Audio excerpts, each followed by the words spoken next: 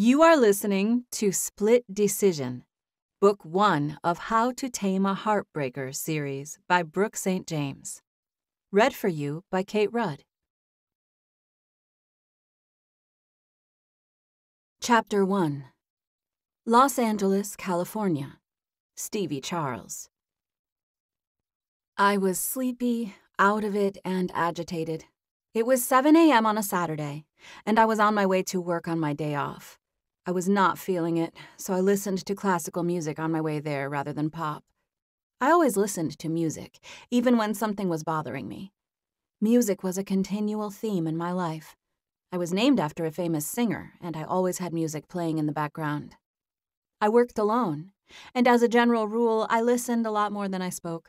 I listened to music, I listened to books, and during the few hours a day that I was with my family, I listened to my dad and brothers and whatever they wanted to say to me or each other.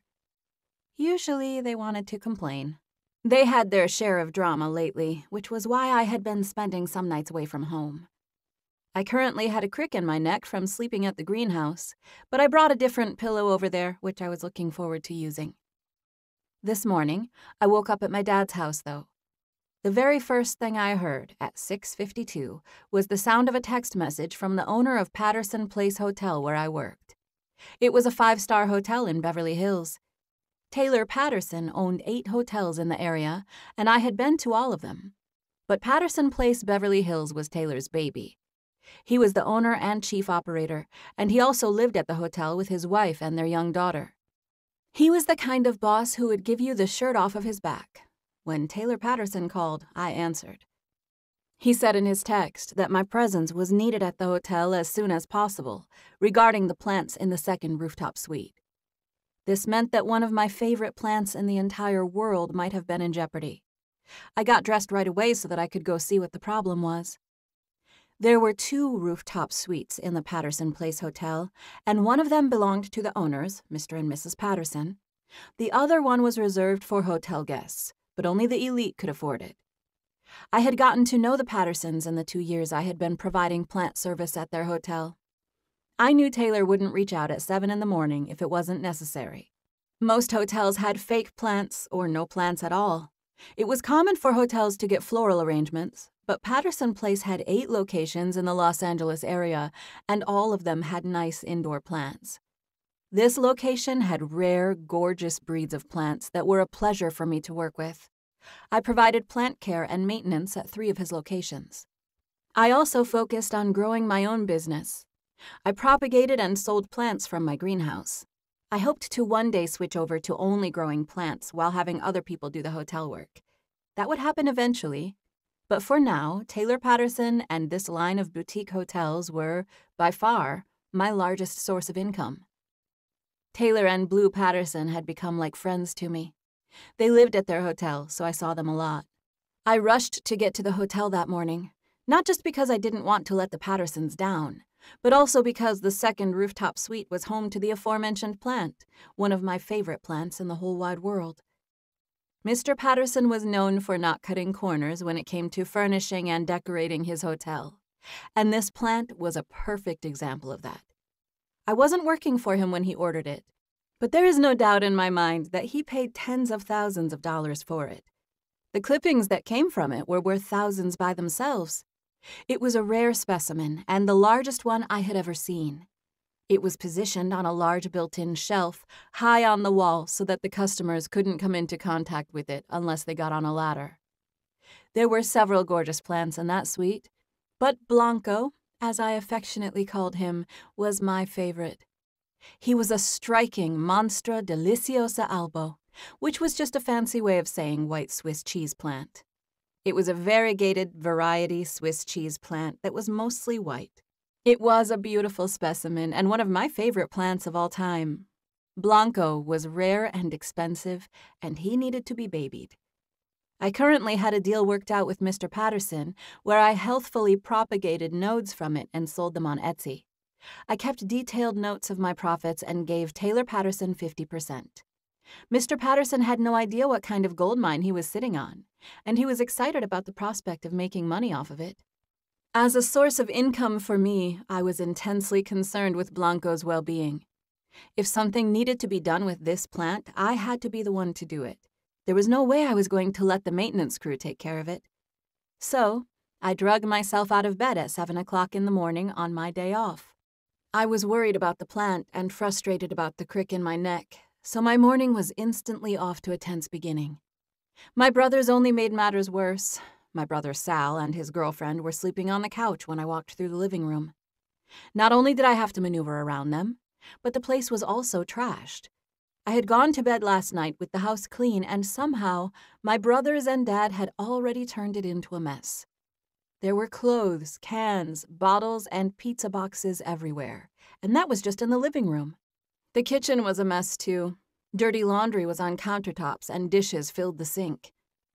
I was continually disappointed with my younger brothers. They were 19 and 17, and they both made terrible decisions all the time. They were smart and handsome young men, and they had a lot going for them, but they were constantly in trouble. Both of them were wild, which to some extent made me feel disappointed in myself as their older sibling. Lately, I had been spending more and more time at work or at the greenhouse, and coming home less and less. I came home to sleep, most of the time, and clean the house for my dad and brothers, but other than that, I lived in my greenhouse where I ran my business and kept my plants. My home life was a mess, and my greenhouse was an oasis. I was the fern nerd. That was the name of my business. I had initially questioned my choice of using that name, but I had a bit of a brand going, so I stuck with it. My business cards and the side of my van bore a cartoon image of me wearing my glasses. I really did wear glasses most of the time, but the glasses on my logo were exaggerated, and I looked like a cute, lovable nerd. I usually had an upbeat attitude to go with my look, but that was difficult today. I was tired and frustrated with my brothers. I listened to slow classical music in my van as I made the 30-minute drive to the hotel from my dad's place in Cypress Park. I blinked and stared blankly at the city streets as I drove. I was vaguely agitated by my brothers, but the situation at the house was nothing new. I thought about them for what must have been 10 minutes before I told myself I needed to let it go. I changed my playlist. If anything could help me change my mood, music could. I had extensive playlists of my favorite songs, and every day as I worked, I listened to hours and hours of music. I would change decades sometimes, shifting to music as early as the 50s, but my favorite kind of music was pop or light and fluffy hip-hop. I didn't care for country, metal, or even hard rock. That was a shame because I met rock stars all the time. Taylor Patterson's wife, Blue, was the daughter of one of the most famous rock stars in the world. Her father was the legendary lead singer of the Kicks, Alex Stone. I had met her dad quite a few times. Not only that, but other rockers who were friends with him stayed in the second rooftop suite on a regular basis. Tons of famous people stayed up there. They were the only ones who could afford it. I had met Alex Stone, Mick Jagger, and John Bon Jovi, but I wasn't nearly as starstruck by any of them as I was when I met Shawn Mendes or Bruno Mars. Bruno was the one who had me speechless. I rode in the elevator with him, and he asked me about my business. I was carrying a plant and wearing a hat and t-shirt with my logo, and he struck up a conversation with me about it. That one shook me up. I was really starstruck about Shawn Mendes, too. I met him in the lobby. I wished I was being called in for Shawn Mendes today, but I knew it wasn't the case. I knew who was staying in the suite, and it was a bunch of ruckus rock stars, a band called Split Decision. I worked at the Beverly Hills location for approximately 8 hours a week. Between the 2 rooftop suites, I had quite the indoor garden. I spent at least an hour a week just on those suites. I always worked it out where I didn't intrude on guests, but many of them didn't care, and I had run into a lot of celebrities while doing regular plant maintenance. I knew the schedule for that second rooftop suite, and I knew who was moving in and out. I did my best not to judge David and Alec Abramson for whatever problem I was walking into today. I couldn't help but feel jaded at the thought of the famous twin singers. Their band, Split Decision, was moving into that suite as of last night, so if there was a problem in that room, it inevitably had to do with them. I tried to prepare myself for the worst. Even as I walked into the hotel, I was imagining horrible possibilities. I pictured the band and all of their groupies in a drunken stupor, hitting Blanco with a baseball bat and knocking him off the wall. In all of my fantasies, Blanco had been destroyed, and this made it clear to me that I was quite attached to this plant.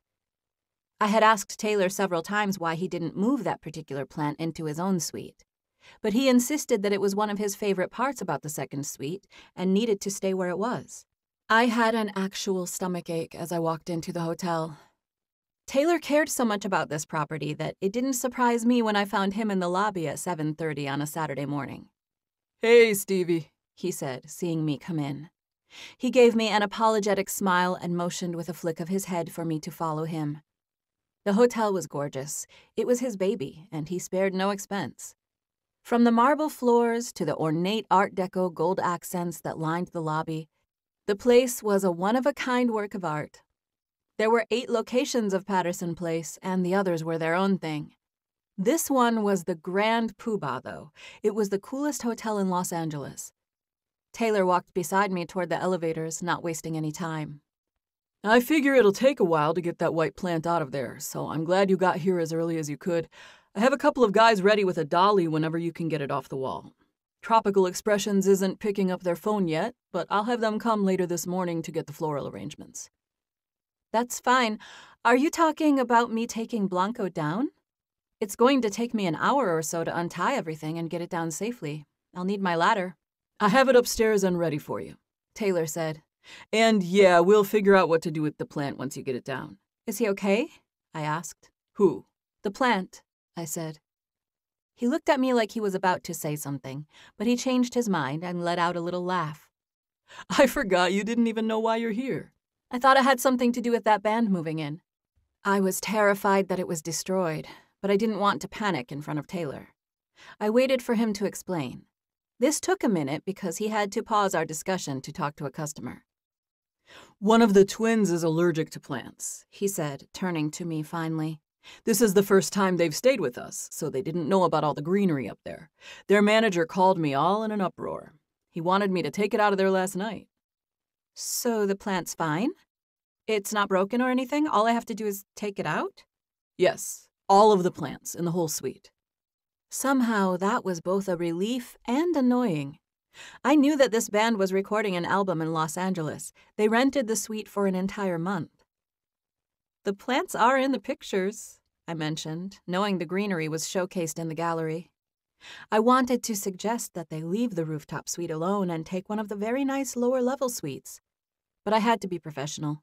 Even mentioning the photos was an emotional move on my part. I clamped my mouth shut. "Thank you for seeing to the ladder," I added. "Will you need anything else?" Taylor asked. I motioned to the bag I was carrying, which contained gloves and clippers and everything else I would need. "I have everything. Thank you."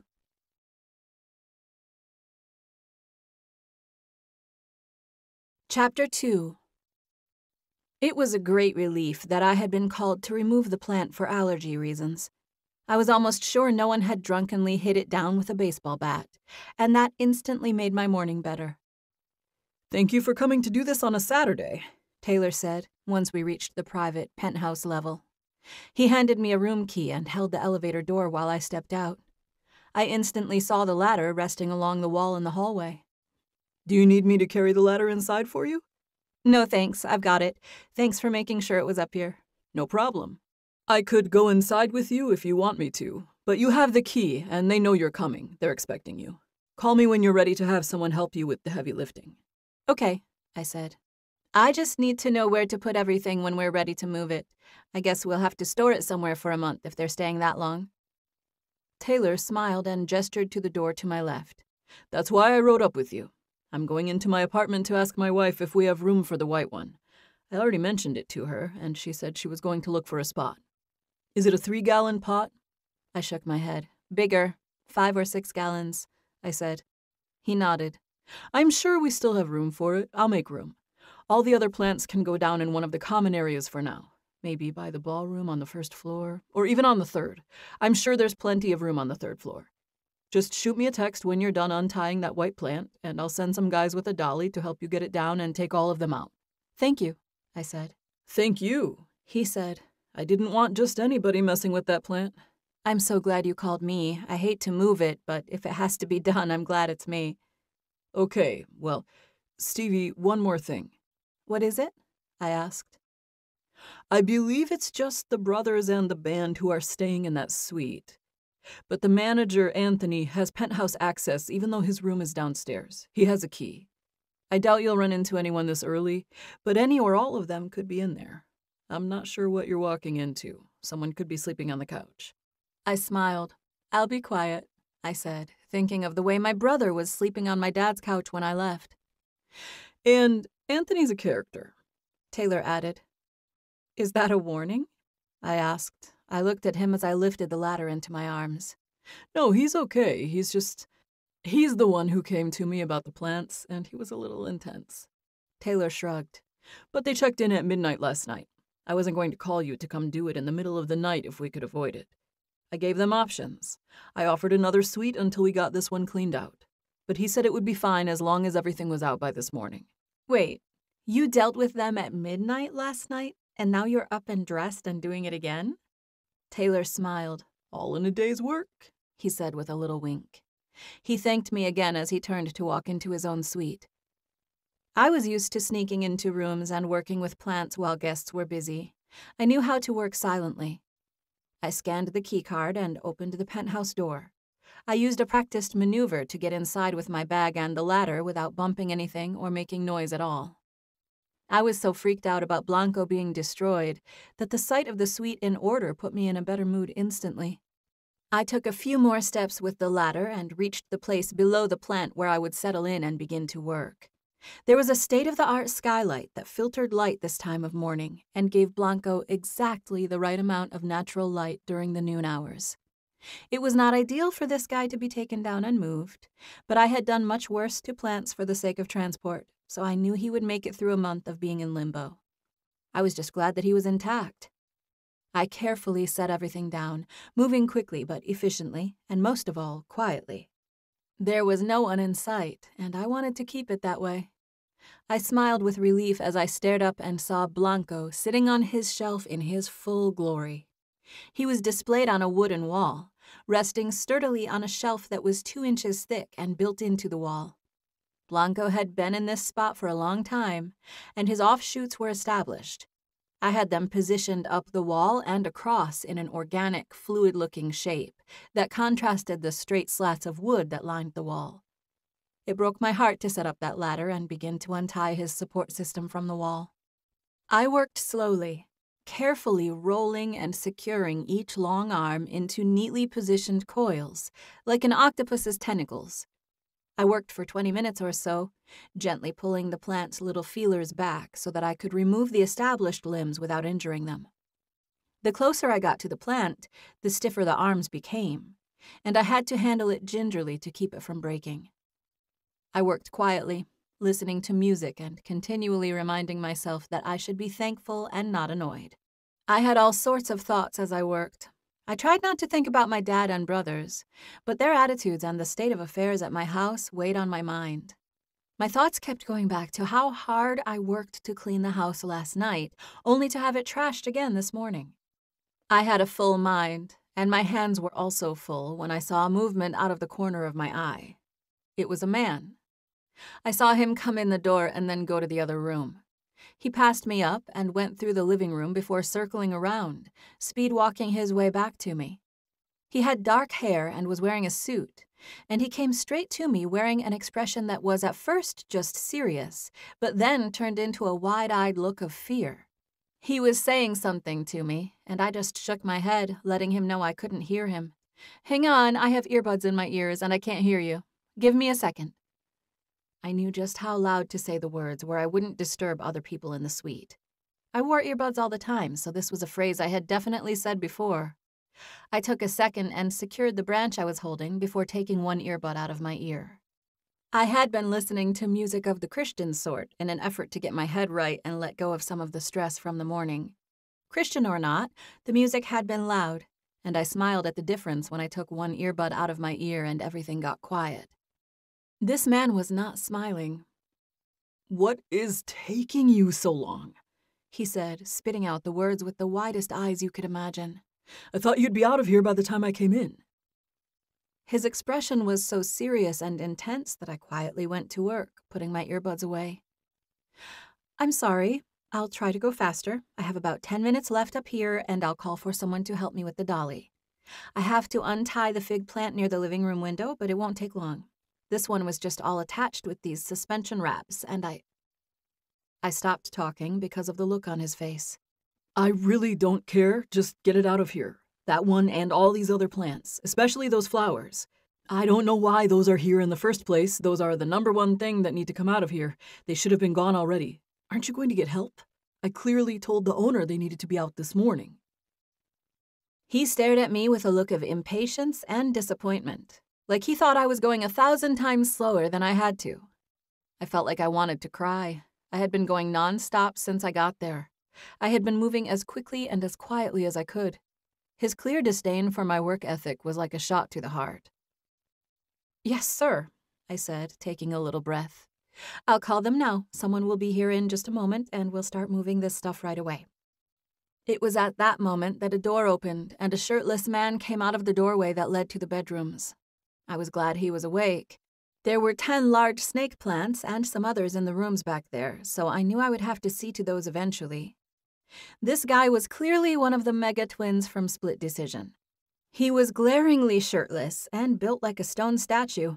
I barely glanced at him, and I could see every muscle in his body from his neck down to his pants were hanging so low on his hips that I could see that V-shaped muscle near his hips. I could not keep myself from staring. It took actual concentration and determination for me to tear my gaze away from him. I focused on the man who was staring back at me like I should obviously get back to work. I gave him a smile that I tried to make as neutral as possible as I turned to finish with the plant.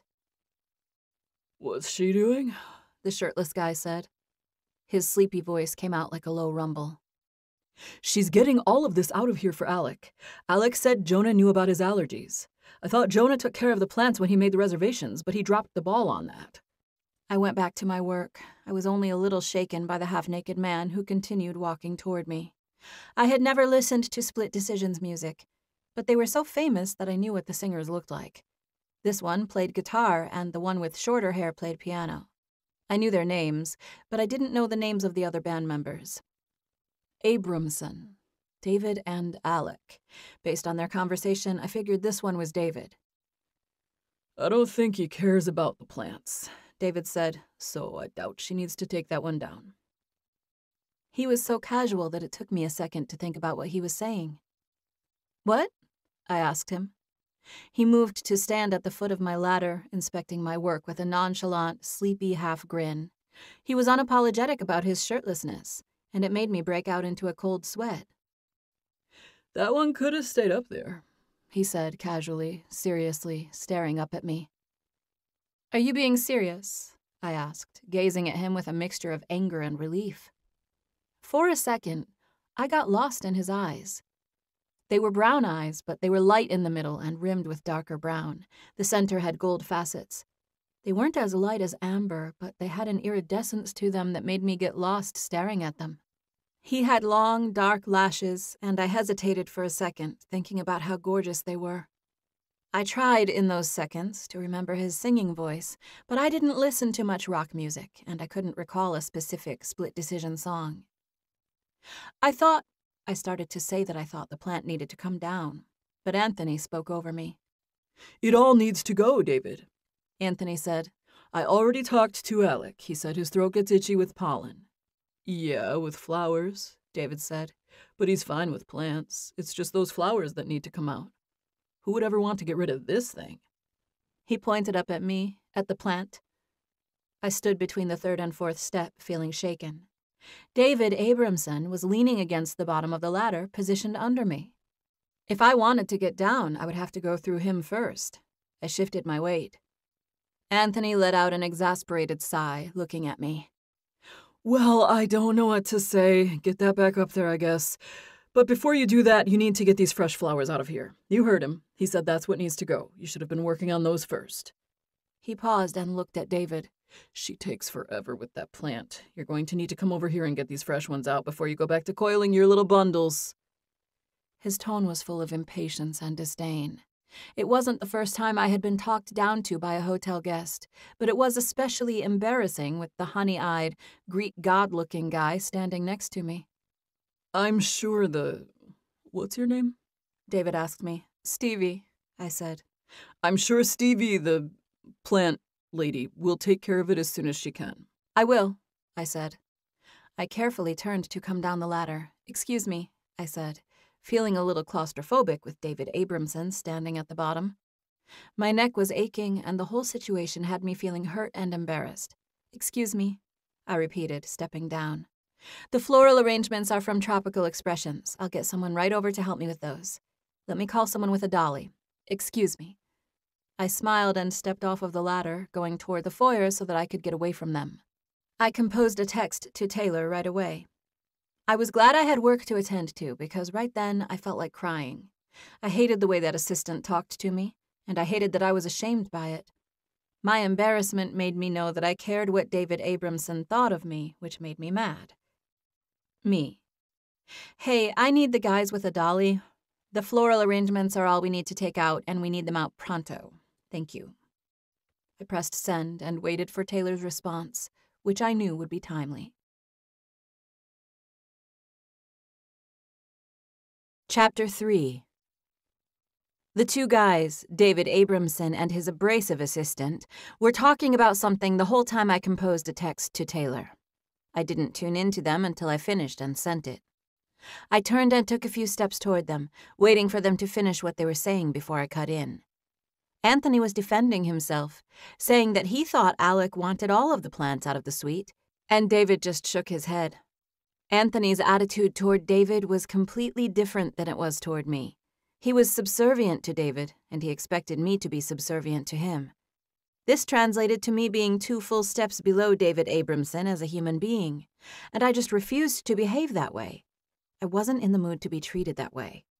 I cleared my throat, and they paused their conversation and looked at me. I placed a text to the owner, I said. We'll get these arrangements out of your way immediately. I gestured toward the white plant. Are you sure this can stay? I asked, looking at David. Yes, David said. That thing's amazing. Please don't take it out. I couldn't even believe it was real at first. I was thinking about taking a piece of it home with me and starting one at home.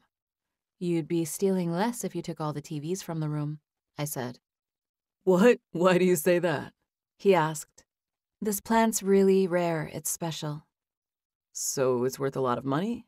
David asked. Yes. That must be why it takes so long to get down from there, Anthony said. Hot tears rose to my eyes and threatened to come out, but I did not let them. I didn't give him the satisfaction of seeing me cry.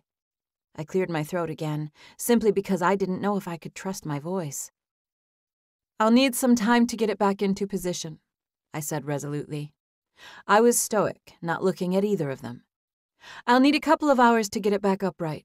I'll take a few minutes right now to get it into a safe position, and then come back sometime when I'm not in your way. In the meantime, we'll get these arrangements out of the room. Someone should be on their way in just a second to help me. I felt vibrating in my pocket. Wait. Yep, here it is. This is probably Taylor. I pulled my phone out of my pocket and looked at it before looking at them again.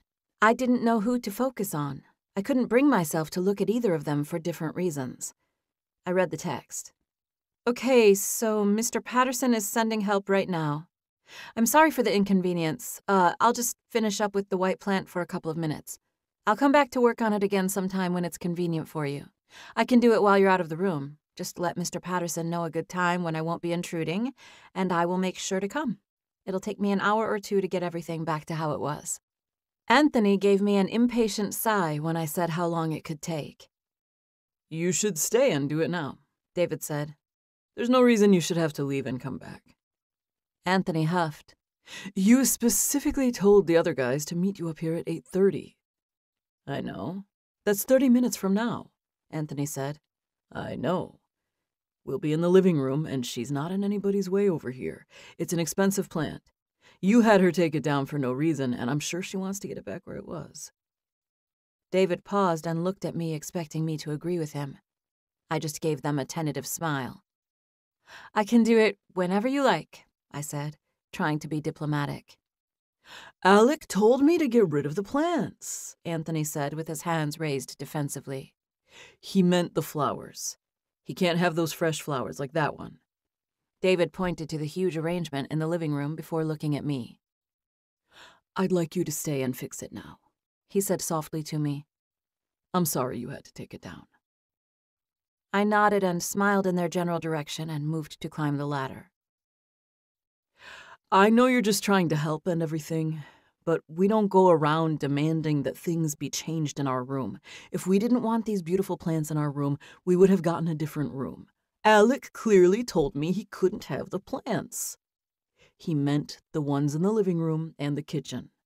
The ones with pollen. I think he had some in his room, too. He probably took them out already. Anthony was embarrassed and red-faced, and he turned to me and said, "Those flowers need to come out first. I don't know what you're doing, still messing with that plant when we've already established that it's staying in here." "She already said she was waiting on somebody to help her," David said, looking at the guy. I was a step up on the ladder, and I turned to them, watching. David stared at Anthony. They were both tall, nice-looking guys, but David had star quality. His face was different and angelic. I felt compelled to stare at it. "Okay, well, were you just over here to check on the flower situation?" David asked. "Because I've got it handled. I assumed I would be up here when the guys got up. You know, for breakfast, and then while you go over that new song." "Oh, it's all right. Jonah doesn't always hang out when we do stuff like that. You can come back around noon when we go to the radio station." It was obvious that David was frustrated with Anthony, so I quietly went about my business. I busied myself with the plant. They said a few more things to each other, and then Anthony walked out. "I'm sorry," was the first thing David said when we were alone. "Jonah, our normal assistant, his wife had a baby, and he's taking a few weeks off. He set us up with Anthony, who's not quite as nice as Jonah. It's only for a few weeks, so I hate to fire him, but he's not what we're used to." He smiled. "I think Jonah might have been trying to save his job when he recommended him." "It's fine," I said. "I'm sorry about your brother's allergies, but I'm relieved about this plant going back in its place. Are you sure about all of the other plants? Some of them I can take out pretty easily." "I'm fine with those spiky ones in my bathroom. Are there any in my brother's room?" "What bedroom is he using?" I asked. "The one with the big rug." "There's one ivy in the bathroom," I said. "It's in a hanging basket. I could get that out easily." "He'll be up in a few minutes. I'll ask him. It's probably fine, though. I heard him mention the flowers to Anthony, and he didn't say anything about the plant in his bedroom." "Maybe after he gets up, I'll walk through there and do a sweep." I nudged my chin at him. "What bedroom are you staying in?" I asked, thinking of the layout and the plants. David grinned at me. "Wouldn't you like to know?" he said wryly. My smile faded, and I tilted my head at him. "No offense, but I honestly don't care. I was only going to make sure we got all the arrangements, but I'll let the guys take care of all those anyway. I'll keep to myself in here and be out of your way as soon as I can." I had turned to work with the plant as I was talking, but he stood there quietly when I finished my statement, so I turned to look at him again. "Why are we off on the wrong foot?" he asked when my eyes met his. "We're not," I assured him with a smile. "I'm thankful about getting this guy back up on the wall. From where I stand, it's a good day." "Why don't you care where I slept?" he asked. He stood at the bottom of the ladder, slowly shifting. I let out a little fake laugh, showing that I assumed he was joking. "What's your story, Stevie? Are you really a fern nerd, or do they just make you wear that shirt?" "I'm the fern nerd," I said. "I make myself wear this shirt. It's me on the logo." I glanced at my lapel, which had a cartoon image of me, complete with black plastic glasses and a ponytail hanging out of a cap. I didn't have on a cap that day, but it was obviously me with the glasses and the same face. "Oh, so this is your company?" "Yes," I said. "Is it your plant? This one that costs so much?" "No. This one was here when I started working here. Some of them, here at the hotel, I raised and sold to Mr. Patterson, but they're all his now. I'm just here for the maintenance." "Do you even have anything to do with the flowers?" he asked. "No, but it's no problem for me to get them out of here," I said. "I'm happy to help with that." "You're pretty accommodating for someone who almost broke down and cried a few minutes ago." "What do you mean?" I said defensively. "Anthony, he said. He almost made you cry a minute ago. I'm sorry about that. I stared at David with a look of confusion, and it must have struck him as being cute because the corner of his mouth rose in a little grin. He stared at me. His lips were full, and he wore a smirk that was irresistible. I tried to tell myself that his eyes were a little too small and a little too close together. But he was just so dang gorgeous that I couldn't fault him with anything. With some people, you could just look at them and could see why they were famous. It was that way with David. He was luxurious. His long, dark surfer hair was pulled back with little wisps of it falling around his face. He was like a model in a magazine.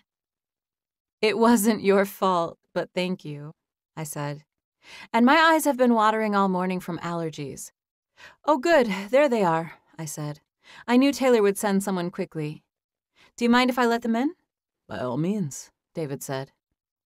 But I was already climbing down from the ladder. I went to the door, opening it and feeling relieved to see two familiar faces. "What's up, you two? Thank you for coming quickly. Come on in."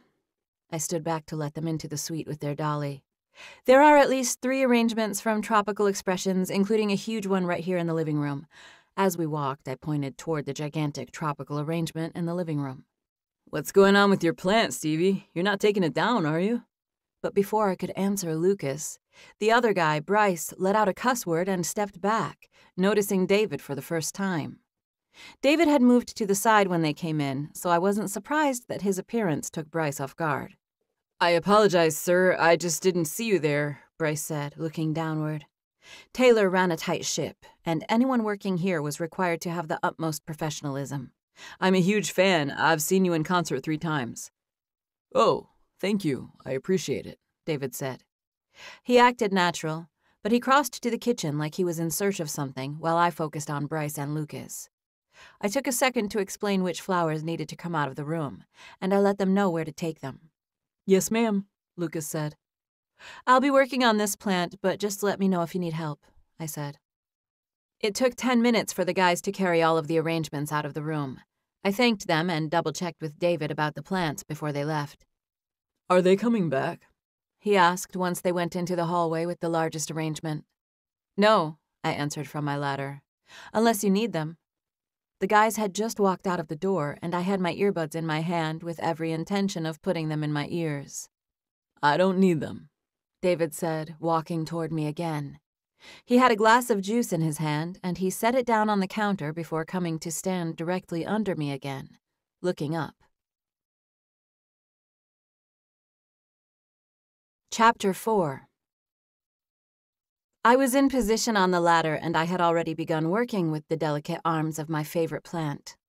I could feel David's presence underneath me, and I turned and glanced down at him. He was staring up at me with a curious expression. "I've literally never asked this question to anyone in my entire life. But can I give you a hug?" I let out a little laugh, assuming he was kidding around. I smiled and played it cool as I did with all of our customers. "I bet you give a lot of hugs and take a lot of selfies with fans." "I wasn't talking about getting a picture with you," he said. "I was asking about a hug. I felt like I should give you a hug right now. I can't believe I'm saying this, but can you please just come down so I can give you a hug?" He opened his palms and flexed a little in the most irresistible pose I had ever seen. He seemed entirely serious about giving me a hug. The truth was that on some raw human level, I desperately needed a hug. My neck hurt, and I was holding a lot inside for the sake of professionalism. I stared down at him and felt a wave of wanting. I wanted more than anything to collapse comfortably in this man's arms. The other guys might, wonder, well, with your shirt situation.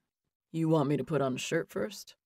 "You don't have to," I said. "I mean, a hug isn't even necessary anyway, unless—" I trailed off, because it was honestly like I was looking down at a stone statue.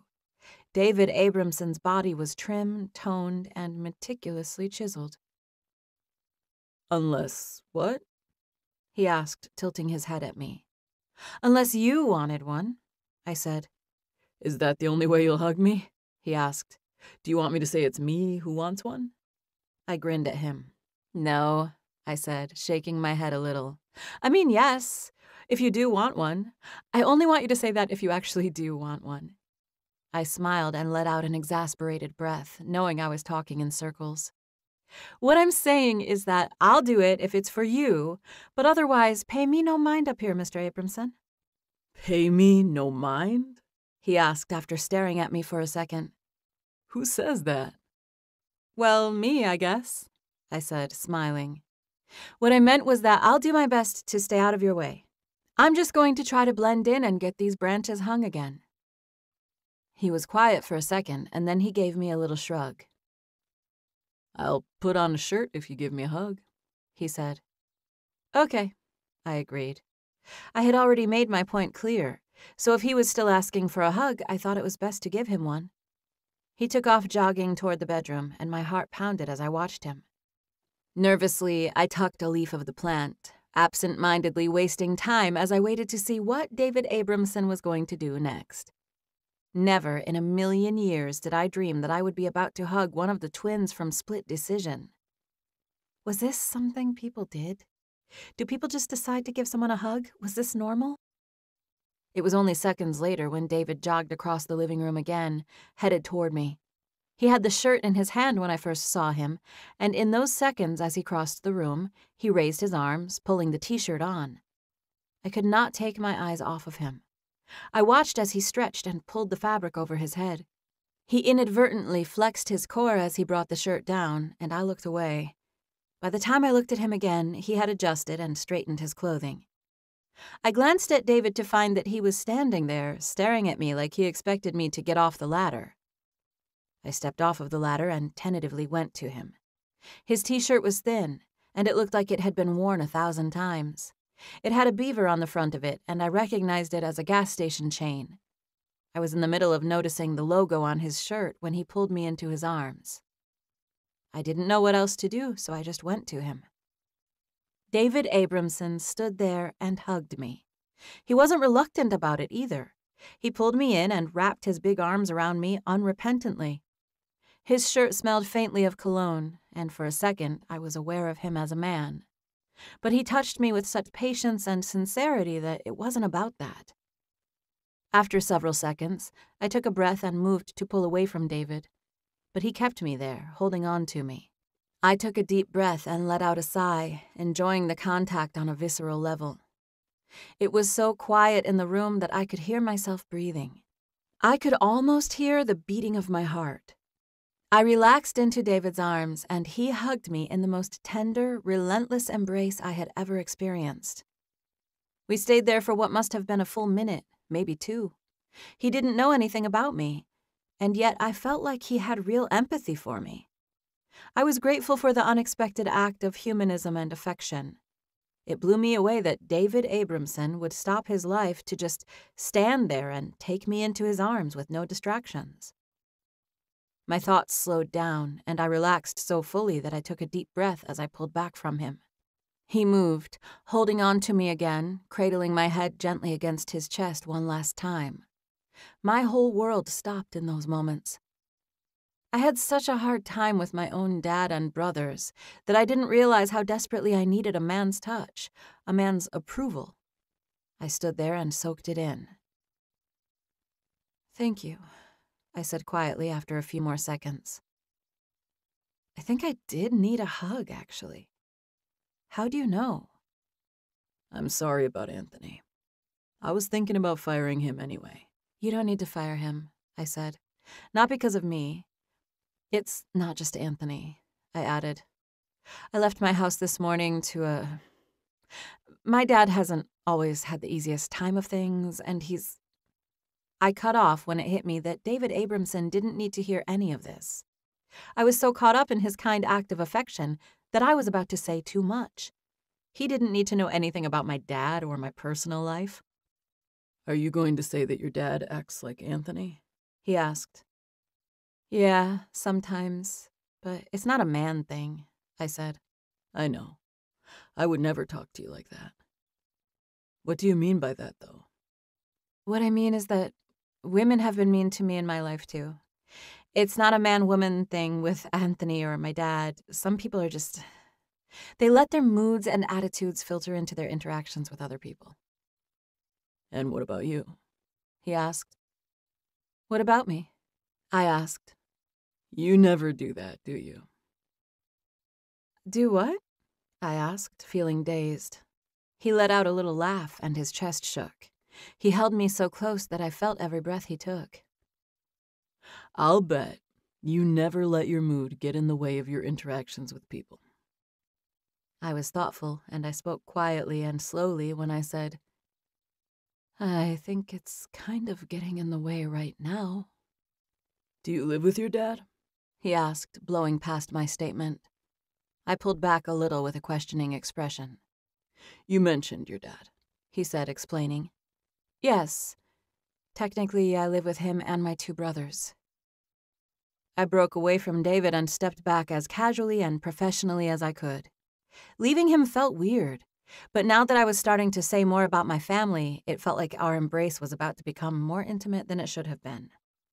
Maybe I was just too attracted to him. Either way, I stepped back. I spend some nights at my greenhouse, I said. I have a little setup there, and it's peaceful. I smiled at him and put my foot on the bottom rung of the ladder so I could climb it again. David still looked concerned. Your dad's not abusive, is he? No. Oh, no, nothing like that. I'm being too dramatic if you thought. No, I just have a crick in my neck, and I hadn't hugged anybody in a while. No, my dad is... he's... I paused for what felt like too long, trying to think of how to put it. He never did anything to abuse me. I think he did the best he could. My mom left when my youngest brother was a baby, and he was stuck with raising the 3 of us. He was frustrated a lot, like Anthony. I appreciate the hug, though. That actually felt really good. Did your dad get you birthday presents? Birthday presents? Why do you ask? I don't know. I was just wondering. We didn't really do all that extra stuff, I said. We did for a while after my mom left, but that was when my dad's mom was still around. Were you a mom to your brothers? I paused, thinking about how I should answer. I should have just said something vague and gone back to work, but David was not impatient, and he stared at me like he didn't plan on walking away. In some ways, I guess. But it's just my life, so it didn't feel that way. I smiled. Did you always have enough food to eat? David asked. Yeah, we didn't go without food. I climbed the ladder as I spoke. I was reeling from that hug. It felt significant to me, and I had to back out of this conversation with as much grace as possible so that I didn't go falling in love with him. I smiled casually as I climbed the ladder. It wasn't abuse or lack of food, I said. It was more just no mini golf. What? He asked. I sighed. I had a friend in high school. She moved off to college, and she's still in San Diego, but we're close. We still talk. Janie is her name. Anyway, her family had this framed 8x10 photograph of Janie and her dad when she was a little girl. It was the 2 of them on a mini golf course. Janie's mom saw me looking at that photo, and she told me it was taken the time Tom taught Janie how to play mini golf back when she was just a little girl. I made a thoughtful face. I just remember looking at that picture and thinking how far removed that was from my world. There was no mini golf in my world. My dad didn't ever teach me anything, for one. And if he would have, it would not have been mini golf. I shrugged. I wasn't hungry, and I wasn't abused, though, and that's more than some people can say. I turned and looked at him, smiling a little. And I'm not usually on the verge of tears, I said apologetically. It was just that I had a strange sequence of events this morning, including a strained neck. But thanks for the hug. That was way more enjoyable than I expected. You expected to not like hugging me? He said, teasing me. I was glad for the change of subject, and I laughed. No, it's always fun to hug a buff dude, I said, making light of it and turning to begin working with the plant. I had a system with pantyhose and small tacks that was secure and soft for the plant and also invisible from the floor. I had a few pieces of pantyhose still on the wall that could be reused before I would need to search my bag for more supplies. A buff dude? he asked.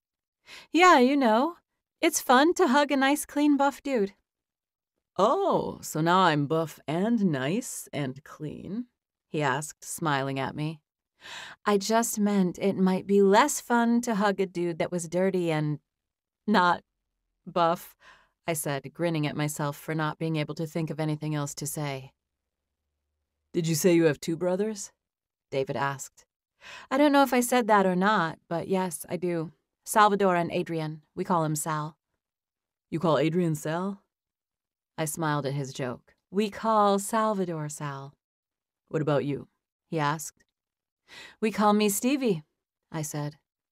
What's that short for? Steven, I said. I was completely serious and unflinching when I said it, and I glanced at him. Really? He asked. No, I said, cracking a little smile. It's just Stevie. I'm named for Stevie Nicks. I guess my mom loved her or something before she took off. My mom named me for a singer, too, David said. David Crosby? I guessed, unable to think of another David. What? David Crosby? No, David Bowie. Bowie. Who even is David Crosby? I laughed at his reaction. Is that the guy from Crosby, Stills, and Nash? He asked. Yes. Bowie, he said, staring at me with a playful but offended glare. He nudged his chin at me. And I have 2 brothers, just like you, he added. Only 2 brothers? I asked. Are there just the 3 of you? Yeah, me, Ozzy, and Alec. Oh man, you have a brother named Ozzy? Like Osbourne? Were you all named after singers? Yep, David said. For real, like me? Those are cool names, though. Then something hit me. Oh, hey, is your brother named after Alex Stone? Yeah. Did you know the owner of this place is his daughter? Yeah, she lives right next door, David said, motioning to the door of the suite. I haven't met her, but I met her dad one other time. Where at? I asked, feeling curious. He grinned. At the MTV Music Awards. I raised my eyebrows and made a sound of approval. Chapter 5. David Abramson stood at the bottom of my ladder and talked to me as he watched me work for 10 or 15 minutes after that hug. He acted like we were best friends from way back. David didn't mention it during our conversation, but I knew his brother, Alec, had been arrested recently as a result of a car accident he had while driving intoxicated. I knew this fact before I ever set foot in this room. I had seen it in the news headlines. I was so aggravated with my brothers and sad about their life decisions that I actually thought I might explode on these guys and reprimand them for being such a bad influence on millions of young men. Earlier, I had this whole conversation in my mind where I told them off, basically. I thought I would tell them they should use their fame to influence boys to do good and not to drive fast and get arrested. I knew I would never actually do it, but after Anthony was so mean, I had thought about giving them a piece of my mind. I had so many feelings worked up this morning that it felt like I was about to explode. And then David melted them all away. That hug. It was like the embrace caused a leak that drained all of my bad emotions. I was so glad I hadn't been rude to David in my anger. I went from upset to smiling. I had never experienced such an utter switcheroo of emotions in all my life. I barely even noticed my neck hurting anymore. We talked casually for a while, joking about life. He told me about a few of his travel experiences.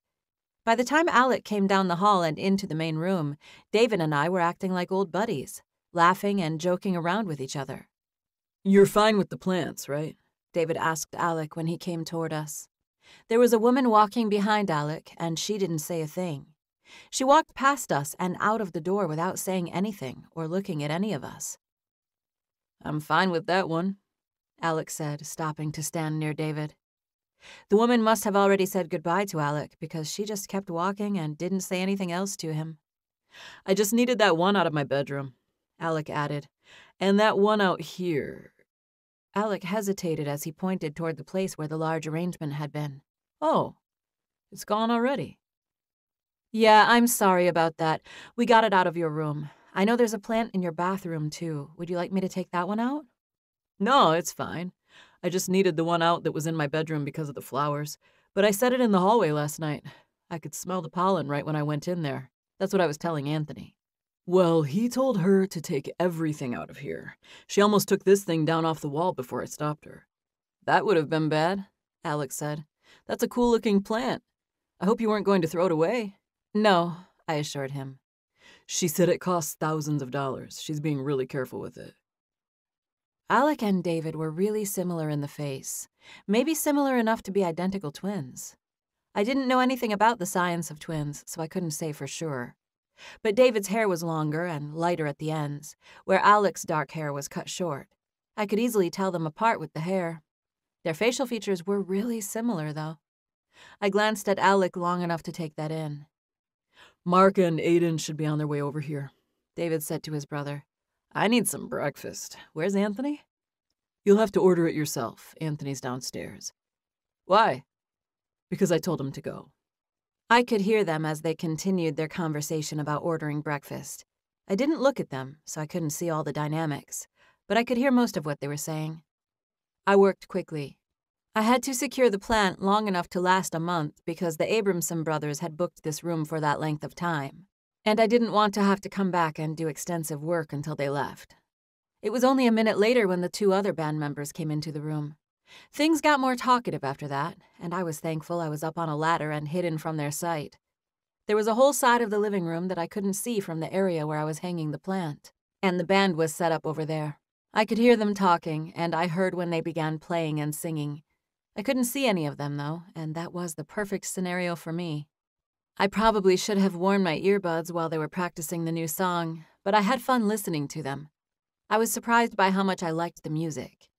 It was a slow song, but they had amps and microphones set up, so I could easily hear them play and sing. I enjoyed listening to the brothers giving the other 2 instructions about what they wanted to hear. They would give the drummer instructions using words like boom and cack to try to get him to play the right pattern. The whole process was interesting. It was a good song, and I hated to drown out the sound of it with other music. It was 30 minutes later when room service came with their breakfast. I could hear their conversation, so I put my earbuds in my ears. David walked up to me, so I paused my music. Do you want something to eat? He asked.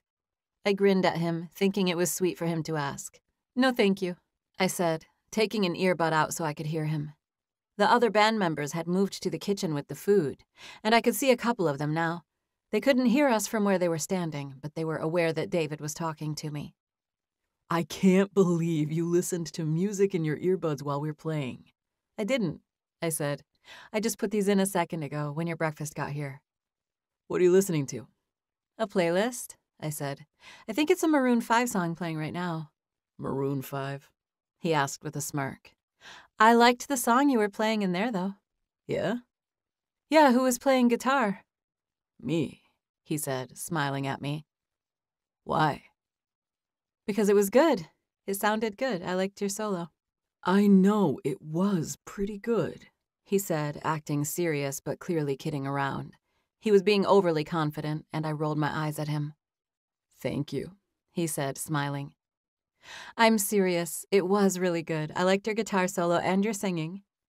His smile broadened. I'm really glad. Was that you singing? I asked. Most of the time. Al sings too. I liked it a lot, I said. You're a really good musician. Thank you, he said. We stood there and stared at each other for a few seconds. It was a little longer than necessary. I had absolutely no idea what he was thinking. But just then, someone came from the back and walked past us, heading toward the door. It wasn't a band member. It was a woman. A beautiful young woman. Bye, David, she said. I'll be back later this afternoon or tonight. It's fine. You have a key, David said. Yep, she agreed. There's breakfast if you want some, David offered. I'm good. I need to be going. I'll see you later tonight. All right. Bye, Audrey. Bye. Love you, she said. Love you. Come eat, someone yelled from the kitchen. Is that Audrey? Yeah, but she's already leaving, David said as the woman was halfway out of the door. I'm going to eat, David said, looking at me. I'm sure we have a lot of food over there if you change your mind and decide you want any. Where were these guys from? I vaguely knew that they were from the South somewhere. They didn't have an accent, but they must have been from the South with all the hugging and offering of food and hospitality. I'll just finish up here and be on my way. Thank you, though. I appreciate it. He nodded. All right, well, I'm going to eat, and then we're going to finish working on that song. Okay, that's great, I said. You can listen if you want. Thank you. I don't mind if I do, I said, grinning as I worked. The earbuds will come out as soon as you guys get back to it. I'm going to have to add you to my playlist after this. Yeah, you better, he said, grinning at me as he walked away. I was no longer attracted to him after the beautiful young woman who clearly loved him made a surprise appearance. I remembered back to that hug he gave me, though. I thought about how unrepentantly he held me. He had held me tenderly. He had held me for so long that our breathing was in sync. I had felt real tenderness from that hug, a feeling that was too intense for someone who had a sleeping woman in the next room. I felt mad at him, which made me feel mad at myself.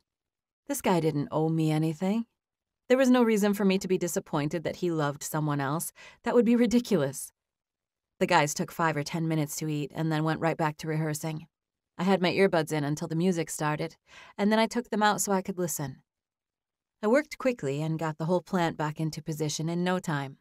I got into the zone and worked hard to preserve what was left of my Saturday. The band was still working when I finished. They were going over and over this one part because Aiden couldn't understand what they were asking him to do on the drums. I worked quickly to pack up, putting my things away and feeling thankful to have this job done.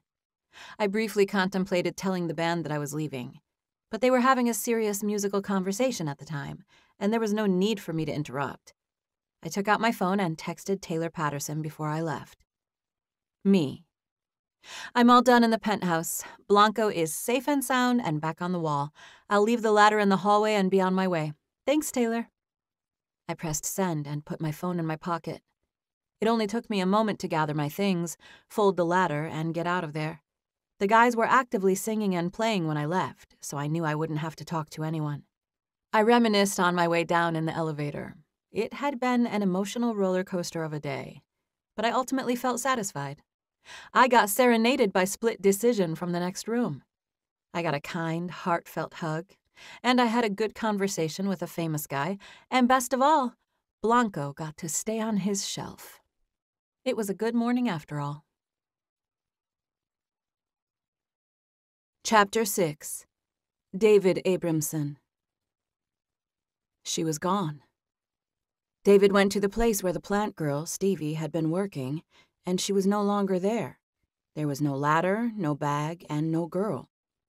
David looked up to find that the plant was back on the wall in its full glory.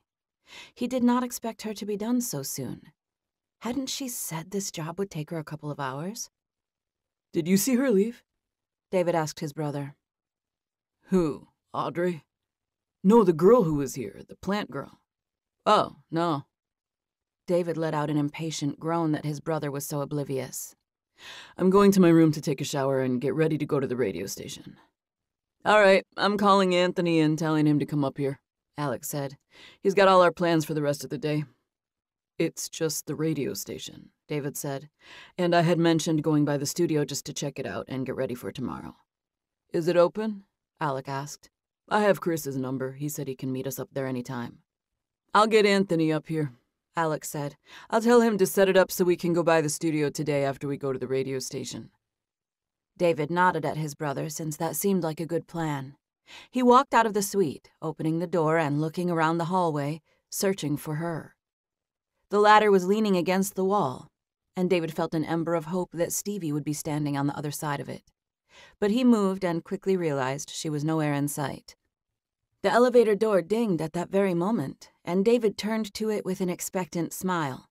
This was a private floor, and there were only a few people who could be on the other side of the elevator. But it was not Stevie. It was a male hotel employee, the same one from earlier who came to help Stevie with the dolly. Hey, where's that girl who was up here? Who, Stevie? She took off. I saw her downstairs like 15 minutes ago talking to Mr. Patterson. Do you know how I can get in touch with her? David realized that the guy might wonder why he wanted to reach Stevie.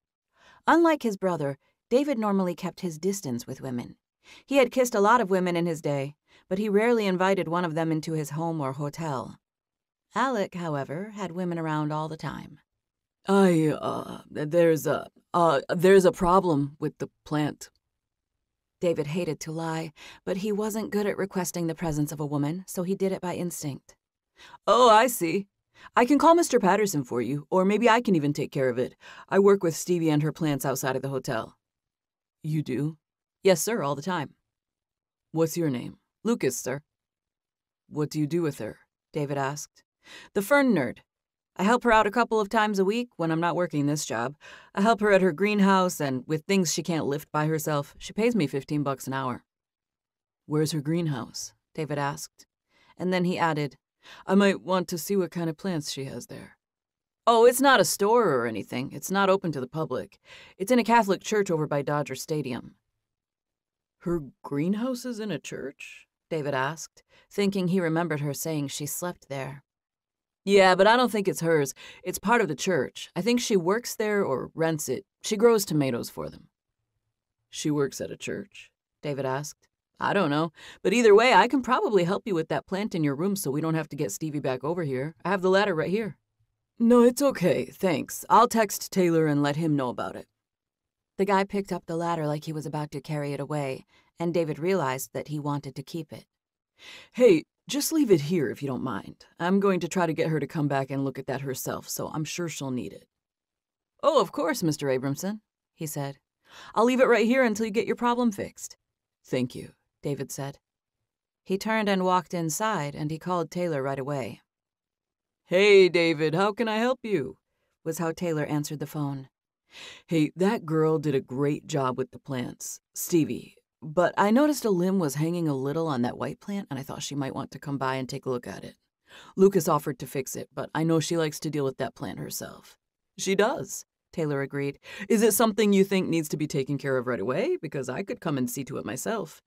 No, we have a busy afternoon, but if Stevie could come by sometime from like 5 to 7, I'll be here and I can show her what I'm talking about.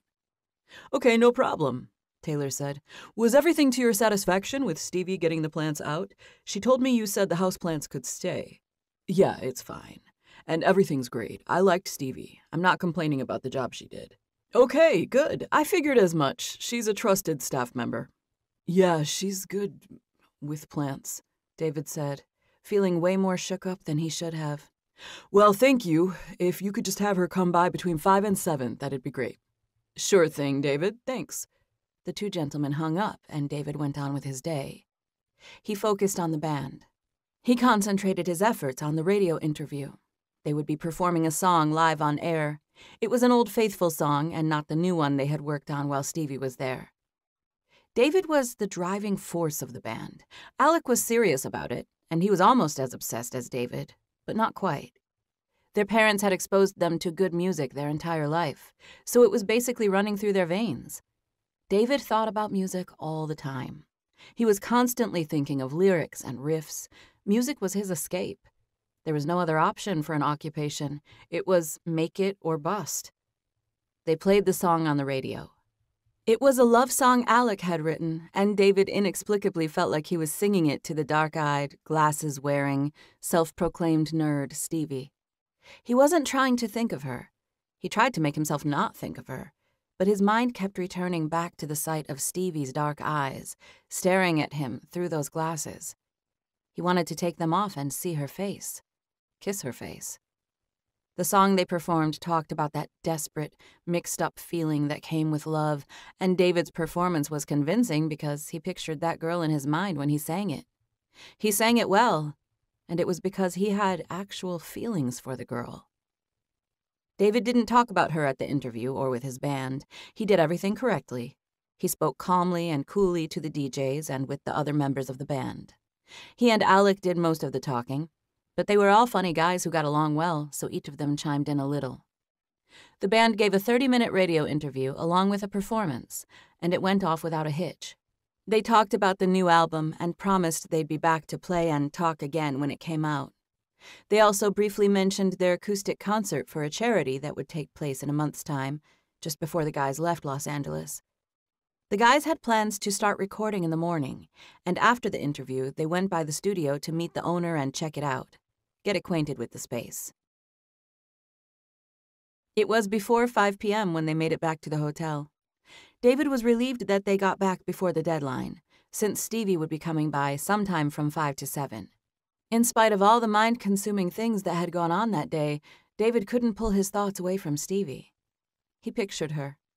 She had dimples and naturally full lips, and it bugged him so much that she hadn't said goodbye when she left. David was bugged even further when he arrived at the hotel, and there was a note from her on the kitchen counter. "Hey there. I was still in the neighborhood when Taylor told me there was a problem with the plant, so I came right over. I tightened everything up, so it should be fine now. Thanks again for letting Blanco stay on his perch. He's happiest up there. Best, Stevie, the fern nerd." David crumbled the paper out of frustration after he read the note. "What?" Alex said, seeing him. "She already came." "So?" "So I wanted to be here, that was the whole point. Why are you so annoyed? Are you hot for this girl?" "Yes, Alec, I'm burning up right now." David tugged on the front of his shirt to fan himself. "I told her to come at a specific time." "Did you tell her you wanted to talk to her? She probably would have come at whatever time if she knew you wanted to talk to her and not just fix the plant." "Well, no, but I told her to come at a certain time and she didn't." "Pfft." Alec let out a dismissive sound. "She didn't even know you wanted to talk to her?" "No." "Then you can't get mad when she fixes the plant when you're not here. If you want to see what's up with a girl, you need to tell her you're trying to see what's up with her. You can't just call her to fix some plant and hope it works out." David picked up his phone and Googled the phrase, "Fern nerd, Stevie, Los Angeles." Nothing came up. He took out her first name, and still nothing. "How am I supposed to see what's up with her when I have no way to get in touch with her?" Alec casually dug through the fridge, but David was too annoyed to eat. He stretched out over the counter, staring at his phone and wishing she would call. "The hotel guy knows how to reach her if you need to talk to her that bad," Alec said. He had no idea how badly David wanted to see her again.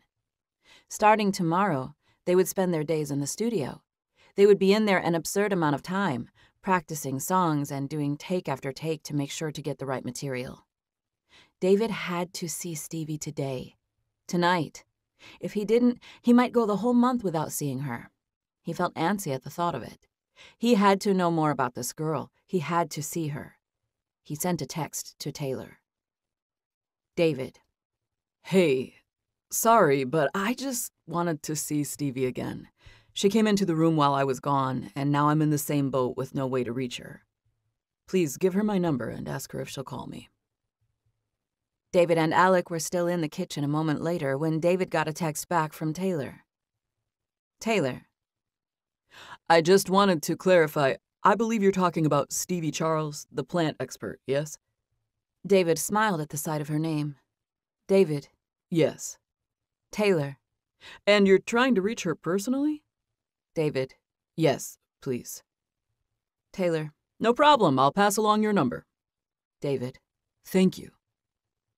Of course, David tried to search her first and last name on the internet, but nothing came up. He spent 5 minutes waiting for her to call, and then he gave up and went to his room. Alec was still in the living room with Aiden. "Where are you going?" Alec asked. "To my room." "What are you doing tonight?" "I don't know," David said. "We might go out with Mark if you want to come," Alec said. "I'm thinking about a song." "You're staying in to write?" Alec asked, tilting his head at David. "It's our last night of freedom." "Not even. We have to be there at 10 in the morning." "What's that mean?" "No coming home at 6, David said. 3, Alec countered with a sly grin. "Midnight," David said. "Midnight?" Alec said, laughing like his brother was crazy. "I'll be back by 2 or so. I'm not trying to stay out all night. Cassie, the girl who was here last night, she has some friends, and me and the boys might go over there." "Whatever, I just don't want a bunch of people over here." "You know I wouldn't," Alec said. "You had Cassie over here last night." "That was a one-time thing. I told her she's got to chill downstairs from now on since there's so many of us up here. We'll go over to Anthony's room. But you're not allowed to give me a hard time about having a girl over here when you're the one trying to hook up with the hotel maid." "One, she's not the maid, Alec. And 2, it wouldn't matter if she was. And 3, I'm not trying to hook up with her. I like her as a person. She told me about her life, her brothers, and her plant business. Then why can't you get in touch with her if y'all had such a meaningful conversation? David didn't have a response for that. He and his brother gave each other a hard time, and sometimes it was just best to ignore it. He turned and started walking toward his room. I'm sorry, Alec called. It's fine, I'm just going to work on that song. I'll come and check on you when I leave. I'll talk you into coming with me. Maybe, David called, even though he knew he wasn't going out.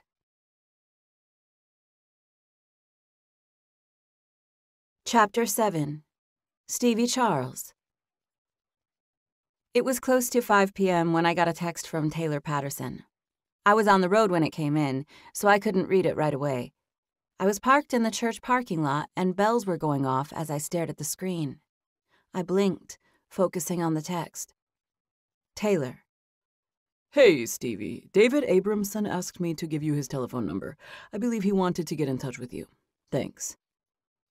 David's contact was attached, and I sat in my car as I composed a text to the number Taylor sent. Me. Hello. It's me, Stevie, the fern nerd. Taylor Patterson said you were trying to reach me.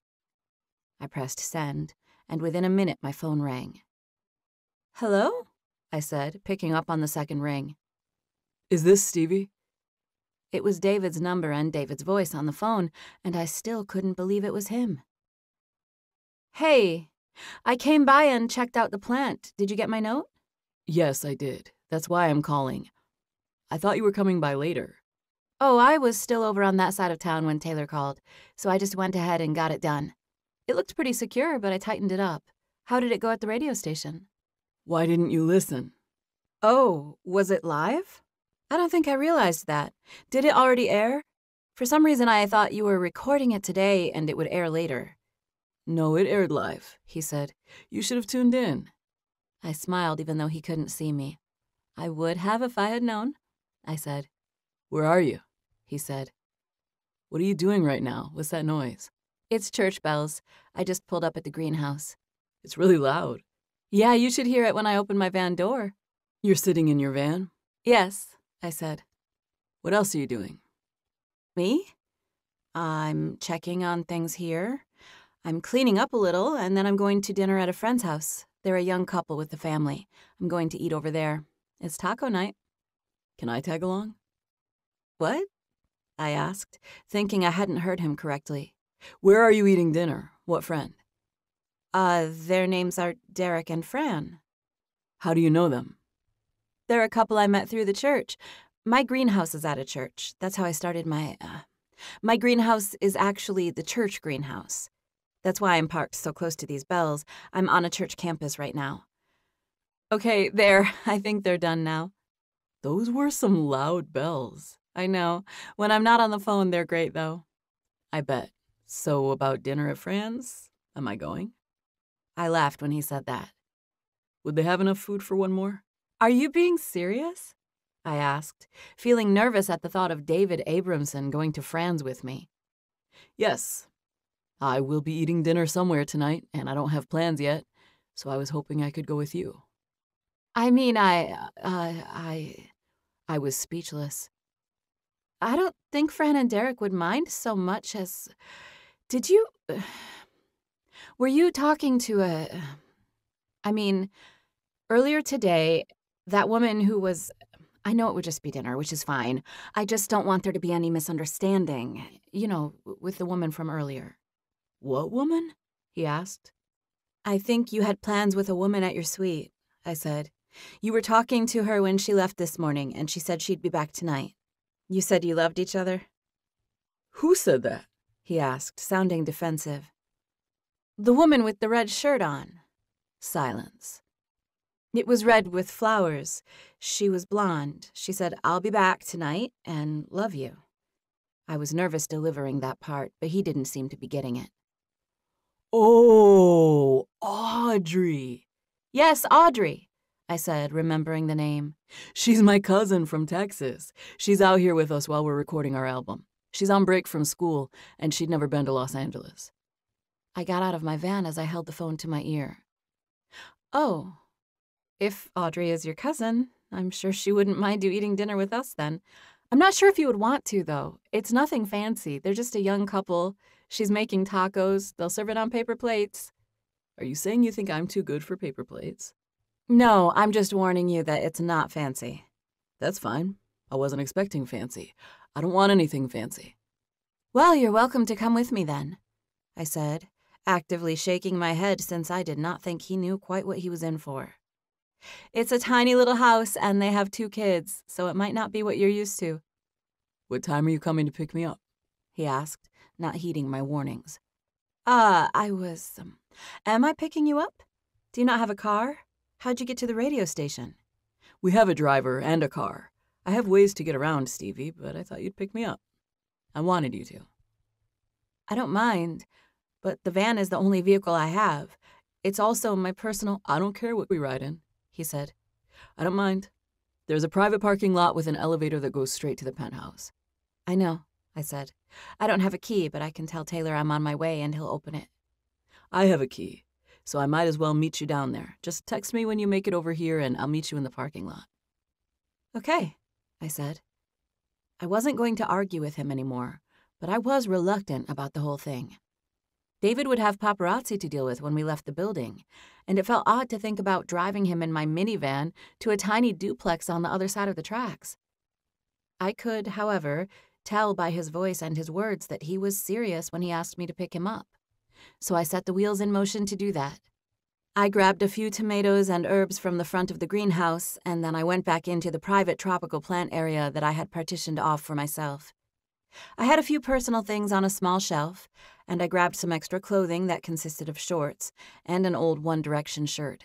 It was my only option if I didn't want to wear the nasty clothes I was currently in. I had gotten dirty earlier, and there was no way to take a shower here at the greenhouse. I had planned on rinsing off as much as I could with the water hose and getting by like that until I went back to my dad's later. I contemplated my options once I found that change of clothes. I called David and told him what was going on, and he said there was an extra shower in the suite and that he wanted me to shower there. I headed for the hotel, feeling like I was living an actual dream. It was as if my real life had just been taken and morphed, twisted around. It seemed as though David Abramson was interested in me. I didn't know precisely what he was interested in, but I knew he was intrigued by me, curious about me as a person. I had no idea where this night would lead, but he seemed sincere enough that I drove back to the Patterson without questioning it. David met me in the parking lot. I smiled when I came out from around the van and caught sight of him.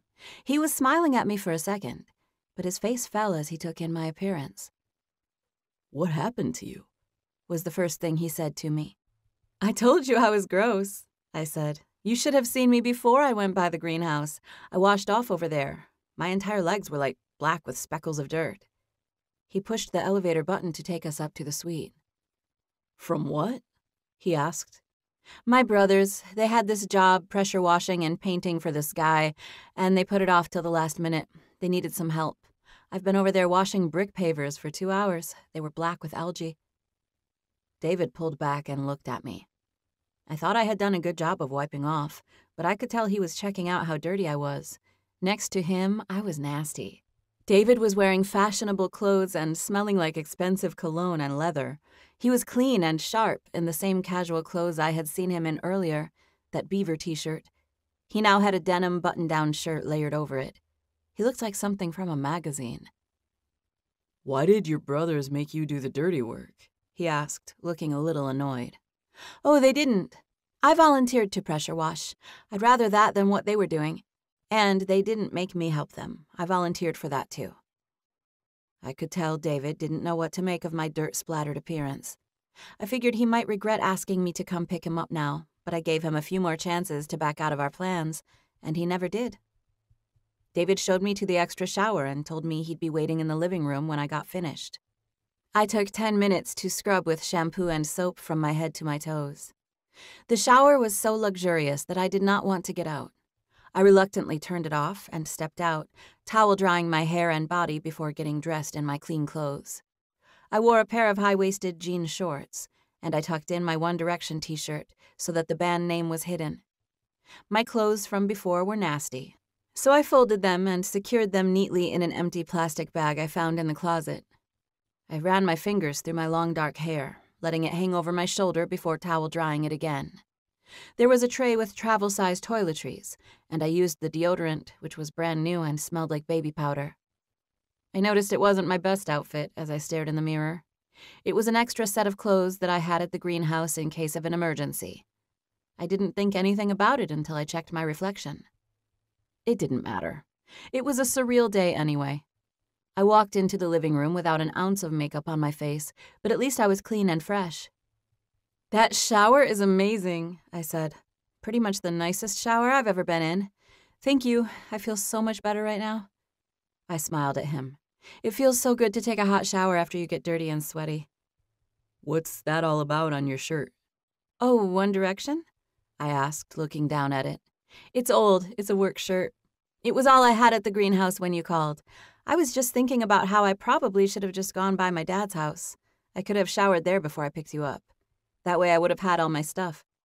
"It's fine. It's just the shirt that's messed up," he said. "Everything else is fine." I gave him a little defensive gasp. "Messed up?" I said. "It probably wouldn't have been my first choice coming over here, but I wouldn't call it messed up." "I would. I don't like seeing their faces on your... You're wearing them on your... Look, I'm about to give you this shirt right here." Swiftly and without warning, David took off his denim shirt and set it aside before shedding his t-shirt with the beaver logo. He was bare-chested again. "Oh, no, I can't," I said. "I'll just turn this one inside out. I should have already thought of that. It's a black shirt if it's inside out." "Take it," David said, holding the cream-colored t-shirt toward me. He insisted, so I reluctantly took it from him and headed into the bathroom to change. Stretching a good-smelling t-shirt over your head after it just comes straight off of a rock star's body was enough to leave a person reeling. I was reeling. I stared in the mirror at the way the shirt hung on my body. It was too big for me, and it was still warm from being on David. It definitely smelled like him. I felt like I was being hugged again, and I paused to close my eyes and simply feel it for a moment. I opened my eyes and was actually a little surprised when I saw that I was still wearing that borrowed t-shirt. I tucked it in since it covered most of my shorts. I stood up straight, staring at my reflection for a moment before heading out there. The t-shirt was a different color, and it was about 2 sizes bigger than my One Direction t-shirt, but I was basically wearing the same outfit. I held my folded black t-shirt as I walked back to the living room. David had already put his denim shirt back on. It was vintage-looking and slim-fitting, and he had 2 or 3 buttons undone, revealing the top of his chest. He was leaning against the back of the couch, and he grinned at me when I came down the hall. I held up my palms as if asking his approval. "So much better," he said. "What's so bad about One Direction?" I asked. "They were on your shirt." "Yeah, but what's bad about them?" I asked, standing by my love for pop music. "That is what's bad about them." "What? That they were on my shirt? Do you like them as a band?" He shrugged. "I'm sure they're great." He stared at me with a mischievous, challenging expression that made me feel like he was jealous. "I like this beaver shirt anyway," I said. "It's Buc-ee's, a gas station." "I've heard of Buc-ee's," I said. I picked it up and smelled it. "And it smells good." "It didn't come like that," he said. "It probably smelled like fried chicken when I bought it." I laughed.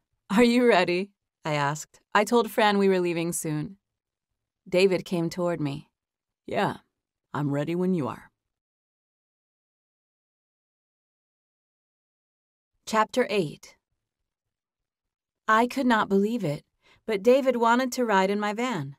He ducked into the back while I made it out of the parking garage and through the photographers. They must see my van all the time because they didn't give me a second glance. "It's all clear," I said once we were far enough away from the hotel that no one could see David. He climbed over the console and settled into the passenger's seat. I glanced at him once he found a comfortable spot. "I've never had to run from the paparazzi," I said. "Alec and Mark will be headed out, so I'm sure they'll get whatever pictures they're looking for." David leaned forward to adjust the vents. Yeah, just change whatever you like." "Cool van," he said. "Honda." I love my van, I said. I used to have to borrow or rent vehicles all the time to transport big plants, but then I found this one for sale by a lady from the church. It was only 2 years old when I bought it. Her kid threw up in the back seat, and she didn't want it anymore. It just grossed her out. I got a great deal because of that, and she had it detailed as part of the deal. So by the time I got it, the puke was non-existent. It was immaculate. I gestured to the back. I have the extra seat at my dad's, but I like it like this. It's almost like a cargo van. Yeah, it's cool. I like your little magnet on the side, too. That logo really looks like you. Thank you, I said, shaking my head. I've regretted naming it the Fern Nerd a few times, but I can't think of anything better, so I don't ever change it. I like it, he said. Do you actually work with ferns? Are ferns part of your thing? Oh, yeah, definitely. Good. Then it's a good name. And, you have the glasses and everything, so it goes with it. Are you calling me an actual nerd? I asked, joking. I wasn't, but I wouldn't mean it as a cut down even if I was. What would you mean it as? A gorgeous woman who happens to wear plastic glasses on her face. In my mind, the nerd part isn't about the glasses anyway. It's about the fact that you know a lot about plants, and in that case, I would want to hire you. I like the whole thing. The logo's cool. You should get something bigger on your van, like get your windows wrapped or something. I will one of these days, I said. I'm just so thankful for that little dude who got sick in the back seat. My brothers said that family lost money on the deal. I'm sorry for talking about that. First I showed up at your house covered in dirt, and now I'm talking about gross things. I promise they sanitized and cleaned the whole van. It was like new when I got it. I don't care, Alex said. Alec puked on me as recently as like a month ago. I laughed and shook my head at that. David and I ended up talking about his new album on the way to dinner. It was on his mind because he would begin working on recording it first thing in the morning. He had written most of the songs for it, and he told me about his process. We drove in my van for nearly 20 minutes to get to Fran and Derek's house, and it was nowhere near enough time. The conversation was so interesting that it seemed like 30 seconds. The time had passed so quickly that I hadn't discussed any of the logistics of David going out in public. Do you want me to lie about who you are? I asked as we pulled onto their street. Don't you know these people from the church? He asked. Yeah. Don't you think you might get struck by lightning or something if you lie to them? Yeah, no, I don't think so. They won't know you. They have little kids. They listen to Paw Patrol and stuff. I could paint a little fake mustache on you and call you Carl. They'd never know. Carl? Yeah. I parked in a spot on the street, and David opened his door. If you don't want to tell them, that's fine, he said. But also, I don't care. You're the one who knows them. I didn't think you'd want to lie to your friends. He shrugged like he trusted me, and I smiled and shook my head at him. I walked ahead of him, and he followed me across the small front yard toward Fran's front stoop. I had a bag of veggies in my hand. I had to grab it out of the back seat, and then the house was right there, so close that I didn't have time to plan what I was going to say when they opened the door. I turned abruptly and smiled at David, who was walking a step or two behind me. Hi, he said, coming near me. He grinned and stretched upward, putting his face near mine. Our cheeks gently brushed. He didn't kiss me. He didn't even kiss my cheek. He put his cheek near mine for a second before pulling back. It was a tender gesture that made me smile at him. Hi, I said. I was already thinking about reaching out and knocking on the door, so I stuck to the plan, giving 2 knocks. We heard a dog yapping, and then the thundering sound of kids' footsteps. Fran and Derek had 2 kids, ages 3 and 5. The boy was younger, and he always challenged his sister. They raced to the door with the dog, Milo, a small fuzzy dog who looked like something from the labyrinth. Hey, I said when the door cracked open. Don't let him out! Don't let him out! Trent! No, sir! No, no, no, no, sir! Just then, the door opened wide enough and Milo darted past us into the yard. Fran yelled out for me to stop the kids before they darted out into the street after Milo. He'll come back, Fran yelled, assuring the children.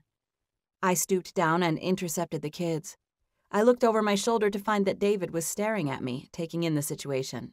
I've got the kids, I said confidently. Trent and Eliza had listened to their mom by this point and were no longer trying to run past me. David went for the dog. He went down on the lawn, stooping down, calling him, coaxing him, trying to get him to come. Come on, Milo, Fran called. Let's get a sweet cookie treat with extra gravy. Milo, here, boy. Gravy, boy. Come get this hot gravy cookie treat, boy. Milo finished taking care of his business, and then hurriedly ran past David and then past me and the kids into the house after the promised treat. It had been a bit chaotic for a second, and I stood up just as David was making his way back onto the porch. It was a tiny stoop, and I stepped back, which caused David to put his hand out to steady me. Hey, sorry about that, Fran said. I thought I had Milo in his kennel. It's fine, I said. Eliza, move, sweetheart. Let Stevie come in with her tomatoes. Come on in. Did you bring a friend? Yes. Oh, yes. Fran, this is my friend Dave. Dave. This is Fran and her 2 kids, Trent and Eliza. Derek, her husband, he's in the kitchen. Yes, the kitchen. Her eyes were squinting and she nodded, making a weird dramatic face that I had never seen her make before. Yes, okay. Yes, Mr. David, welcome to our lovely home. Her eyes were half closed and she was making the oddest face. Was she smiling? Was she trying to look like she was smiling? If you don't mind waiting a moment in here, I could use my friend Stevie's help in the kitchen for a moment since she has this big bag of tomatoes. Yes, sir, we will be back in a... Just make yourself more than comfortable out here in the lovely living room while I get my food out of this bag, please. Fran pulled my arm, dragging me toward the kitchen.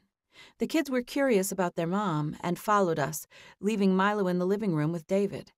I shot him an apologetic expression as she pulled me to the kitchen. He trusted me, and this was completely abnormal behavior for Fran. She was Mexican, but Derek's first language was English, and they spoke mostly English in the house. She only spoke Spanish about 10% of the time, so I rarely heard her. She went into the kitchen, whispering in Spanish and fanning herself. "Fran, what is it?" I asked, following her. Derek was standing at the stove, stirring the ground meat, and she went to stand next to him, leaning against the counter and ranting quietly in Spanish. I heard her specifically say the name David Abramson in all the ramblings. Derek, who knew enough Spanish to partly understand his wife, stared at her while she went off. He looked at me after a few seconds. "Is David Abramson in my house?" "Yes," I said. And instantly, Fran broke out in Spanish and began fanning her face. She said what seemed like 23 sentences to her husband. He looked at me when she finished. "She says, why didn't you call her so she could clean the house before he came? She says she doesn't even have a bra on. Babe, just get a bra on." Derek added, looking at his wife logically. "Is that the twins, the singers?" Derek asked, looking at me with a lot calmer expression than his wife. She spoke in Spanish again and did the sign of the cross.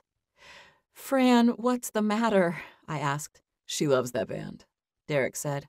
"I didn't think she'd know them," I said. Fran rambled in Spanish and then switched to English.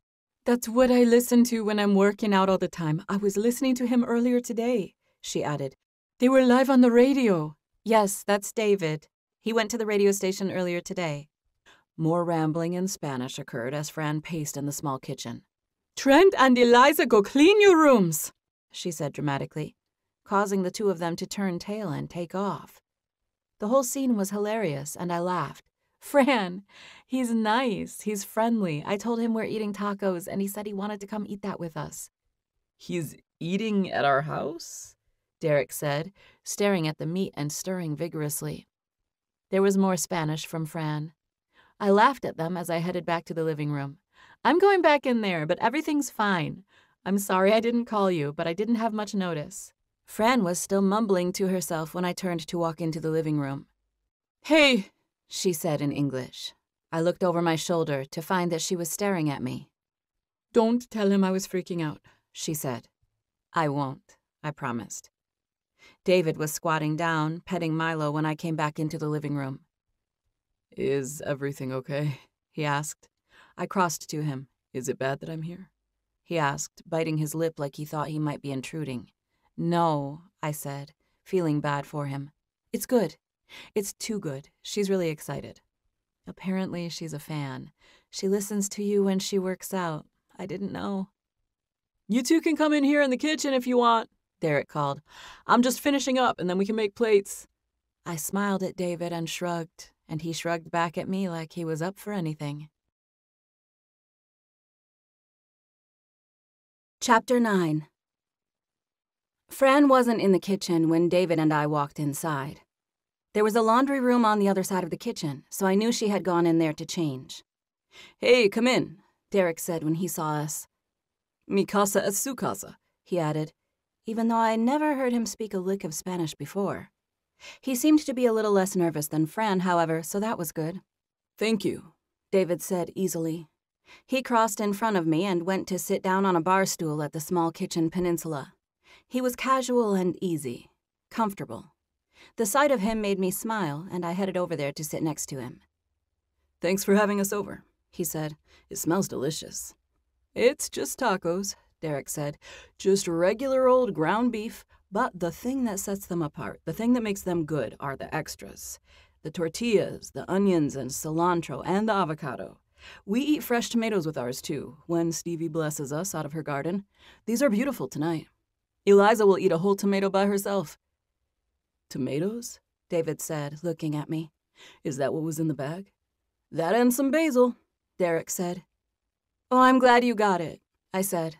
"That basil could probably go in the fridge, depending on when you're going to use it." "I already put it in there," Derek said. "Thank you for bringing that." I nodded. "You're welcome. My pleasure." "Did you ever try growing cilantro?" "No, I'm scared. It looks like it's hard to care for. Basil is so hardy." "I think you should try it," he said. "Fran grew it in a window planter a year or two ago, and she said it was easy." "What was easy?" Fran asked, coming into the room again. "Growing cilantro," I said. "Oh, it's so easy," she said. "I had a planter full of it. Yeah, you need to add it to your... Have you seen this girl's greenhouse?" David shook his head, and Fran continued. "It's gorgeous. She took that old shack in the back of the graveyard and made it into something really special. Nobody was using it, and she struck that deal with Father Christie. So smart. She grows the most beautiful tomatoes. That's her specialty." "It's just the only food I know how to grow," I said. "I haven't figured anything else out." I explained. "I went to Father Christie to ask him if I could rent that old greenhouse. I saw that it was abandoned, and I asked about renting it. He asked me to grow food in part of it in exchange for rent, and I told him all I knew was tomatoes. So tomatoes it was.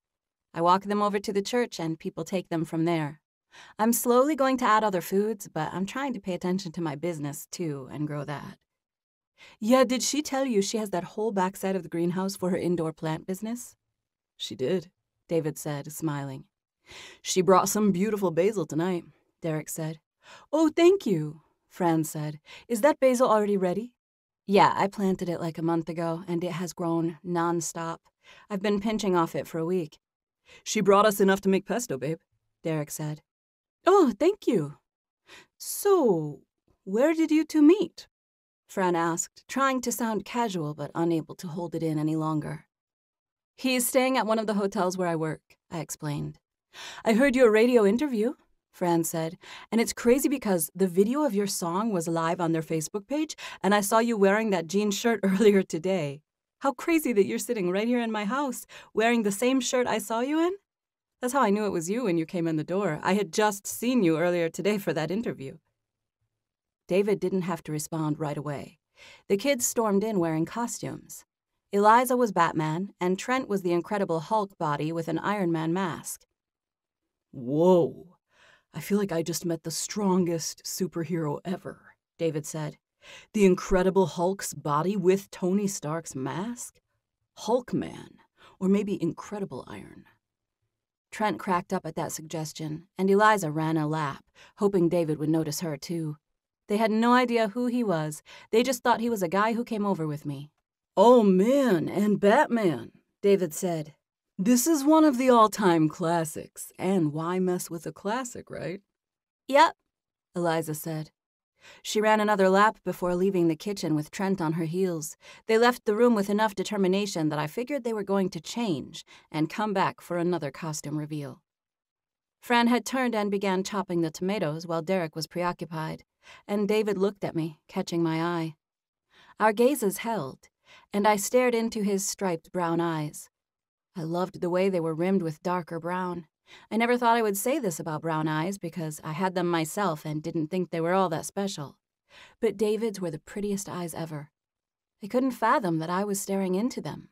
I felt like squirming, but I held still, trying to remain calm. David Abramson gazed at me so unrepentantly that my heart pounded. I was flustered and shaken. I shrugged and lifted my eyebrows at him, and his smile broadened. Then Fran, while still chopping tomatoes, began speaking to David with her back turned. I'm not going to ask you about your music too much because I know you probably can't go anywhere without running into fans, but I can't tell you how many times I listened to Say Don't Stay. I have about 20 of your songs completely memorized. I still listen to that first album just about every time I do my exercises. Oh, thank you, he said. I heard you talking about announcing a concert later this month and thought you'd be playing at the Staples Center, but then you were talking about that thing for charity? Yeah, we'll announce a regular tour soon. This is just something we added to our trip. We're here recording. $5,000 a ticket, she said, still talking about the concert. I clicked on the link. It's more intimate than a regular concert, he said. I know, and it's got you guys and Lady Gaga.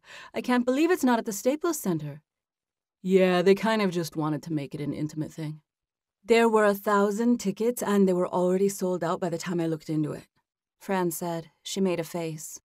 I'm sorry, but who are these people who have $5,000 to go to one concert? I can't imagine spending that on one night of entertainment, even if I had it to spend. I'm sorry. No offense at all. I love your band so much. I'm just saying, who are these people? Fancy people, he said. Some of them probably won't even know who we are. They're people that go to these charity functions all the time. I'm sure that's why the tickets were gone so fast. The foundation probably had them sold before I ever announced it. It's a whole evening, he added. They serve a nice dinner and give them gift bags. They pay $5,000, but they probably get $1,000 worth of stuff back.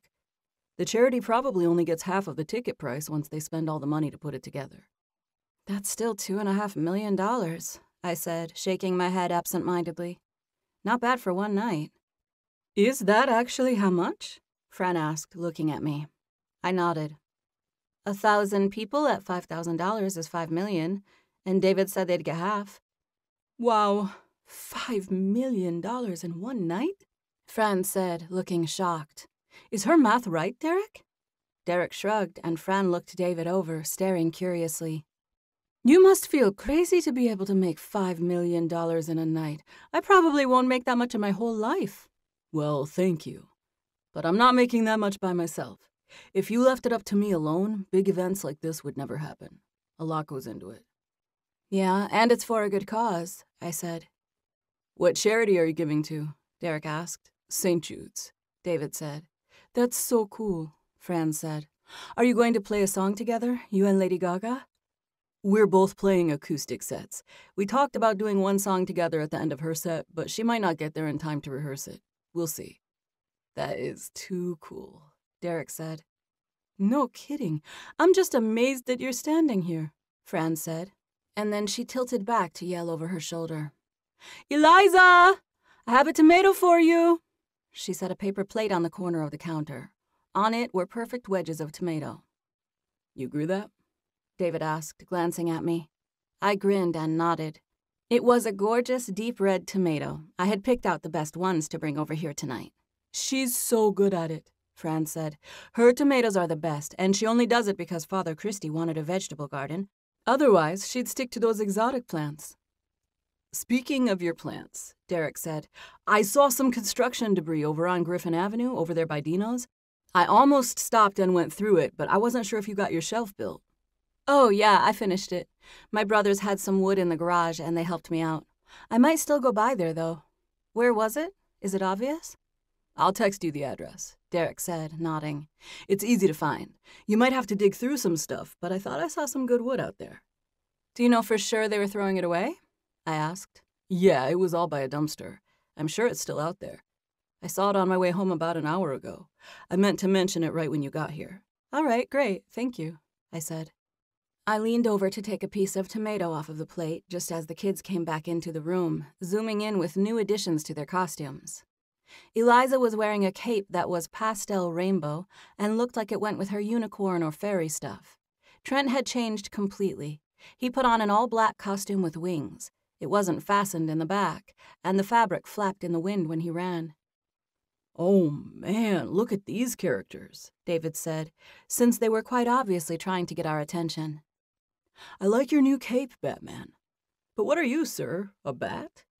Trent cracked up. His hood wasn't on correctly, and it started to fall off. "He's the dragon from How to Train Your Dragon," I said, finishing a bite of tomato. Toofus, Trent said. But it sounded like Toofus in his baby accent, and David looked at me. Toothless, I repeated. That's the dragon's name. "Oh, I know what you're talking about," David said. "That was actually a good movie. I saw that." He studied Trent. "So, you're a friendly dragon, right?"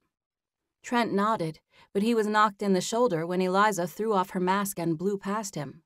She finally noticed the plate of tomato wedges and went straight to eating them. Trent begged her to go change again, but she denied him, and both of them wound up staying in the kitchen with us. Trent went up to David, and David ended up holding him on his lap. He was a natural with kids, and once again I noticed and appreciated his magnetism. I obviously didn't know King David from the Bible, but I imagined him as someone with a magnetic personality. I wondered if all Davids were this great. We stayed at Fran and Derek's for an hour or so. We ate tacos and talked about nothing and everything. Fran asked a few more musical questions, mostly about the new album. She tried to play it down, but I could tell she was ecstatic about David being in her house. They told David more about me than I thought they knew. I had been hanging out with them for a year. They were too young to be my parents, but they had taken me under their wing in some ways, including feeding me a few meals a week. They were a nice young family, hard workers and positive people. They didn't have enough time to help me with my business regularly, but they were always encouraging about it and had come to the church and helped a couple of times when I had trouble with the roof. It was nice to be friends with a good, stable couple like Fran and Derek, and I was thankful for them. Thankful enough that I would have gone home and put everyone out of their misery if David seemed uncomfortable or was making them uncomfortable. As it stood, we spent an enjoyable, relaxed evening together where we treated David like a mostly normal person. It took us a while to eat, and we left soon after. "You're cool, David Abramson," I said as we were leaving. He laughed at me for saying that. "Don't sound so surprised." "No, I mean, I figured you were cool. Like everybody in the world thinks you're cool, but I'm talking about being actually cool. Someone who can go to Derek and Fran's and build a block castle with their kids. That's true cool." "That castle was the best part of the experience," David said. "The tacos were good, too. I didn't think I liked tomatoes, but it's different when you grow them and pick them yourself. I feel like yours tasted different than the ones at the store." "Yeah," I said. I was taken aback by how easygoing he was. He made the effort to spend time with the kids, which was an extremely attractive personality trait. He was mellow and confident, and he lived in the moment, even though the moments this evening had all been simple and ordinary. He was easy to entertain, and he hardly looked at his phone. He hopped into the passenger seat of my van like he rode in Honda Odysseys all the time.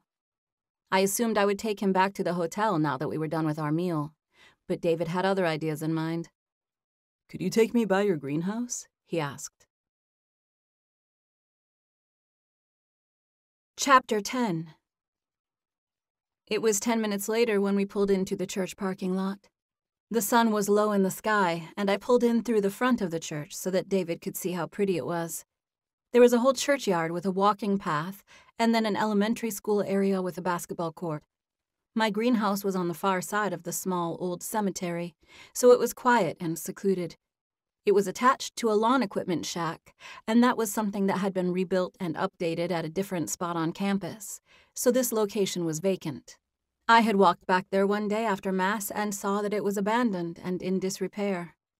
"You should have seen it when I first moved in back here," I said as I parked in my usual spot near the door of the greenhouse. "It's come a long way. I worked on it for about a month before I started moving things in. This was just an old screen door, and we replaced it with this wooden one." I unlocked and opened the door for David before gesturing for him to step inside, which he did. "It's still a work in progress," I said when he came inside. "I put enough time and money into it that they'll want me to stay around, but I don't want to put so much that I won't get it back when I eventually move out and start renting or buy my own place." "This is amazing," he said, looking around at all of my tomatoes. "Oh, this isn't even the best part," I said. "Half of the greenhouse is— I'll show you, come here." I walked through the rows of tomatoes to a door on the far wall. I had made the door myself. It was constructed of thick linen with a subtle flower pattern, and I sewed it as 2 panels so that I could part it down the middle and walk inside. I had built the whole wall that we were about to walk beyond. I had some help, but the wall was not there when I moved in. There was a sign on the right with my logo, and I pointed to it and smiled. "My babies are in here," I said just before I pushed back the curtain. I was proud of what I had created. In addition to my hotel clients, I ran an internet business selling and shipping plants, starts, and nodes on Etsy. My things were highly organized, and I worked with some gorgeous, rare specimens. "It's darker in here," he said. "The roof is half solid," I explained. "These plants don't need as much sun as the veggies." "Does it leak?" he asked, looking upward. No, it's really weatherproof. We reinforced it." I looked up. "It's not much to look at, but it's solid. I had some guys up on the roof, and they said it was a solid structure. Isn't it cozy?" I asked, shrugging. I reached down and plugged in some string lights. It was honestly magical, and I knew David could appreciate it. He smiled as he looked around. I had a few common plants, like jade, that I just happened to like, but I also had some very rare, unusual plants. David looked around, marveling at how I had made use of the space by having things stacked on top of each other. It was my jungle room, and I was happy there. That's where I crash sometimes. It used to be only every once in a while, but now it's more like— "What did you say?" he asked, cutting me off. "I was thinking about those white plants over there. What were you saying? Crash where?" "Crash here." "You mean take a nap or sleep the whole night?" "No, sleep the whole night. Remember, I was telling you that I slept at work about half the time now?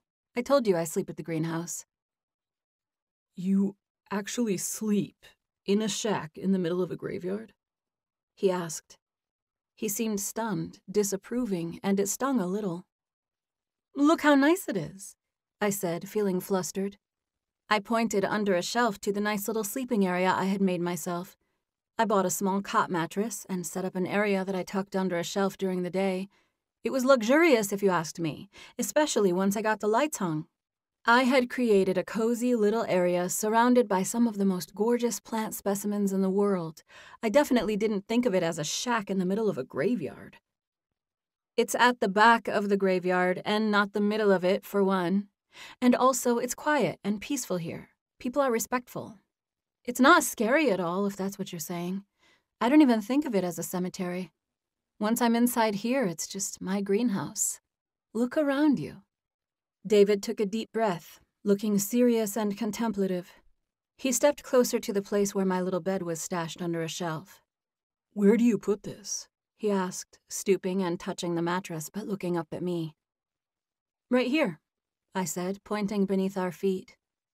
I was confident when I brought David here, but his expression was serious, and I couldn't help but take it as disapproving.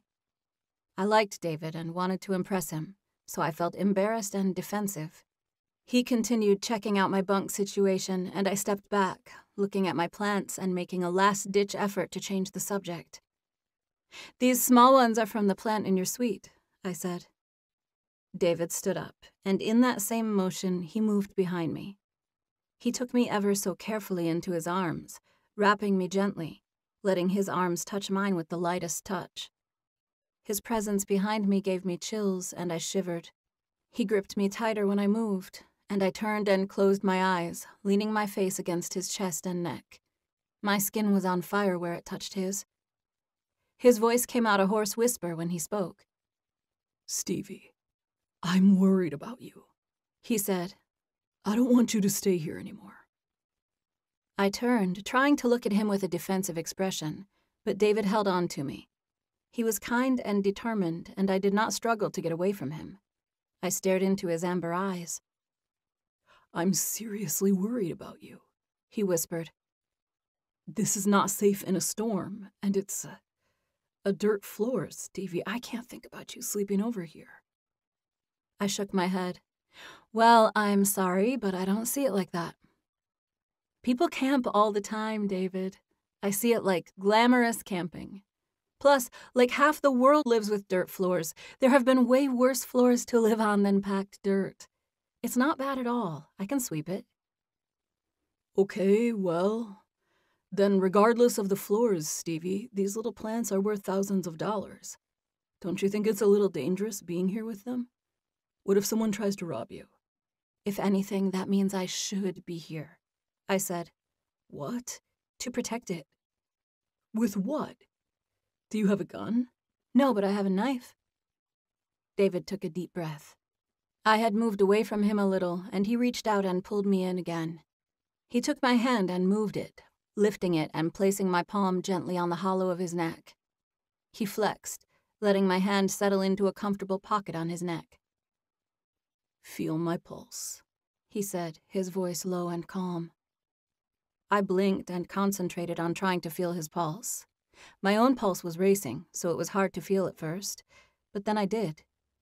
I still couldn't tell whether it was racing or not. I thought it might have been. I looked up at him. Why is it doing that? I asked. Because I really don't want you staying here, he said, glancing around and looking concerned. I'm going to be torn up about it. I'm just starting out in life, David. I'm not disappointed with this. I'm proud of myself for building all this. You should have seen what I started with. David wiped his face and made a pained expression like he was searching for the right words and couldn't find them. I don't think you should be disappointed with what you have here. I just don't think it's wise to spend the night here when things could... He breathed deeply, closing his eyes for a second to compose his thoughts. Stevie, someone could easily follow you here. They'll see you're alone, and they'll... Let me put it like this. You are the most adorable girl I have ever met. I'm sorry, but some nasty old dude is going to see you and get all kinds of ideas. Someone will want to snatch you up and take you home with them. I know because I'm a normal guy and you give me crazy thoughts. I want to snatch you up and take you home with me. You give people kidnapping thoughts, Stevie. You can't sleep at a place where you're so easy to kidnap. I laughed and looked up at him, and he leaned down and covered my mouth with his. I'm serious, he said. And he did it again. His lips were on mine, and I could just melt. I wasn't expecting it, and David was relentless with his kiss. I didn't have the presence of mind to do anything but kiss him back. Actually, I desperately wanted this moment to happen. It was on the heels of feeling like he was disappointed with what he saw at my greenhouse, so I was swept away by his blatant approval. David started by kissing me several times gently on the mouth, and then he moved to my cheek before coming back to my mouth again. I was broken with desire. I felt like my entire body had melted into liquid. David wrapped his hands around my waist, gripping my clothes and some of my skin. He pulled me to him, kissing me with barely restrained passion. I opened to him, letting him kiss me deeply. For 1, 2, 3 glorious heartbeats, we connected with a warm, deep, searching kiss. David's tongue found a rhythmic motion, wonderfully intruding my body for several heartbeats. David pulled back before leaning in and letting his lips touch mine again. He put his face near mine, closing his eyes, resting his cheek on mine, feeling me, feeling the moment. My heart was still hammering from the kiss. It had been an act of passion. Stevie. He whispered my name and it sounded strained. I'm sorry, but you need to be protected more than this. Somebody could find out that these are worth a lot of money and then follow you over here. They could just see how beautiful you are and then follow you here, Stevie. You're so much better off sleeping at your dad's. Please tell me you'll do that. I took a deep breath, thinking about how much more clean, calm, and peaceful this place was than my dad's. Okay, I said. I gave him a little nod, even though I was reluctant. I see what you mean. I'm not scared of a storm or whatever, but I get it. I see what you mean about someone following me here. Will you sleep at your dad's? He asked the question like it would be a favor to him. I grinned. I guess, I said. He kissed me, 2 of them, soft, sticky, warm, comfortable kisses. I had no idea what I was doing. I was usually independent, verging on stubborn, and I was reluctant to make any such promises to someone I had just met. But David was difficult to refuse. Maybe because he genuinely seemed worried about me. I raised my hand and gently rested it on the side of his face. "You're really handsome to look at," I said. "Stevie, you are just the most adorable woman I have ever..." He leaned down and kissed me again, and then he wrapped his arms around me, holding me comfortably. "I have never wanted to hold and kiss a woman so badly in all my life, Stevie. I can't stop." He kissed me again, this one on the cheek. He nestled his face near mine, moving gently, letting our cheeks brush. "Promise me you won't stay here," he said. "I won't," I said. "Are you safe at your dad's?" "Yeah, I'm safe over there. It's just more peaceful over here. It's so quiet." "What does the priest think about it?" he asked. "I don't think he minds." He held on to me as he looked around. "I'm proud of you for making all this out of nothing," he said, glancing all around with an expression of appreciation. "Who helped you build the shelves and everything?" "I have someone who works with me a few hours a week, Lucas." "I talked to Lucas," he said. He leaned down and stamped a kiss on my mouth in a gesture that made me think he was a little jealous of Lucas. I smiled at him and shook my head, unable to believe it. "You can have one of these if you want," I said, pointing at the little starts that I propagated from the white plant in his room. "Those came from Blanco. I sell them on the internet.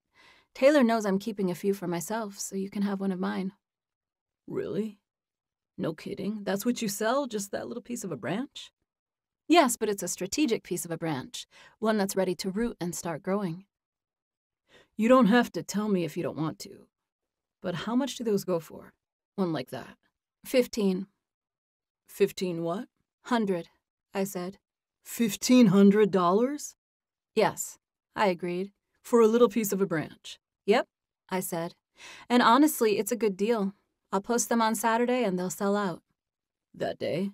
he asked. I shook my head. "No, but within a week. Do you want one?" "Yes, I do, actually. I'd love one. Can I purchase it here at your storefront, or do I need to visit your Etsy store?" I smiled and broke away from him, turning to the counter where I had Blanco's offshoots, ready to be sold and packaged.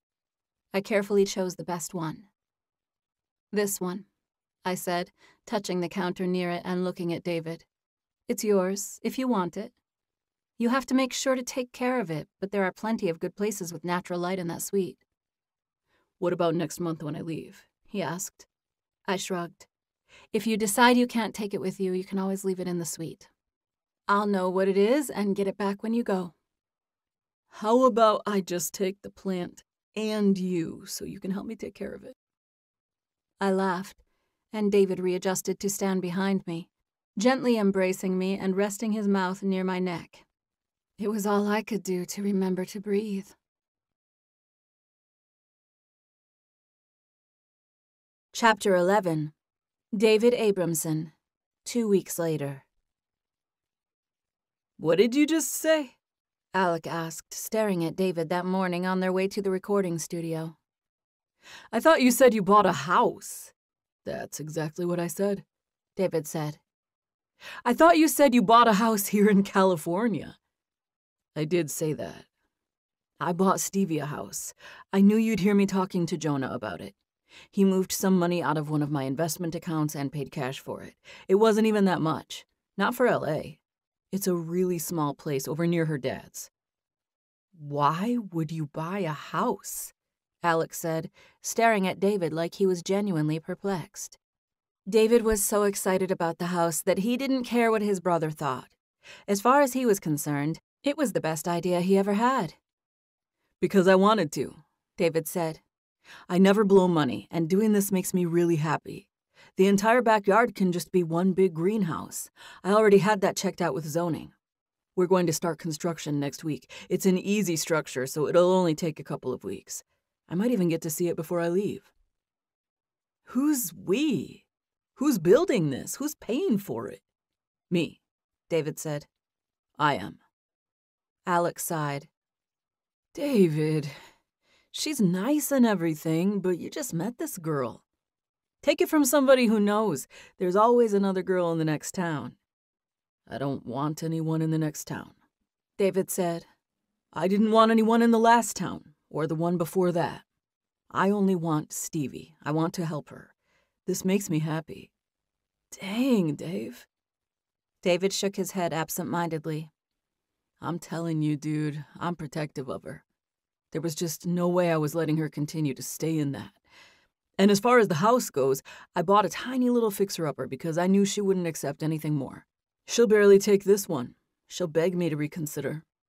She doesn't even know you bought it? Not yet. David smiled at the thought of Stevie.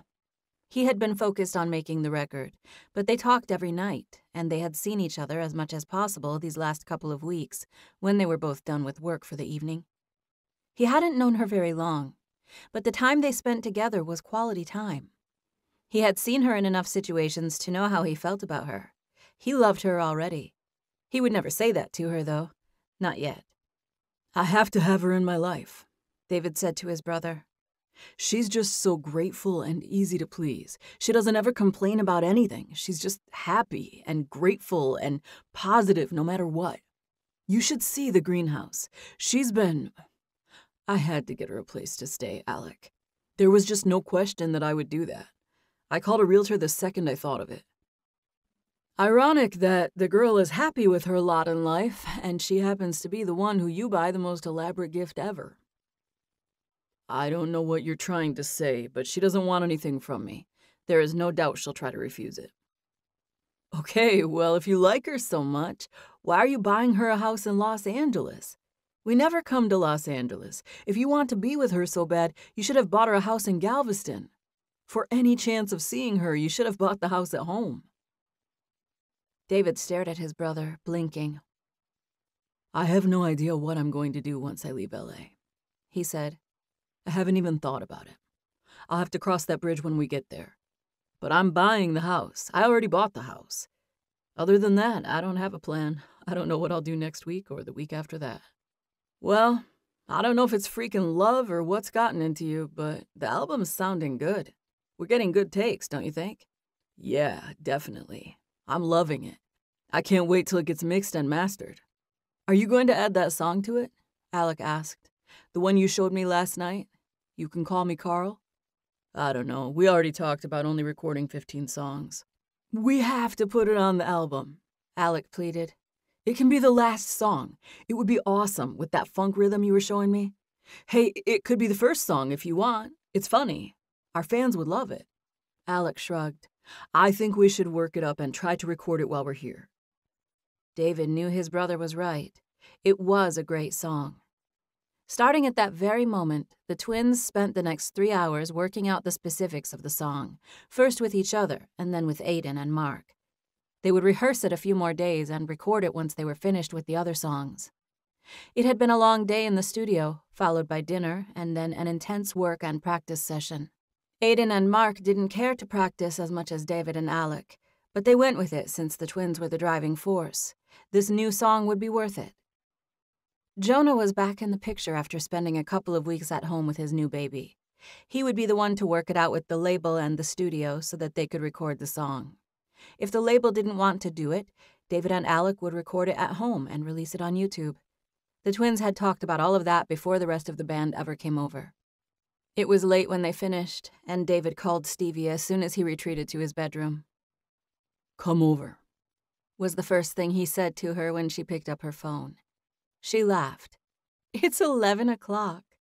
I know, but I miss you, he said. There was a second or two of silence before she said, Okay. Okay, really? For a little while, she said.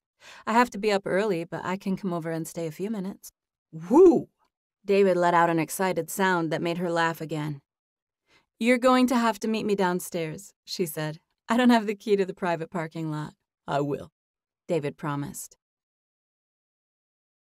It was 30 minutes later when Stevie called David to tell him she was pulling up. They had done this maneuver a few times where he opened the gate and stood out of anyone's sight while she pulled in. The gate closed behind her, and she parked and got out of her van. David crossed to her, meeting her at the driver's side and taking her into his arms without hesitation. She was a bundle of joy. "Stevie," he said, holding on to her little body. She gave him that adorable dimpled smile before popping up and putting a kiss on his cheek. "Hey," she said, speaking quietly since they were in a parking lot. He pulled her toward the private elevator that led to the penthouse. It was a small elevator and ornately decorated with embossed ceiling tiles, gold trim, and mirrors. She leaned against the corner of it, smiling at him and squirming at the way he was looking at her. "What?"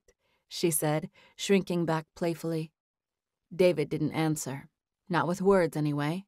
He stared at her, moving toward her smoothly and with intent. He ducked and kissed her on the mouth.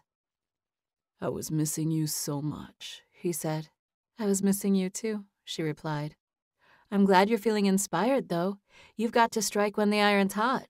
When do I get to hear the new song?" "It's that one I was messing around with, the Call Me Carl song." "You're kidding."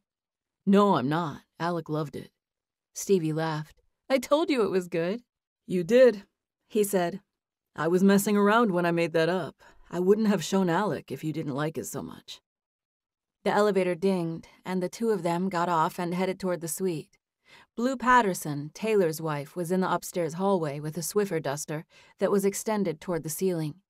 She had on yellow cleaning gloves, and the little gadget she held was all yellow with a big fluffy end. "It's a dust bunny," she said, explaining her outfit. "I've seen it like 3 times, and I keep forgetting to ask the staff to get it. I was coming in from jazz night downstairs, and I saw it again, and I was like, Blue, just go get it yourself." "Did you get it?" David asked. Stevie was standing next to him, and he casually put his hand on her. Blue noticed it, but she didn't say anything. Her eyes went to the place where he touched Stevie, though. David wanted her to notice.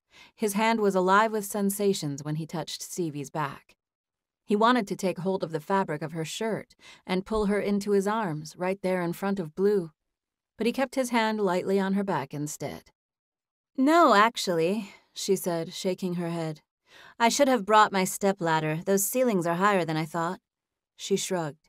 "It's no problem. I'll tell my husband and he'll take care of it. I just kept forgetting, and I saw it again just now." David looked up at the dust bunny in question. It was small enough that it had gone undetected by the staff, but it was large enough that it bugged Blue. "Let me try," David said. "Oh, no, please, I would never ask you to do that. I didn't mean for you to catch me out here cleaning." Blue smiled as she turned to leave, but David stopped her and said, "Here, let me take a shot at it while you have that." He spoke so reasonably that Blue extended the cleaner before handing it to him, handle first. He was just tall enough to reach it, and she cheered and thanked both of them before taking off toward her suite. "She's sweet," Stevie said after Blue closed the door. "You're sweet," David said, leaning down to kiss her. She smiled and leaned upward, kissing him back. "I bought you a house," David said. "What?" she asked, genuinely confused. "A house for you I bought." She didn't call him Yoda, but she grinned at his phrasing and then gave him a sideways glance as if wondering what had gotten into him. "What?" "I'm not kidding," he said.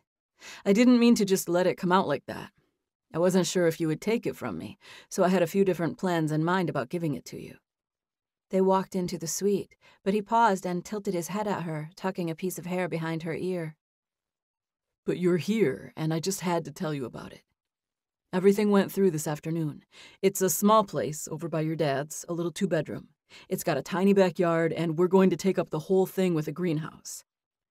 She shook her head numbly at him. "No, you're not, David. You're doing no such thing." She was entirely serious, and he pulled her in and kissed her, a rough stamp of a kiss that he placed on her mouth. He pulled back with a huge smile. "Yes, I am. I already did. It's under your name. Jonah needs some... You'll need to talk to Jonah and sign some paperwork, but it's yours already." She gave him a serious expression with wide eyes. "David, you cannot." They walked slowly, going further into the suite. David led her since she was in a stunned state. "I can, I did, and I will. I already did. I wanted to. He smiled as he spoke, touching Stevie, tickling her, making her squirm and smile. Those dimples. He pulled her in and kissed her again.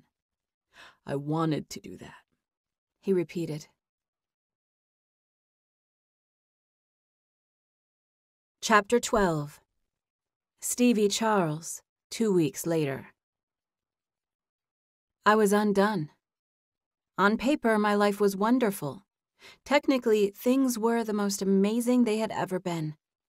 But I was falling apart. During the last month, I lived every girl's fairy tale. I fell head over heels in love with one of the most successful singers in the world, and I was at the other side of it all as the new owner of my own house and greenhouse.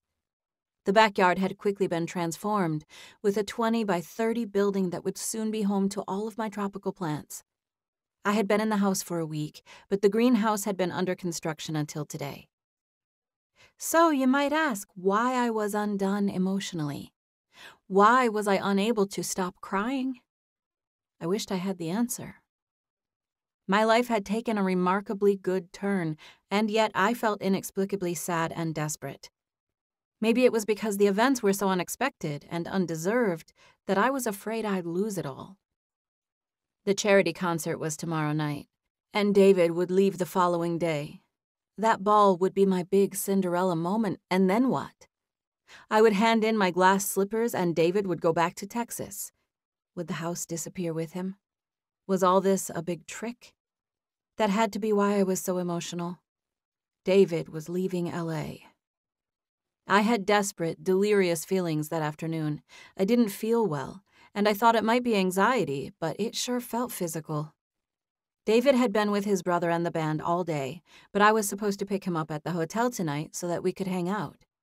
We were supposed to come back here so that he could see the greenhouse now that the lights were in. But I didn't feel up to it. My symptoms were physical now. The house and greenhouse were officially mine, and the happiness somehow morphed into fear and sadness that grew over the course of the afternoon and made me feel sick. In those difficult moments, I came around to thinking that I needed to give the house back. There was just no way I could stay here. David was going to be gone in 2 days, and then I'd just have a new house that I had done nothing to deserve. This place was way out of my league, and I couldn't accept it. I cried and cried as I came to that realization. How had I gotten so swept off my feet that I let this happen? How had I accepted such a gift? I wished I knew what caused feelings, or what made me get set off on this negative tangent. But either way, I had fallen into a pit of darkness emotionally, and I felt physically ill with it. I knew I had to call David. He would be expecting me to pick him up at 7 p.m., and I didn't feel up to going. My face was puffy and hot. My whole head was hot. My nose was stopped up, and I felt like I had been on a nightmare roller coaster of emotions. I took a shower, and by the time I got out, I should have been on my way to get him. I hadn't cried at all in the shower, and I talked to myself and even sang a little just to prove to myself that my voice still worked and that I'd be fine to talk to David. I had to do it. I picked up the phone and composed a text. Me. Hey. I had a lot of cleaning to do today at the greenhouse, and I'm done for the night physically. I do need to talk to you, though. Please call me when you can. I pressed send, and within seconds, my phone rang. Hey, I said, sounding calm and mellow when I picked up. What's the matter? Did you hurt yourself lifting? I hope you didn't do too much. Did Lucas help you today? No, I'm not hurt from lifting. I'm fine. I'm overwhelmed, honestly, David. I don't want to put this on you right now, but we shouldn't have done any of this house thing. It's too much. What's too much? The house. You've been staying there a week. It's not too much. You have a mixer in the kitchen. I thought you love it. I do love it, but I'm talking about repayment. I've got to find a way to pay you back. You have to let me pay you back. A payment plan? My voice was tentative since I hadn't really thought of any of this before I said it. Where is this coming from? David asked. I thought you were coming over here to get me. I don't think I should do tonight or tomorrow night. What do you mean you don't think you should do it? I don't think I should go. I think I'm going to stay home. Tomorrow night is the concert, and you already said you were coming with me. I got a suit. You said you wanted to meet Stephanie. I took a deep breath. I thought of the level of confidence I needed to walk up to Lady Gaga, and I realized I had none of it. I'm just feeling overwhelmed, David. I can't. Yes, you can. I'm coming over there, he said. Don't go anywhere. Are you at home? Yes. I'll be there in a half hour. I washed my face again with cold water, and then I plugged in my blow dryer and used cold air to dry my still damp hair and cool myself off. It was 20 minutes later when David pulled up in a sports car that his brother had rented. It was something exotic, like a Lamborghini or Ferrari. They also rented a more sensible SUV, and I had no idea why he drove that car over here. David parked it in my driveway behind my van. I saw him pull up, and I watched him as he got out and came to the side door. He gave 2 heavy pounds to the door, and I called, "Come in." My voice was weaker than usual, but he heard me because the door opened. I had tried to clean myself up, but it was obvious that I had been crying because his face morphed into a look of concern when he caught sight of me. David crossed the room and took me into his arms. I let out a long breath, leaning into him thankfully and doing my best to hold back tears. I just can't take it. It's too much, I said. Can't take what?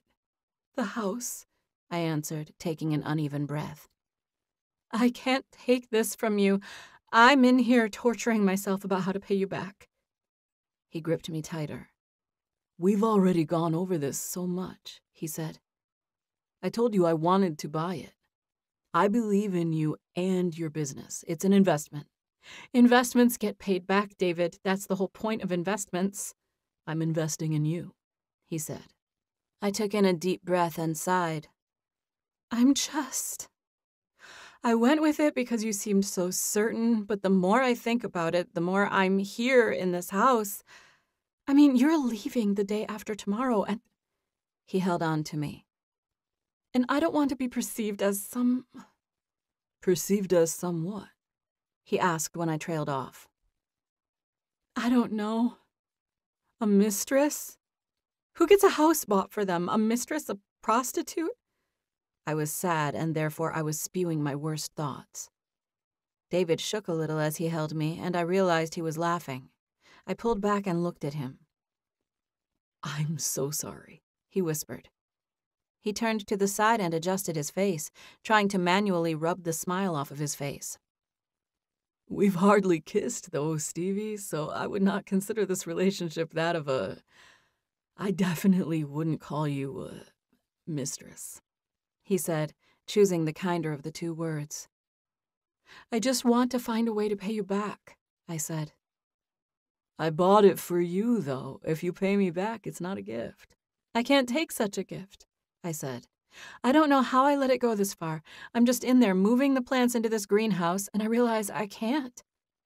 I want it so bad, but it's like easy come, easy go, right? This was all just too easy. I can't help but feel like it's all going to go away just as easy as it got here. He gave me a sweet, patient smile. How, Stevie? How could it go away? There's no way I could change my mind. It's in your name. The house is already yours. I know, but I'm just worried because it would really make me feel better if you let me work out some kind of payment plan to pay you back. Why in the world would that make you feel better? That would not make me feel better.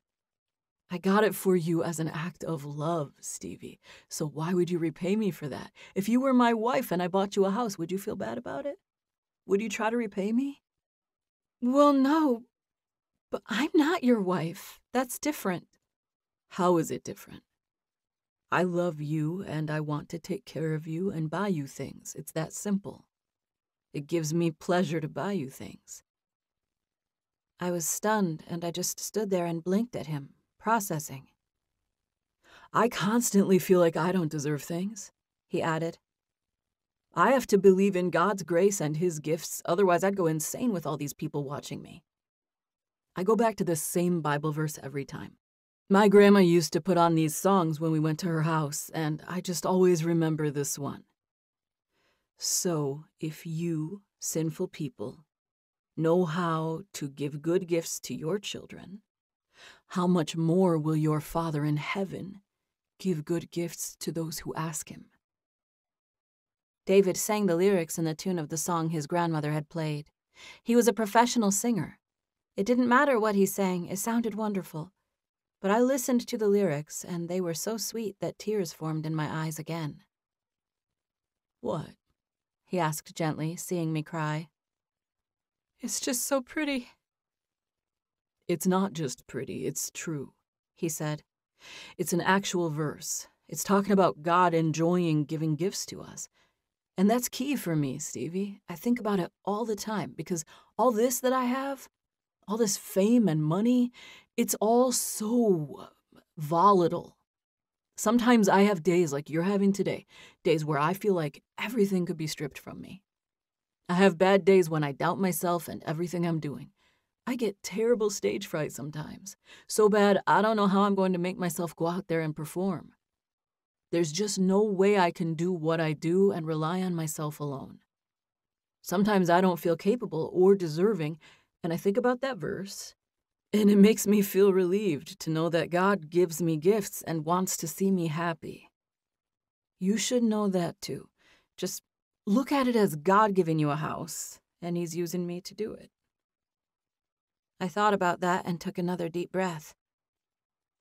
I don't want it to seem like I'm trying to reject something you... Then just accept it, he said, cutting me off but smiling. I wasn't looking at him, but I heard the smile in his voice. He was holding me so securely and speaking to me so sincerely that I knew he was being honest with me. He bought this house because he wanted to. What are you doing driving that big old flashy car in my neighborhood? What are all these nice people going to think?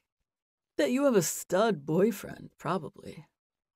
I smiled at that. My face was still a little tight from crying, and I felt it stretch when I smiled. David leaned down and kissed me. A gentle, tender kiss. I love you, he said. I'm just a sinful man, and I definitely love you enough to give you this house. He had been so kind and loving and vulnerable with me that I knew I had to say something back. He told me 5 times that he loved me. I had to say something back. I trailed off, unable to get the phrase out of my mouth. I wasn't as smooth as he was. To my own shame in that moment, I just said, I love, and left it at that. You love what? He asked. The house? Yes. And the house giver. Who? God? He asked. Definitely God, yes. But also the middleman. I love this middleman too. Chapter 13. The following evening. We had said I love you. We said it. I said it to David and I meant it. The length of time that I had known David Abramson did not affect my ability to love him. I felt love for him. I didn't want to live my life without him, and I was thankful that he seemed to feel that same way. We had gotten close in the time he had been in Los Angeles, and I was full of nerves and anxiousness now that it was coming to an end. Until recently, I would have laughed if you told me it was possible to meet someone and fall in love within a month. But there I was. It had happened to me. Love had relentlessly sought me out and devoured me, and I was not willing to do anything to resist it. At this point, I was convinced that David and I were meant to be together.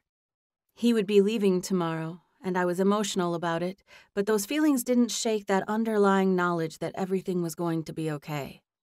I dreaded spending time without him, but I was certain he'd come back to me. David was in the middle of building a house in Galveston, so he would be there for 2 weeks, followed by a month-long trip to Iceland, Finland, and other parts of the Nordic region, where the band had a huge following. The concert portion of the event would begin at 6 p.m. tonight, and I was scheduled to meet David and the guides at the hotel early, so we could make it to the venue in plenty of time. I started getting ready a couple of hours early, knowing that I needed extra time. It was a formal event, and David had offered to buy me a dress, but I told him I would take care of it. He trusted me enough to not bring it up again, so I knew I needed to wear something nice. I searched the internet for styles I thought would fit my body type well, and I went into the dress store with photographs. I had come out with a cognac brown sequin and chiffon pantsuit that had a low neck and back. I wore sleek dark brown leather 2-inch heels. They weren't stilettos, but they were simple and dressy, and I felt great. I wore my dark hair in a sleek high ponytail that was subtly curled and polished looking. I spent more than I should have on the outfit, so I did my hair and makeup myself. I went to the internet for inspiration for that as well. It took me forever, and I didn't do anything as intense as the examples online, but it came out good. I was anxious but excited to go to the show. I had been around the band several times in the past month, and everyone was really nice to me. I tried to stay out of their way and let them do their thing, but when I was with all of them, they were welcoming and seemed like they didn't mind having me around. All of them teased David about never bringing anyone around until he met me. We were low-key about our feelings in front of them, and if we hadn't been, they would have teased him even more. They knew we were together, but we weren't all over each other in front of them.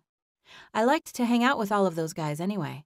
Alec was a lot like David, only more extreme and wilder, but they were similar. Aiden and Mark were nice too. Aiden was a trained physical therapist, and Mark was a hypochondriac, so they talked a lot about muscle aches and pains. All three of them liked women and noticed them, but none of them were piggish about it or degrading toward women like I expected from a rock band.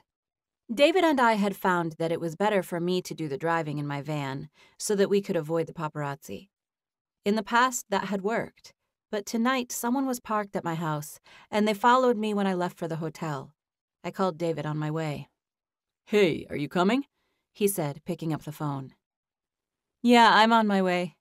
But that dude in the black Ford was at my house when I left, and now he's following me." "Okay, just keep coming here. I'll call Taylor and let him know. He'll stop the guy at the garage. I'll be waiting downstairs for you. Just pull into the private lot." "Okay." "How far are you?" 10 minutes, I said. "All right, I'll tell Taylor." "Thank you." "Did he take pictures of you?" "I don't know," I said. A few pictures of the two of us had surfaced, but we never made any contact in public because it would have been plastered all over the internet. David and I were private about our relationship, but we were extremely comfortable in private. He kept a hand on me all the time, and I found that snuggling up to him was the most natural place ever for me.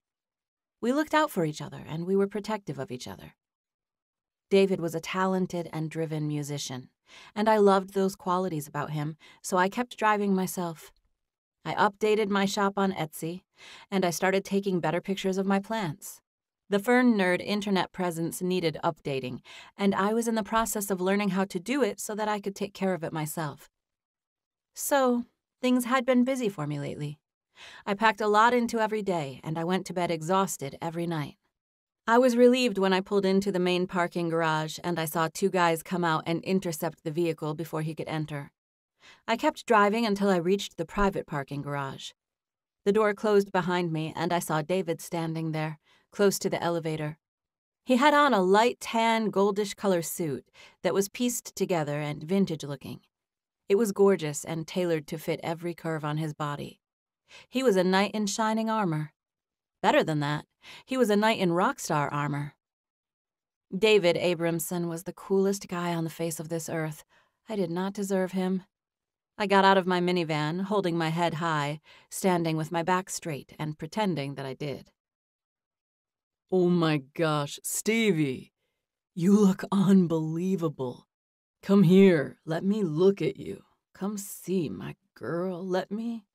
I turned around, showing off my flowy suit and posing for him. "Oh my girl, what did I ever do to deserve you?" I smiled at him and gave him wide eyes. "I was just thinking that," I said with an amazed expression. David laughed and reached out for me. "You were just thinking that I didn't deserve you?" "No, that I didn't deserve you," I said, going to him and touching his jacket collar. It was a beautiful hand-stitched suit that had custom accents. It would look amazing on stage. It looked amazing from any distance.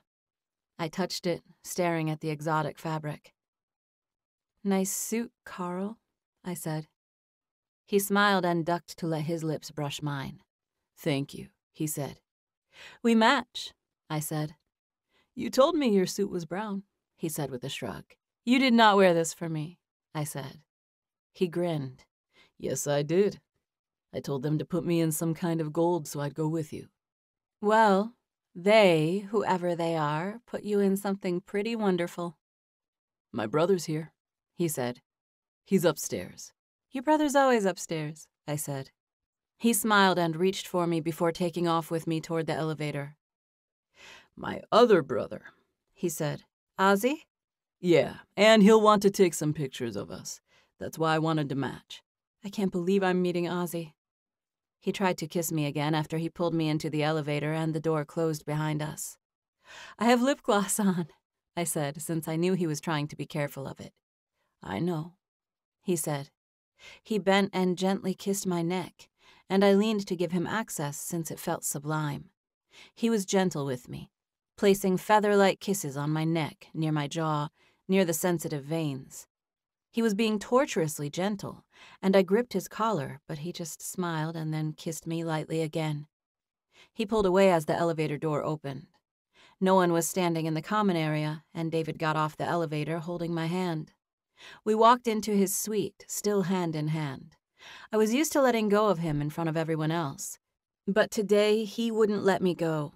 He held on to me. He was holding my hand as we walked in the door.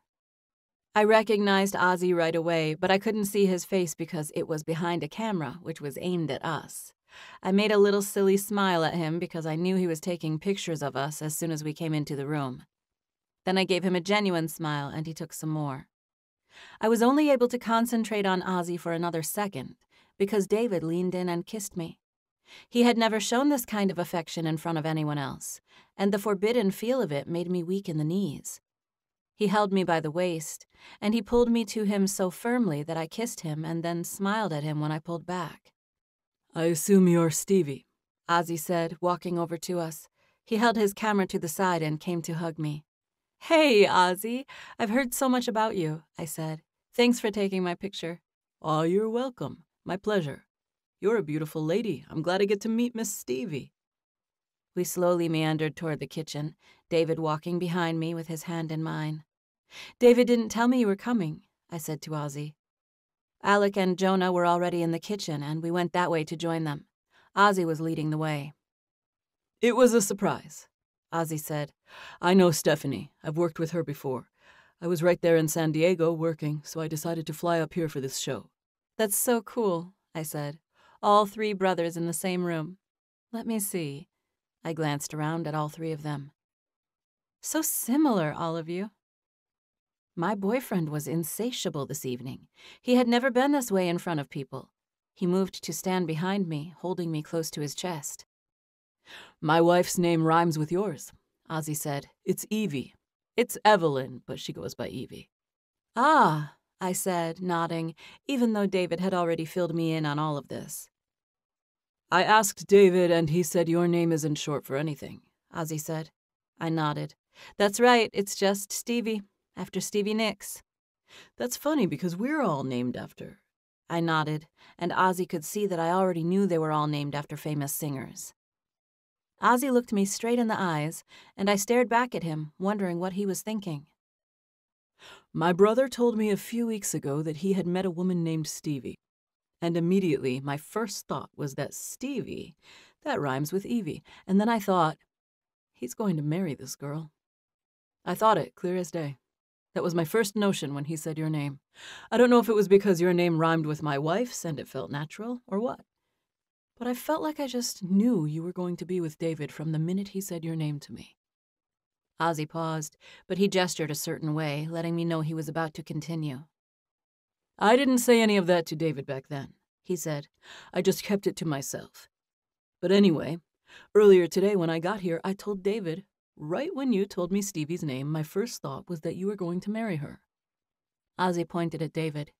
"And he looked at me and said with a straight face, 'I am 100% going to marry her, Ozzy.' He said, 'I know it seems fast for me to say this, but I just can't go on living life without her.' And I said to him, 'When are you going to try to marry her?' And he said, probably about a year or so, maybe sooner. David looked at me while Ozzy recounted this conversation, but it was Alec who chimed in. So then Ozzy was like, when are you going to ask her to marry you, tonight? And I said, I don't know about tonight, but soon, David said. And Ozzy asked David if tonight would work, Alec explained. Because I owe someone a ring, Ozzy said. I wouldn't say you owe anyone a ring, David said. The boys were talking to each other so rapid-fire that I was having a hard time keeping up. Ozzy looked at me. Did you hear the story about how I got engaged to my wife? He asked me. Was there a ring hidden in the wall of some building? I asked. Yes, Ozzy said, looking happy that I knew. So we got a free engagement ring. My aunt gave it to us, and she wouldn't let me pay her back. Anyway, long story short, I owe someone a wedding ring, and then I had that whole conversation with my brother, and then Jonah had a jeweler bring some rings by, and the next thing you know, we bought a ring today. David bought it. He wouldn't let me pay, but a ring was purchased, nonetheless. Ozzy shrugged. And you were coming over in your dress, so we all just figured. I figured, David clarified, looking at me. Nobody's talking me into this. I want to marry you, Stevie. I'm proposing right now. I desperately need my ring to be on your finger when I leave this city.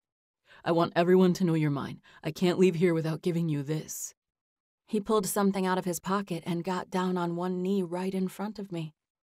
I vaguely realized that Ozzy was snapping photos, but I was completely focused on David. He was dashing in his concert clothes, and here he was kneeling below me with a beseeching look like he hoped I would agree to his proposal. We can wait a while to get married if you want to, but please say you'll take this, and say you'll be my... I leaned down and kissed him, cutting him off before he could finish the sentence. Yes, I said quietly, gazing at him. I leaned in and spoke near his ear when I said, I would follow you around the world if you asked me. Chapter 14. My body was buzzing with excitement before I ever went to the hotel, so you could imagine how I felt after meeting Ozzy and then getting proposed to in the same conversation. My ring was so lovely that I could hardly bear to look at it. We rode to the venue and parked in the artist's loading dock. We had a short walk from the limo to the backstage area, and the paparazzi were lined up to photograph us. They had to stand about 20 feet from the door, but they were all still huddled around trying to get photos of the band. I was used to keeping my distance and hanging back with Jonah when I was in public with David. I stood up straight, sucked in my gut, and remembered to smile. I tried to appear to be an interesting person, which was exhausting. I gave that up pretty quickly and went on to being myself. It would turn out to be one of the most memorable nights of my whole life, but each moment was long and packed with new and unexpected things. It started right when we were dropped off. Pictures were taken of us as we walked into the building, but David didn't let go of me like he used to. He held on to me with his hand on my back or holding my hand the entire time. David didn't ask me to, but I hid the ring from the photographers. He was unfazed by the cameras. It was a crazy sort of hustle and bustle getting out of the car and into the venue. Within a minute, we were inside the belly of a building, staring at white concrete walls. David looked directly at me as we followed the other guys down the hallway. Ozzy's coming backstage with us, but you'll go out in the audience with Jonah. You should have a place at a table with a nice dinner and everything. I'll take care of Stevie, Jonah said, turning to speak to us from over his shoulder as he walked in front of us. He'll show you where to go. I nodded. I'll be fine. You have fun. I've worked in this building before. Doing what? David asked curiously. I helped my brothers tear down tables and chairs for an event that was probably a lot like this one. They do odd jobs like that. David leaned in to speak quietly near my ear. Well, now you're not hauling those chairs. You're sitting in them. His voice was low and smooth, and I could hear the singing voice in his speaking voice. I am, I said with a huge smile. I was honestly scared to be one of those people in the chairs. I was scared to be the woman holding David's hand. I wanted to break down and freak out and give up. I wanted to say I didn't belong there and that I had no idea what to do. And then I thought of the whole thing as a gift, like David was saying. I thought of that verse he was talking about. I thought of God, and I imagined that he took pleasure in seeing me enjoy a gift rather than doubt it the whole time. I looked at this evening as a gift, and I made up my mind to enjoy it and stop overthinking everything. I could see how that simple idea took the pressure off. God's word was amazing that way. It was capable of changing your mind in ways that had physical effects. I stood taller and breathed deeper because I felt that God was with me and that he loved me and enjoyed seeing me happy. Jonah and I walked toward the venue, but he stopped short of the door. I looked at him.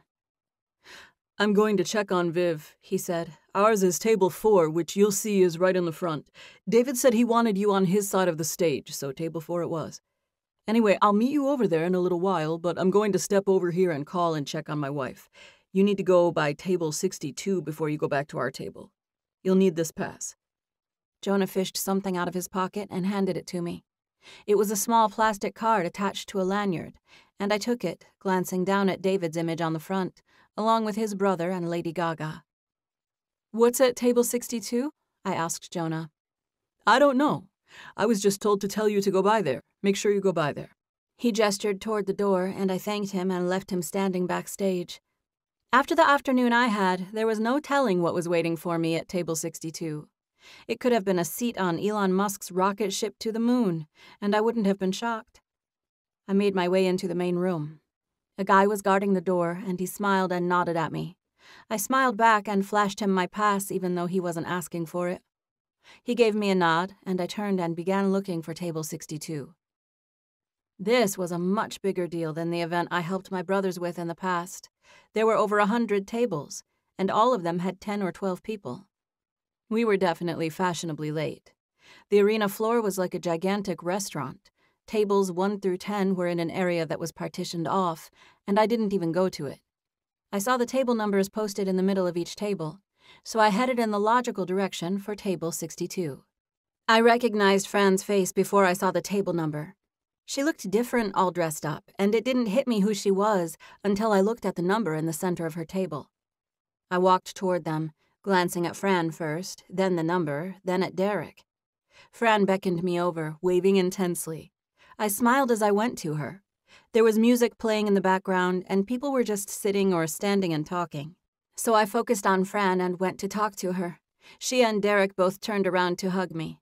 I squatted to hug them back, and then I stayed there, bending down so I could talk to them. Here, sit in my chair, I'll stand up, Derek said, moving. I shook my head, stopping him. No, I'm okay.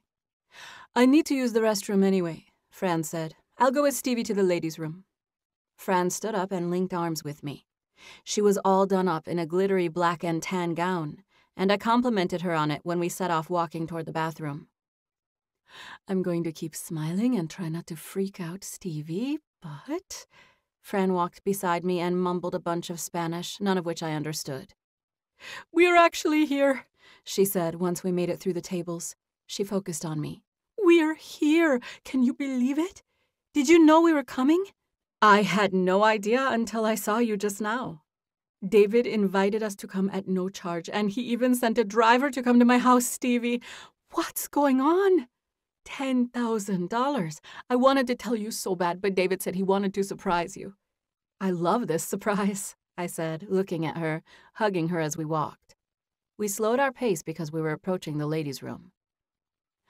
I saw you from across the way, and I was like, Stevie is one beautiful lady.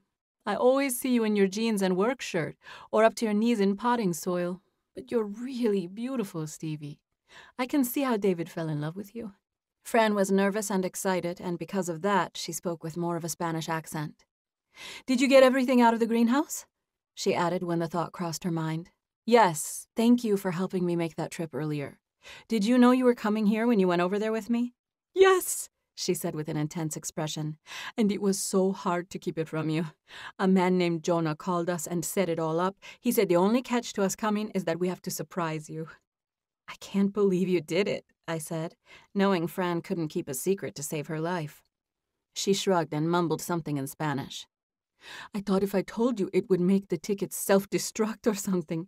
They were these big plastic things, and I thought maybe they had little recorders in them and they'd just disappear if I told you we were coming. I laughed and leaned into Fran. She put her arm around my shoulder. "You look so beautiful," she said. And then something hit her and she made a confused expression. "And yeah, oh my gosh, Jonah called Derek about an hour ago when we were on our way here. He said David wanted us to know you had some new jewelry." She looked at my neck. I had on my mother's diamond necklace. It was the thinnest chain with the tiniest diamond on a pendant, but it was real, and it was my mother's, and it was basically the only jewelry I owned. Fran had seen it before. I held out my hand, palm down, and Fran blinked downward, not understanding. "Is this a wedding ring?" "A ring?" I asked, giggling at the way it came out. I guess it is. It's an engagement ring, but I guess it's the same ring as the wedding ring." She put her hand on my arm and leaned into me dramatically to stop me from saying anything else. We walked into the ladies' room, which had a dressing room with couches and mirrors that was attached to the restroom area. We stopped in the dressing room and stood off to the side. Fran was shaken up by all of this, and she held my hand, staring intently at the ring and then at me. "Is this bad boy really yours?" she asked. I nodded, making an expression like I couldn't believe it. "And it's what I think it is? Is this what Jonah was talking about? Did David give you this?" She stared at my ring, inspecting it with intensity and appreciation. She looked at me in amazement. "Did he ask you to marry him?" she asked slowly. I shrugged. "Yeah, I guess he did." "Well, did he or didn't he? You don't sound certain. You have a gigantic rock on your finger, Stevie, so that must mean he did, right?" She added some Spanish. "He's leaving tomorrow, and his brother Ozzy came here tonight, and Ozzy's wife's name rhymes with mine, so Ozzy's first thought when he told him about me was that—" I took a deep breath. "David's leaving tomorrow, and he said he loves me, and he wanted to put a ring on my finger before he left town." I leaned in and continued to whisper intensely. "But don't tell anybody, Fran. I don't know what or how much he's going to say to the press, and I don't want the media freaking out on him." I gave her a pleading expression. "Please, I know you'll tell Derek, but please, I'm begging, don't tell anyone else." "He must not mind if we know. He had his manager call to tell me you had new jewelry," she said, staring at me. "I know, but still. He's leaving tomorrow, and I'd just rather not have stuff like that come out, since I'll be here to deal with photographers and stuff."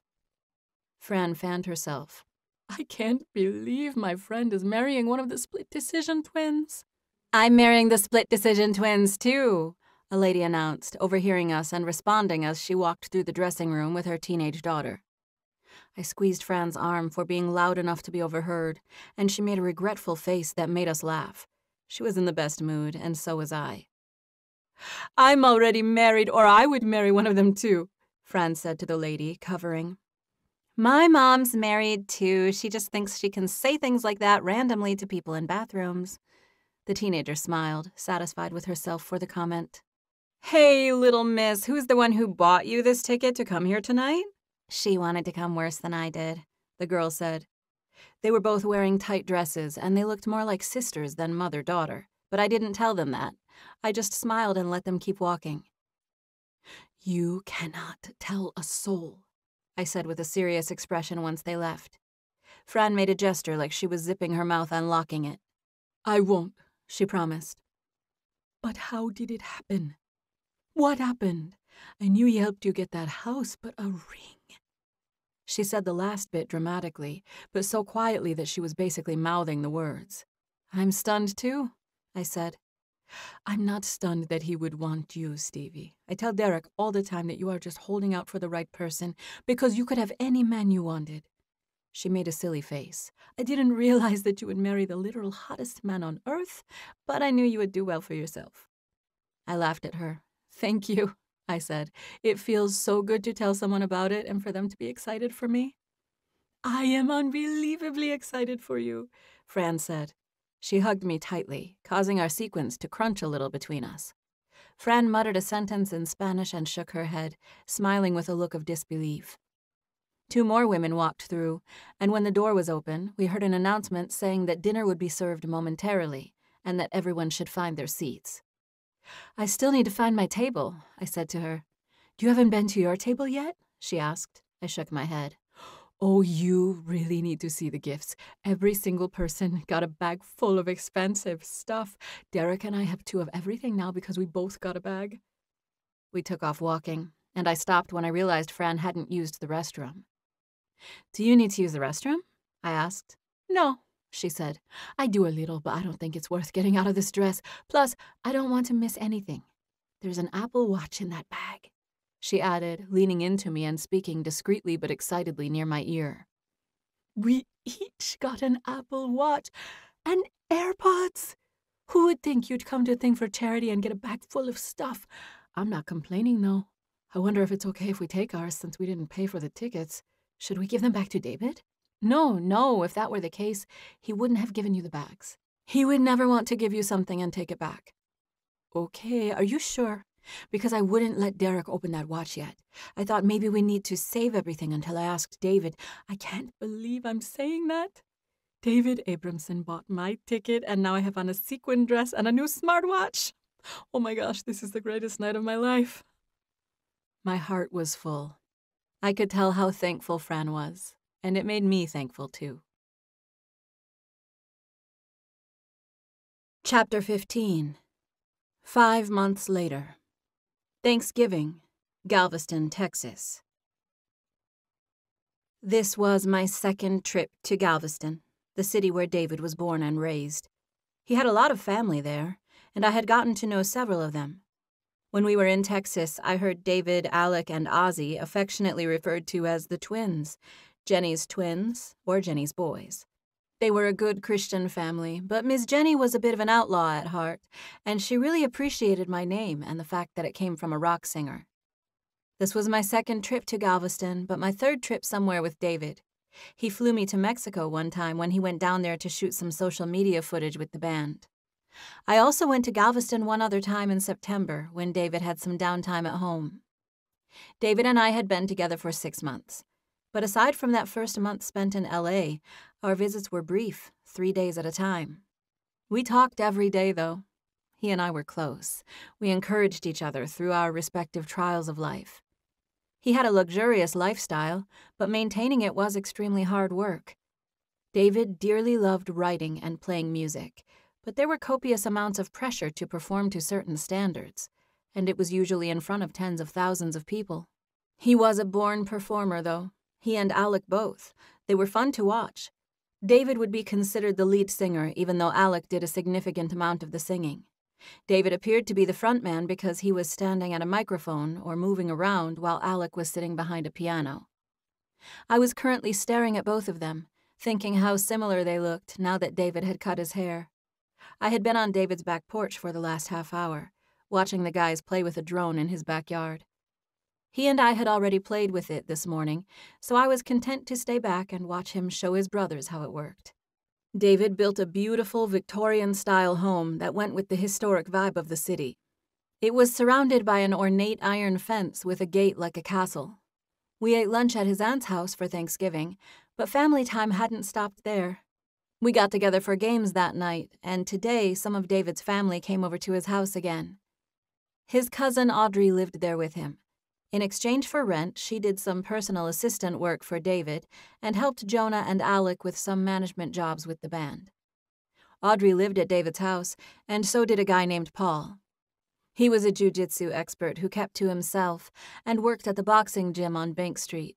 It was a large house with a guest house, and David was gone a lot, so he liked having people around.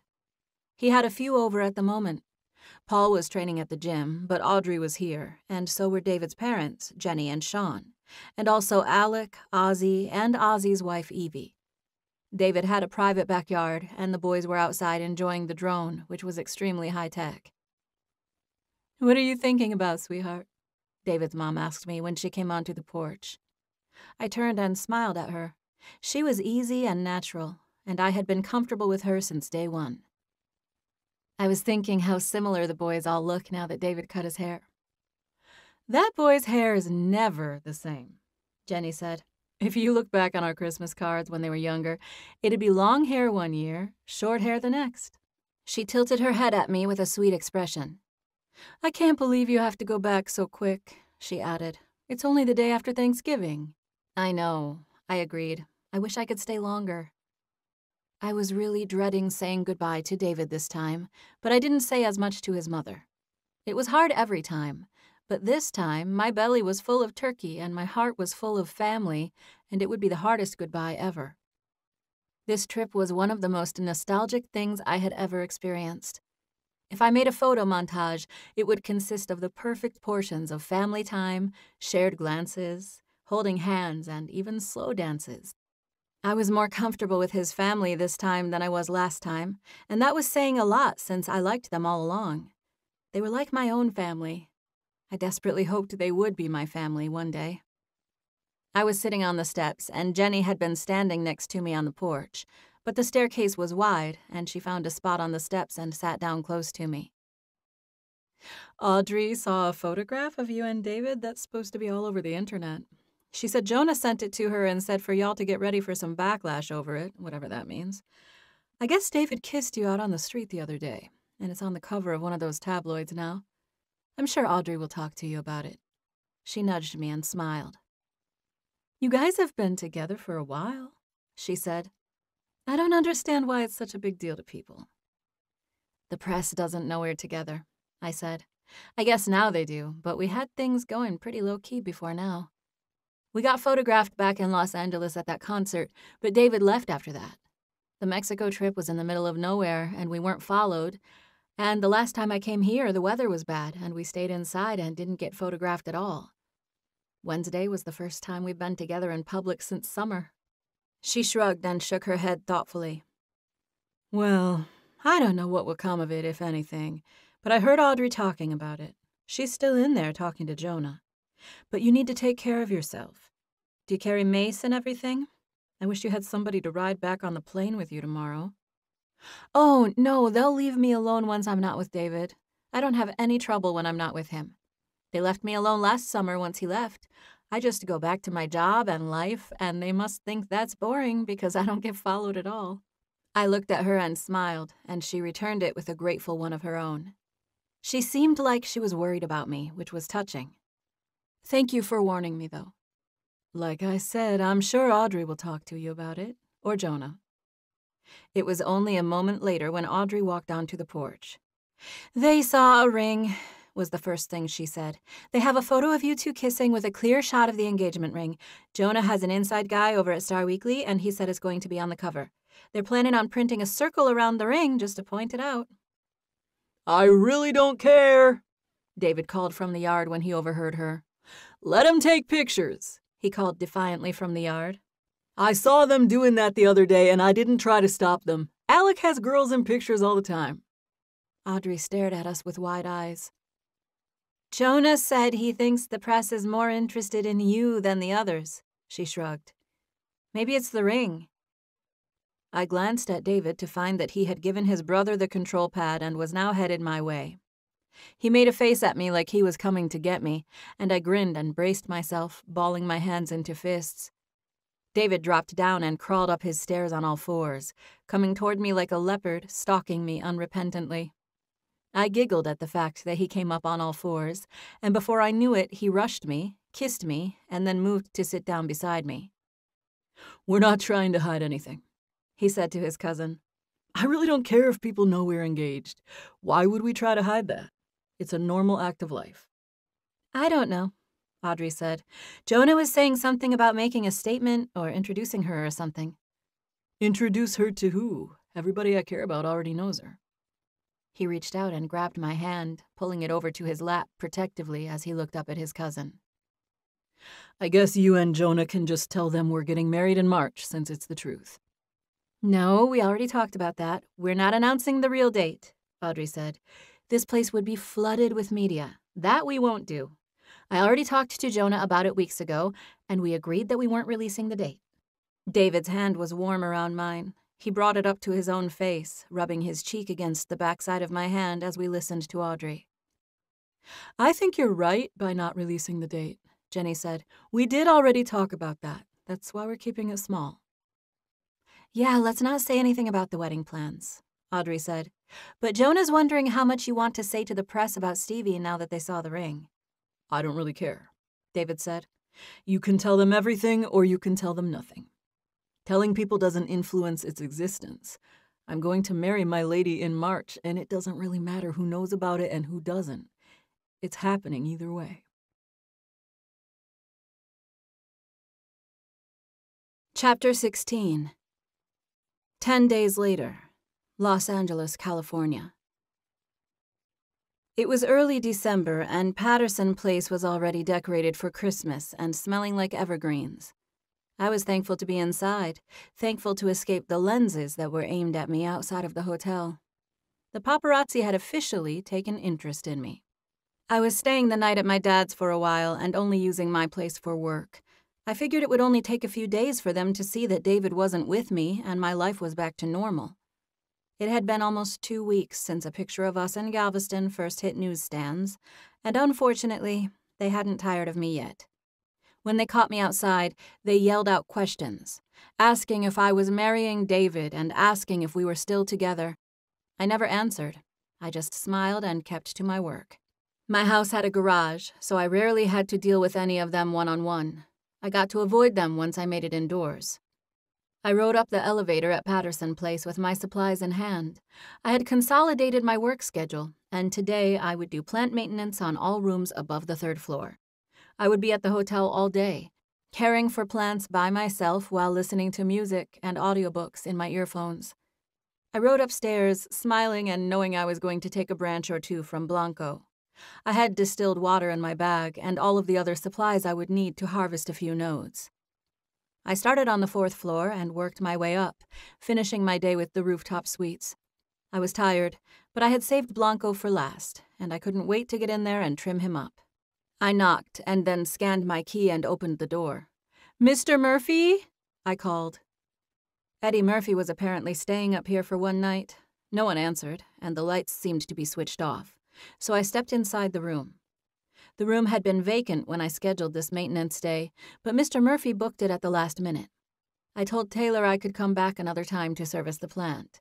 But he said he mentioned it to Mr. Murphy when he made the reservation, and he insisted it was fine. "Mr. Murphy!" I yelled again. But no one was in the room. I went straight to the back bedroom, where I knew I would find the row of snake plants. I would fertilize and water them first, and then work my way back to the other bedrooms and the living room, saving Blanco for last. I had just set my things down and was about to put my earphones in when I heard what sounded like whistling. "Hello? Mr. Murphy?" I yelled. "I don't want to startle you," the man said from down the hall. I smiled and looked toward the door, expecting to see the famous comedian when he made his way to me. He was not the Eddie Murphy I was expecting. This was a middle-aged white man with aviators and an 80s windbreaker.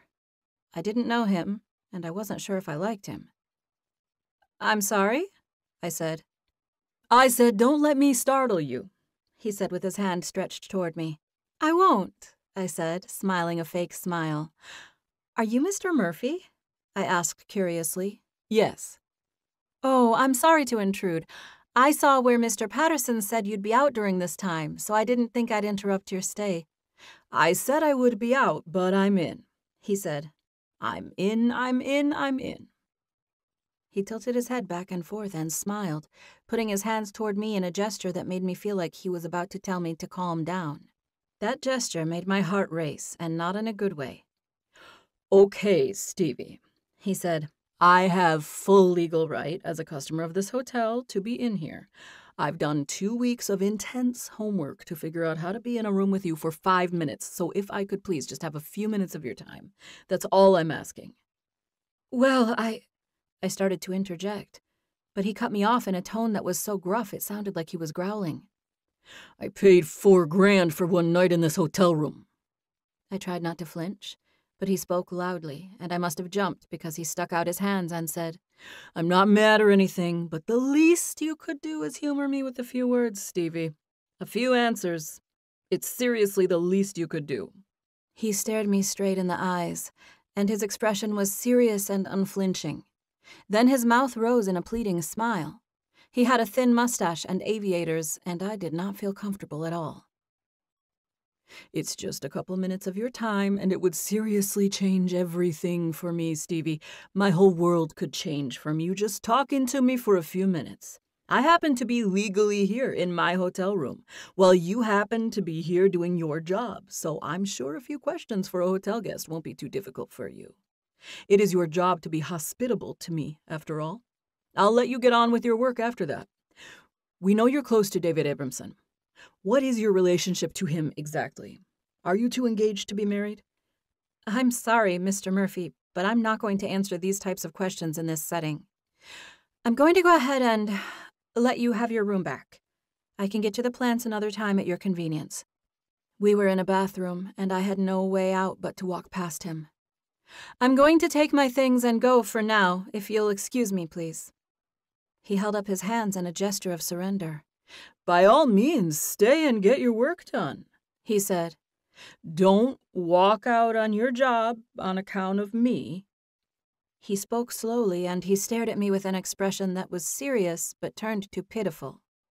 I was almost scared of how much pity I felt for him. He blinked at me, and I didn't dare move. He sighed sadly. I've been spending my life and my life savings trying to get this story, ma'am. So I'd be much obliged if you'd just talk to me for a few minutes before you leave. He spoke slowly and calmly, sadly, and I couldn't help but regard him as a ticking time bomb.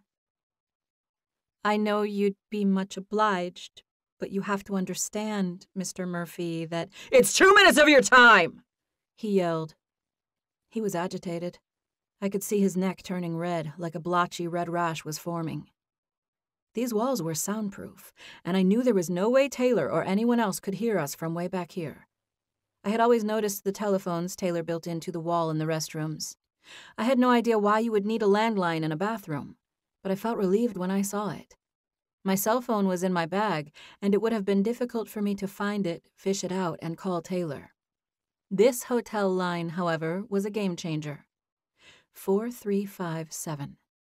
It was a simple enough code, and it spelled help if you ever forgot. But it was something you could press from anywhere in the hotel and Taylor would answer instantly. It went straight to the cell phone in his pocket.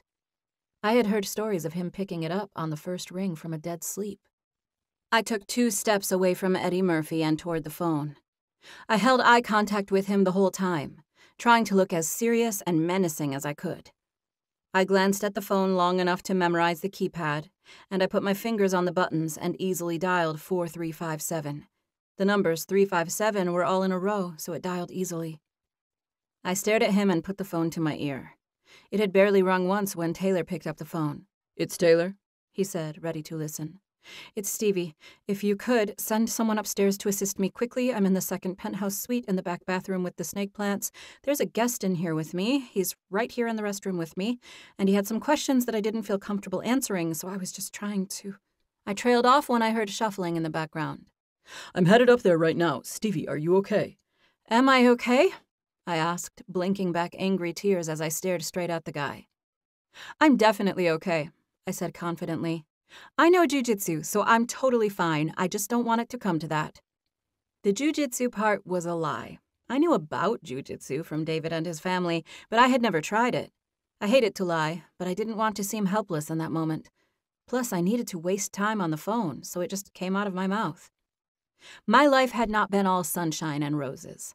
I had been in some sketchy situations with my brothers in the past, so I knew how to stare at a guy with a challenging expression and make it look like I was not intimidated at all. I tilted my head downward, dropping my chin just a little and looking at him through my eyelashes, like I would not hesitate to charge him like a bull if I needed to. I had dark hair and eyes, and my face had strong features. I could look mean and sinister when I tried, and I was trying right then. I'm almost there, Taylor said in my ear. I'll be in the suite in 10 seconds. I'll be fine, I assured him, speaking slowly. I'm glad you're almost here. Thank you, Taylor. By the time I finished making those statements and staring Eddie Murphy down, I could hear Taylor coming into the suite, yelling my name. I hung up the phone slowly, keeping my eyes on the guy with the glasses. Stevie! I heard Taylor call my name as he came our way. I'm fine, I called in a calm tone. I'm back here in the bathroom. Taylor walked into the room in a hurry. Eddie was right by the door, and he stepped back a little, looking offended. Taylor must have been right next door in his apartment, because he got here really quickly. He stared at me, looking me over to make sure I hadn't been hurt. I am well within my rights as a guest of this hotel to make conversation with Ms. Charles, the man said, looking nervous and red-cheeked. Well, Ms. Charles informed me that she felt uncomfortable answering the questions you were asking, and I could see how she would be reluctant with you way back here in the bathroom like this. I wasn't going to do anything, he said, hands raised. I was just trying to talk to her, ask her a few questions about that 4-carat Cartier diamond she has on her hand. I started walking toward the door, knowing that Taylor was there to help me get out. I started to move past the guy, and he stepped toward me. I know you're with David Abramson, he pressed, and my wife will leave me if I don't get this story. I spent everything we had on this room. You have to give me something, please. It's 10 seconds of your time. He raised his voice, and Taylor stepped forward to help me get through. Okay, I've heard enough, Taylor said. Stevie, do you want to press any charges? Charges? The man said, sounding dumbfounded. What charges? I legally rented this room, and I'm in here making conversation with the hotel staff. Please talk to me, he said to me. I could see that he was looking at me and talking to me, but I was facing Taylor by this time, and I didn't make eye contact with the guy again. I just want to go for now and deal with the plants another time, I said, picking up my bag. I don't think there's any need to press charges since I'll never see him again. I said that last part for the guy's benefit. Taylor nodded, understanding that I was ready to go, and I headed out with my bag in hand. I walked past the ladder, knowing Taylor would deal with that too. I was bummed about not taking clippings off of Blanco, but I needed to get out of there. I walked out without glancing at the guy. I left Taylor there to finish up. Chapter 17. I was shaken after that encounter at the hotel. I rode down the elevator, my heart pounding as I remembered staring that guy down while I was on the phone with Taylor. I was confused and angry at him for doing that. Then I thought about how pitiful he looked, and I felt sorry for him. Then I got mad at myself for feeling bad. I was full of adrenaline and so many emotions on that elevator ride. But ultimately, I felt empowered after making it through that encounter without giving the reporter any information. I had Lucas walk me out of the hotel, but it wasn't because I was scared. The whole thing was frustrating, but I wasn't scared. People would do crazy things for money. I knew that firsthand from my brothers and their friends. That guy didn't have anything personal against me. He wasn't going to do anything to me, and there was no need for me to waste time thinking about it. I certainly wasn't going to mention it to David. He would not be happy if he heard, and he would look into it further than was necessary. I got a call from Taylor a few hours later. I was at home in my greenhouse, and my phone was next to me, so I answered right away. "Hey, Taylor," I said, picking up. Hey, how are you, Stevie? I'm good. I'm at home working. Thank you for getting there so quickly today. Yeah, that's kind of what I want to talk to you about, he said. I'd recommend that you walk around with somebody, maybe Lucas. Do you think you could afford to do that? I'm ahead of you. I already had that exact thought. Once I'm at home, I'm fine. People leave me alone here. But while I'm out and about working, I should probably pay someone to come around with me. You should, Taylor said confidently. I think that would be a great idea. Is Lucas able to go around with you to other places? I'll have to see. He would have to drop some hours at the Patterson. I'd rather know you have somebody with you, Taylor said. I'll be in Texas for a few days at Christmas, and Lucas is going to help me when I'm gone. I think he's a logical choice for me to ask him if he can start staying with me more once I come back. I think you should start now. Figure out what days you need him, and tell him I said to work it out with Debbie. I was thankful that Taylor was being so nice about it. I was also happy that he mentioned Lucas. Lucas was my pick to take over my business when I left in March. I wasn't saying anything to Lucas or Taylor about it just yet, but I trusted both of them. I would tell Lucas about my plans to move after the first of the year, so that he had a little time to decide if he wanted to take over my business. I figured he would, at minimum, take care of the plants at Patterson Place. Thank you so much, I said to Taylor. "I'm happy we were on the same page about Lucas. I'll call him tonight and ask if you don't mind." "I don't mind at all," he said. "I want you to. And I'm sure David will be happy for you to have someone with you on your rounds." "He will be," I agreed, even though I didn't share much of my paparazzi drama with David. I hung up the phone with Taylor, feeling grateful. He told me he would put me up at the hotel if it came to it. It felt wonderful to have people who cared about me. My dad and brothers asked me questions about David, but they were consumed with their own things and didn't think about checking in with me about my safety or anything like that. They were excited that I was with someone famous, but I didn't tell them a lot about our relationship. I downplayed it to all of my friends, too, even Derek and Fran. I talked to David for 2 hours on the phone that night, and I didn't mention the ordeal at the hotel. The following day was Saturday, and I stayed at my house, cleaning and tending to plants. I had texted Lucas, and he came over that afternoon to talk to me about working more with me. We sat down together and got our schedules lined up. I trusted Lucas, and I came really close to giving him a heads up about me moving to Texas at the end of March. I wound up keeping my mouth closed about it, though. I thought I would run it past David first. Lucas left my house at about 4 o'clock.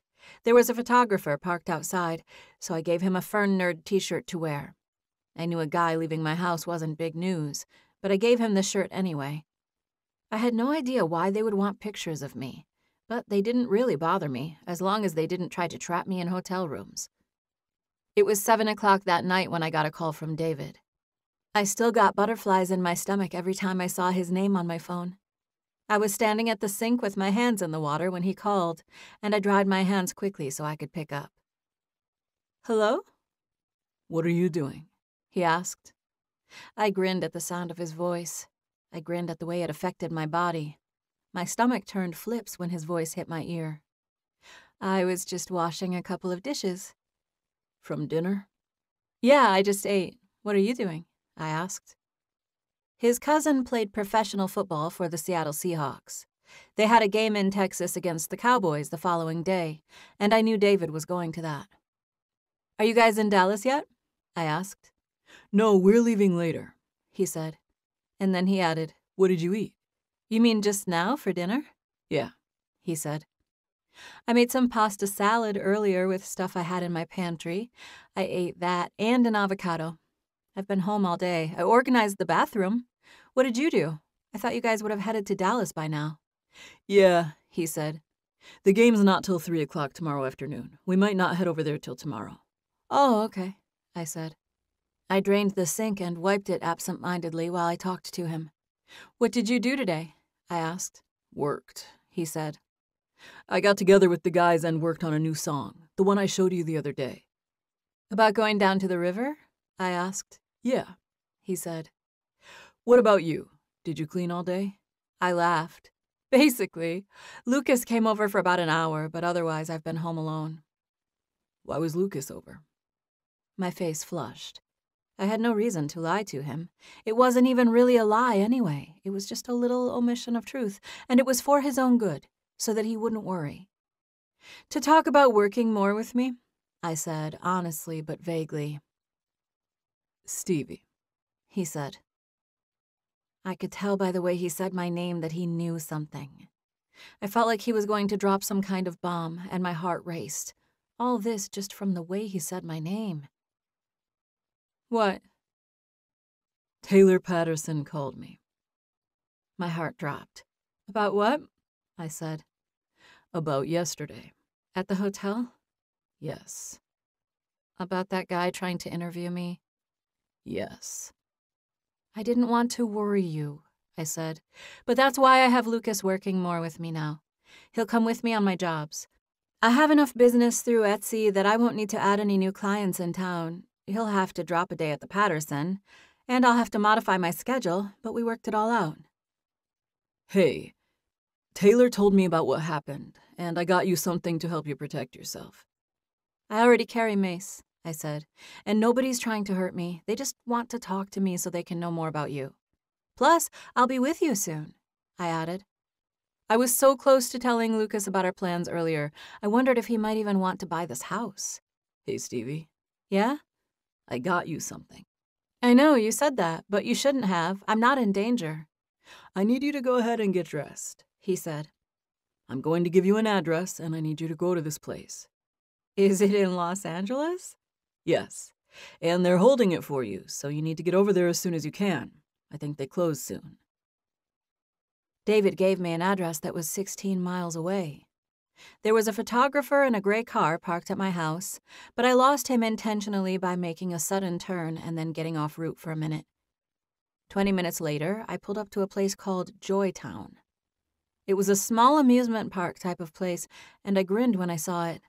I thought I was going to be pulling up at a gun store or a place with security guards. I certainly didn't expect Joytown. I called David, and he picked up on the first ring. You gave me the address of Walt Disney over here, I said, smiling as I looked up at the big Joytown sign with the flashing lights. It's hardly Disney, he said. Yeah, but it's also not a gun store like I expected. David laughed at that. Am I in the right place? I asked. Joytown? Yes. What am I supposed to do here? I asked. Go inside. Go into the door with the big palm trees. I saw the place he was talking about. The building was whimsical, with giant, friendly-looking animals and other statues all mixed in with a tropical shipwreck theme. It was bright and happy, and not at all a gun store. I'm headed inside now. What do I do after I get in? I opened the door, and a guy was standing there, waiting for me, staring at me. Miss Charles? He said. Yes? I said to him with the phone still to my ear. Come with me. I followed the guy into the huge main area where we could see a few different attractions. Right this way, please, he said, glancing over his shoulder. What am I doing? I asked David. But it was the guy who answered. I'm taking you outside, right this way. The place was packed. It was Saturday night, and there were people everywhere, playing games and standing in line for attractions. It felt like I was in a dream. I hear all that noise, David said. It sounds like you went to the right place. We went past a mirror maze, all the way down the hall to a gigantic counter with a sign advertising mini-golf. I smiled when I saw where the guy was going. You made me go play mini-golf? I said, shielding my mouth with my hand so I could speak into the phone. I thought I was getting a concealed carry. What did you say? David asked, not hearing me. Nothing. I'm at mini-golf, I said. I know. So am I. I was staring straight at David when he said it, and it still took a second to sink in. Hot tears rose to my eyes the instant I recognized him. There was a glass door between us, and I put my phone in my pocket and went to him as fast as my muscles and bones could take me. I might have brushed by the guy who was showing me the way, but I wasn't even sure what happened or how I made it to David. He caught me in his arms. He was standing in an area off to the side, and I tried to be slightly discreet, but there was nothing I could do to stop myself from going to him. Chapter 18. David held me tightly, and I cried. I wasn't bawling or anything, but tears of relief rose to my eyes and silently rolled out onto my cheeks. He smelled so good. He pulled back, holding me at arm's length for a second before hugging me again. I love you, he whispered, speaking directly into my ear where no one could hear. I love you too, I said to him. I missed you so much. I can't believe you're here. What are you doing here? What about Mac's game? Come here. We'll talk about that later, he said, loosening his grip on me. The guy was waiting for us a few feet over with clubs and balls. Mr. Abramson, we've cleared course 3 for you. You'll have the whole course to yourselves, and we'll watch to make sure nobody bothers you. But I wanted to let you know that there are a few spots, holes 15 through 17, where you'll intersect with course 2. You could be standing right next to other customers at that point. That's fine, thank you, David said. Oh, thank you, he replied. David took the clubs from the guy and gave one of them to me. You can start right here at the Blue Lagoon and make your way toward the 3 pigs. The holes are labeled. Thanks, David said, walking toward the first hole. Let us know if you need anything, he said, calling out to us. David gave him a grateful nod before he focused on me. He handed me a golf ball that he took out of his pocket. There were 2 of them in his hand, a blue one and an orange one. I took the orange, and he put the blue one back in his pocket. "You'll go first," he said, taking me to the first hole as the attendant went the other way. I stared at the other mini-golf courses and noticed that they were full. "How many courses are there out here?" I asked. 3, David said. "And you rented a whole one to ourselves?" I asked. "Yes," he said. "We can relax and be alone. I'll keep score, but I'm warning you, I'm competitive." "I know, I remember when you took it as hard as you could on me at arm wrestling." "You beat me at arm wrestling," he said. "I know, but you still took it as hard as you could." He laughed. "You think you beat me fair and square at arm wrestling and I was being competitive?" I grinned at him because I knew he had let me win that day. It was so he could pull me into his lap and kiss me. He knew I was smiling on account of the memory of that. We shared a long glance because of it. He reached up and wiped a residual tear from the area near the corner of my eye. I had missed him so much. "What are you doing here?" I asked. "I came to get my girl," he said. "I can't let you be here with people following you around, Stevie." He pointed at the little square pad at the beginning of the first hole. He looked like he wanted me to do something, and I shrugged. "What do I do?" "Put your ball down there," he said. "In any of those little divots," he added. I bent down and placed my ball front and center, and when I came up, David moved to stand behind me. He put his arms around me, lining me up and getting me ready to putt the ball. His arms were fully around me.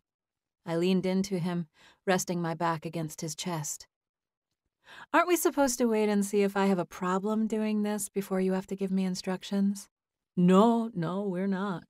I'm sure you'll have problems. Everybody has problems their first day. I told you I would teach you to play mini-golf the first day we met, and I haven't done it. So that's what I'm here doing. I'm teaching you. I don't remember you telling me you would teach me golf that day. I leaned into him thankfully. But I'm so glad you're here, David. Maybe I just thought it that day and didn't say it, he said, arms still around me. I glanced across the way and vaguely noticed that someone was videoing us on their phone. Don't even worry about them, David said. That's why we're over here by ourselves. He moved to look down at the ball, and so did I. We lined up the shot, and then we gently brought the club back before swinging it and hitting the ball. We watched as it went through a bear's legs, and then it hit a concrete block and cut an angle to the wall where there was another tilted surface. It went along the wall for 3 or 4 feet before it settled. It was still several feet from the hole, so I shifted to look at him with an innocent, questioning expression, as if wondering if that was a good hit. You did good, he said, smiling at me. Look, you're over there next to the hole. Thank you, I said, smiling. I tried to step away so that he could hit his own ball, but he pulled me in, not letting me go.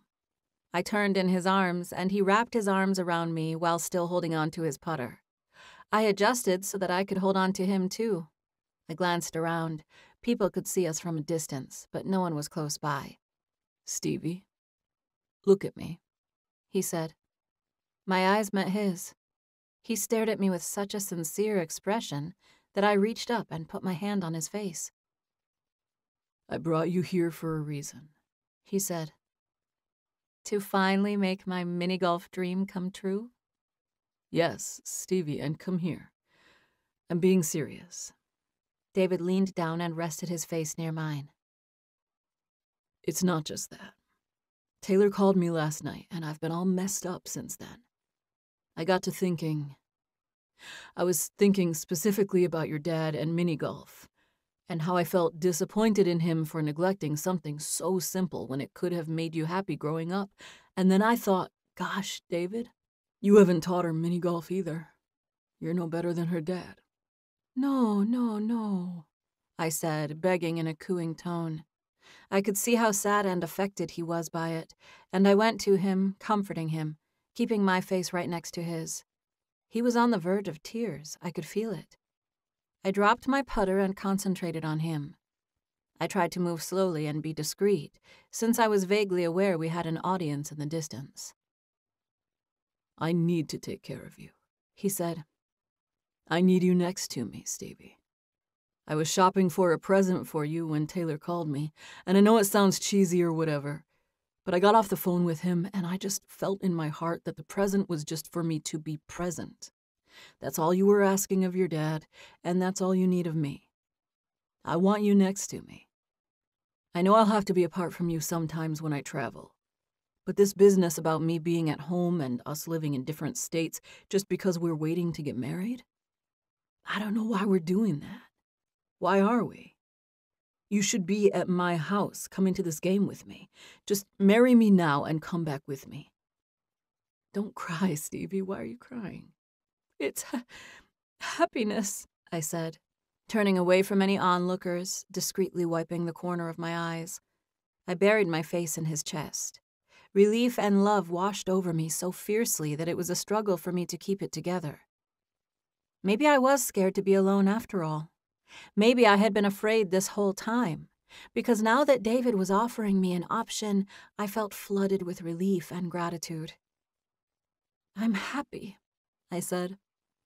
I'm so happy you're here. I just didn't expect you to be here, and then I didn't expect you to say any of this, and I'm just happy. He repositioned, wrapping his arms around me even more securely than they had been before. Why didn't you tell me about that guy following you? Because we took care of it, and I didn't want to worry you. I don't see a reason for us to choose to be apart. I want you to come home with me. You can move into the guest house, and we can put off getting married. Or you can move in with me, and we can get married now, but please come back with me. How about Christmas? I said, knowing it was 2 weeks away. That'll give me a couple of weeks to wrap things up here and figure out what I'm taking with me. Are you sure you want this, though, David? The March marriage/move-in date had been the advice of his family and management. They all advised us against a quick elopement, and the date in late March had even seemed like it was pushing it with them. My family didn't care when we did it or even know about the date in March. I would tell them ahead of time, of course, but they didn't know yet. David and I had talked about inviting them, but I hadn't made up my mind about it. Is your family going to be okay with it? I asked. Yes, Stevie, they love you. My mom was just complaining about you not going to the game. She was asking why you weren't going. David smoothed my hair and held me close. We just stood on the other side of a group of palm trees. I moved and looked up at him, my eyes meeting his.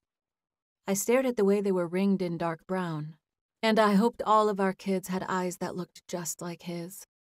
He leaned down and let his lips gently touch mine. I held my breath and rode a wave of pleasure for a moment before he pulled back. So, you'll come at Christmas? He said, gazing into my eyes. His arms were around me, and there was no place I'd rather be. Yes, I promised. That gives me a couple of weeks to figure out what to do with all my plant babies. Make sure they're all taken care of. What about your most important baby? He tilted his head at me, and I grinned at him. I'm looking at him, I said. He nodded, happy that I understood. I smiled. You are my baby, I said. He shifted, holding me closer, molding his body to mine. I took a deep breath and grinned at the sheer pleasure of feeling him next to me. David was muscular and masculine, but he was gentle and moving slowly, handling me with care. For a wonderful moment, he moved with me in a slow, fluid motion, almost as if we were slow dancing. Can you stay at the hotel until then? He said after a while. At the Patterson? I asked. He nodded. I'm staying there starting tonight. I called, and Taylor has someone in the suite right now, but I got us in a different suite. For how long? I'm only here for 3 nights, he said. I have to be home by Tuesday. I was hoping you'd be coming back with me, but if you're staying till Christmas, I'd rather you sleep in the hotel than that. David stopped talking when I scrunched up my face in a look of regret. I put my hand up. What's the matter? He said. Can I change my mind? I asked, hopefully, vulnerably. About what? You want to wait till March? No. You don't want to get married at all? He asked, pulling back and looking serious and cautious. I smiled. No, the other direction.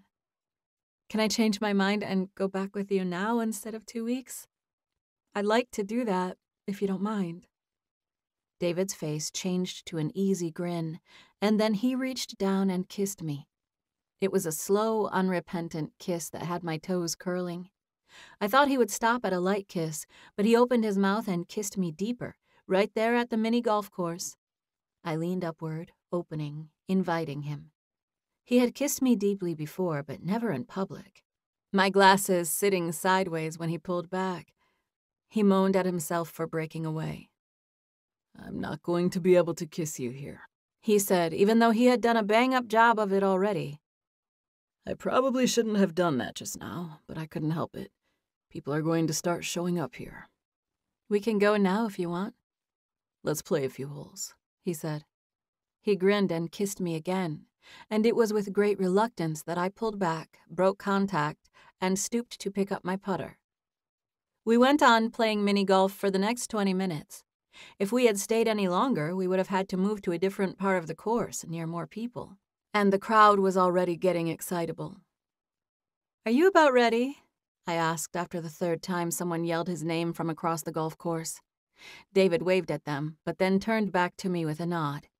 He took a few pictures with people on the way out because they asked, and he wasn't going to be rude. There were paparazzi in the parking lot by the time we went outside. A driver was waiting on us, and David held on to me protectively as we went from the door of Joytown to the car. The car was only parked a few feet away, and during the short trek, I heard yelling and saw the flash of cameras. I was friendly to them because that was what came naturally to me. I hated to look mad and ignore them, so I smiled and waved. But I moved quickly, making my way into the back seat without hesitation, so that David had room to come in behind me. Chapter 19. We got into a brand new sedan with a sizable back seat. The windows were darkly tinted, and there was a window between us and the driver. I had been in this exact car. Bernie was the driver, and David and Alec used him every time they were in Los Angeles. I lunged myself into the back seat when Bernie opened the door for us. I did my best to get far enough inside so that David could dive in behind me, and he did just that. Within seconds, we were both in the back seat. David landed halfway on my leg, and he had to lean onto me so that Bernie could close the door. I was vaguely aware that the door closed and locked, but I didn't notice anything after that because David kissed me again. He smiled at me and took a hold of my face before kissing me passionately. I shifted, moving, going to him, letting it happen. His mouth covered mine, and he moved, kissing me roughly, his teeth hitting mine a time or two. His tongue was searching, a welcome intrusion, and for several long heartbeats, I gave in to the passion and felt David's kiss on a physical level. I was hardly aware of Bernie opening his door and getting into the car. He had the window cracked, but he couldn't see us. Where to, Mr. Abramson? David was on me like white on rice when Bernie spoke, and he stopped, reluctantly pulling back with silent disapproval of Bernie's timing. It was with closed eyes that he said, Food, please. A burger. David screwed up his face, still closing his eyes as he waited for Bernie to speak. In-N-Out or Gigi's? In-N-Out, David said, and then Patterson Place after that, please. Yes, sir. Let me know if you need anything else, otherwise I'll let you know when I get that burger. David thanked Bernie, and Bernie rolled the window up. David glanced at me and smiled. He sat back, adjusting in his seat. I did the same, sitting up straight and turning to regard him now that we were alone. He pulled me toward him, bringing me into his lap by my arms. I went willingly. I had missed him, and every touch felt electric. I need you, I said, leaning toward him, letting him grip me in his strong arms. He held me tightly. Stevie, he said. I looked up, and he kissed me again. David's perfect, soft mouth found mine over and over, like there were magnets attracting us. I need you too, he said. We kissed each other desperately for the next who knew how many minutes. We would try to stop, but it was impossible. We would talk to each other for a second, but then we would kiss again. He held me in his arms, half on his lap.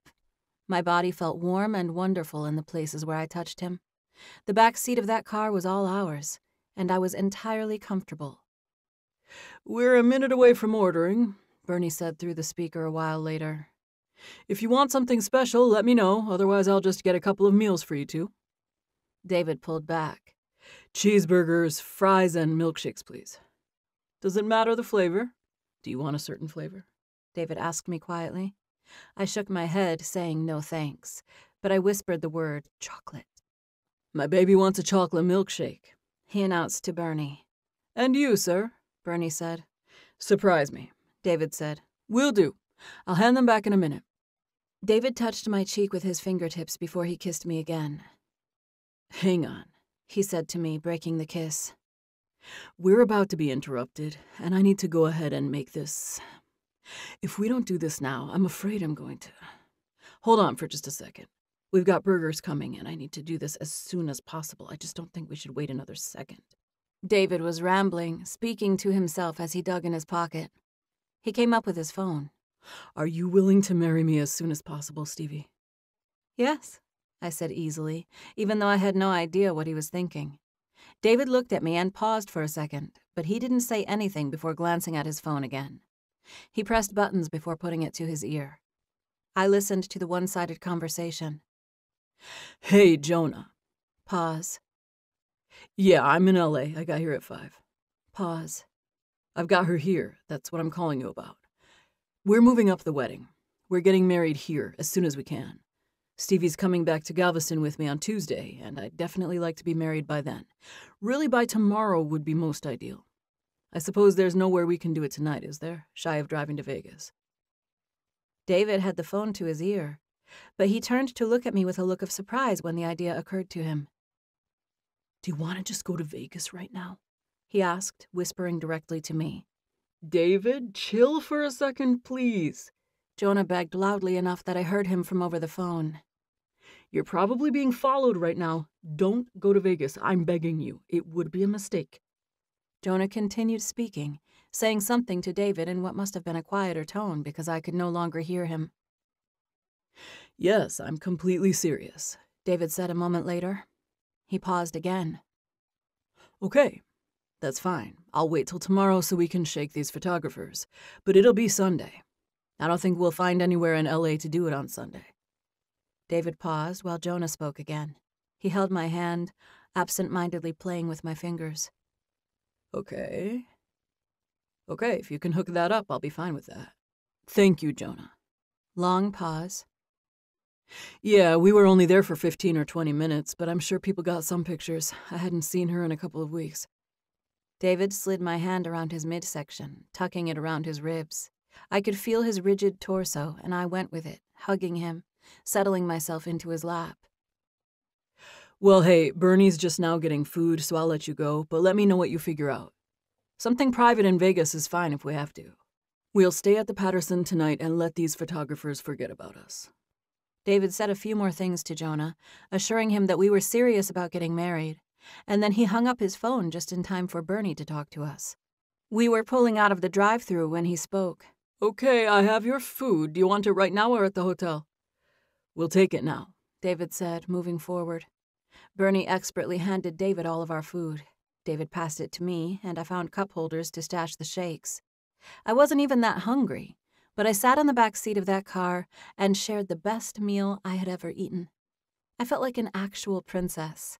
I might as well have been eating caviar and escargot instead of In-N-Out burgers. My knight in shining armor had taken me to play mini-golf, and then we had to escape photographers. I glanced behind us to see that we were still being followed.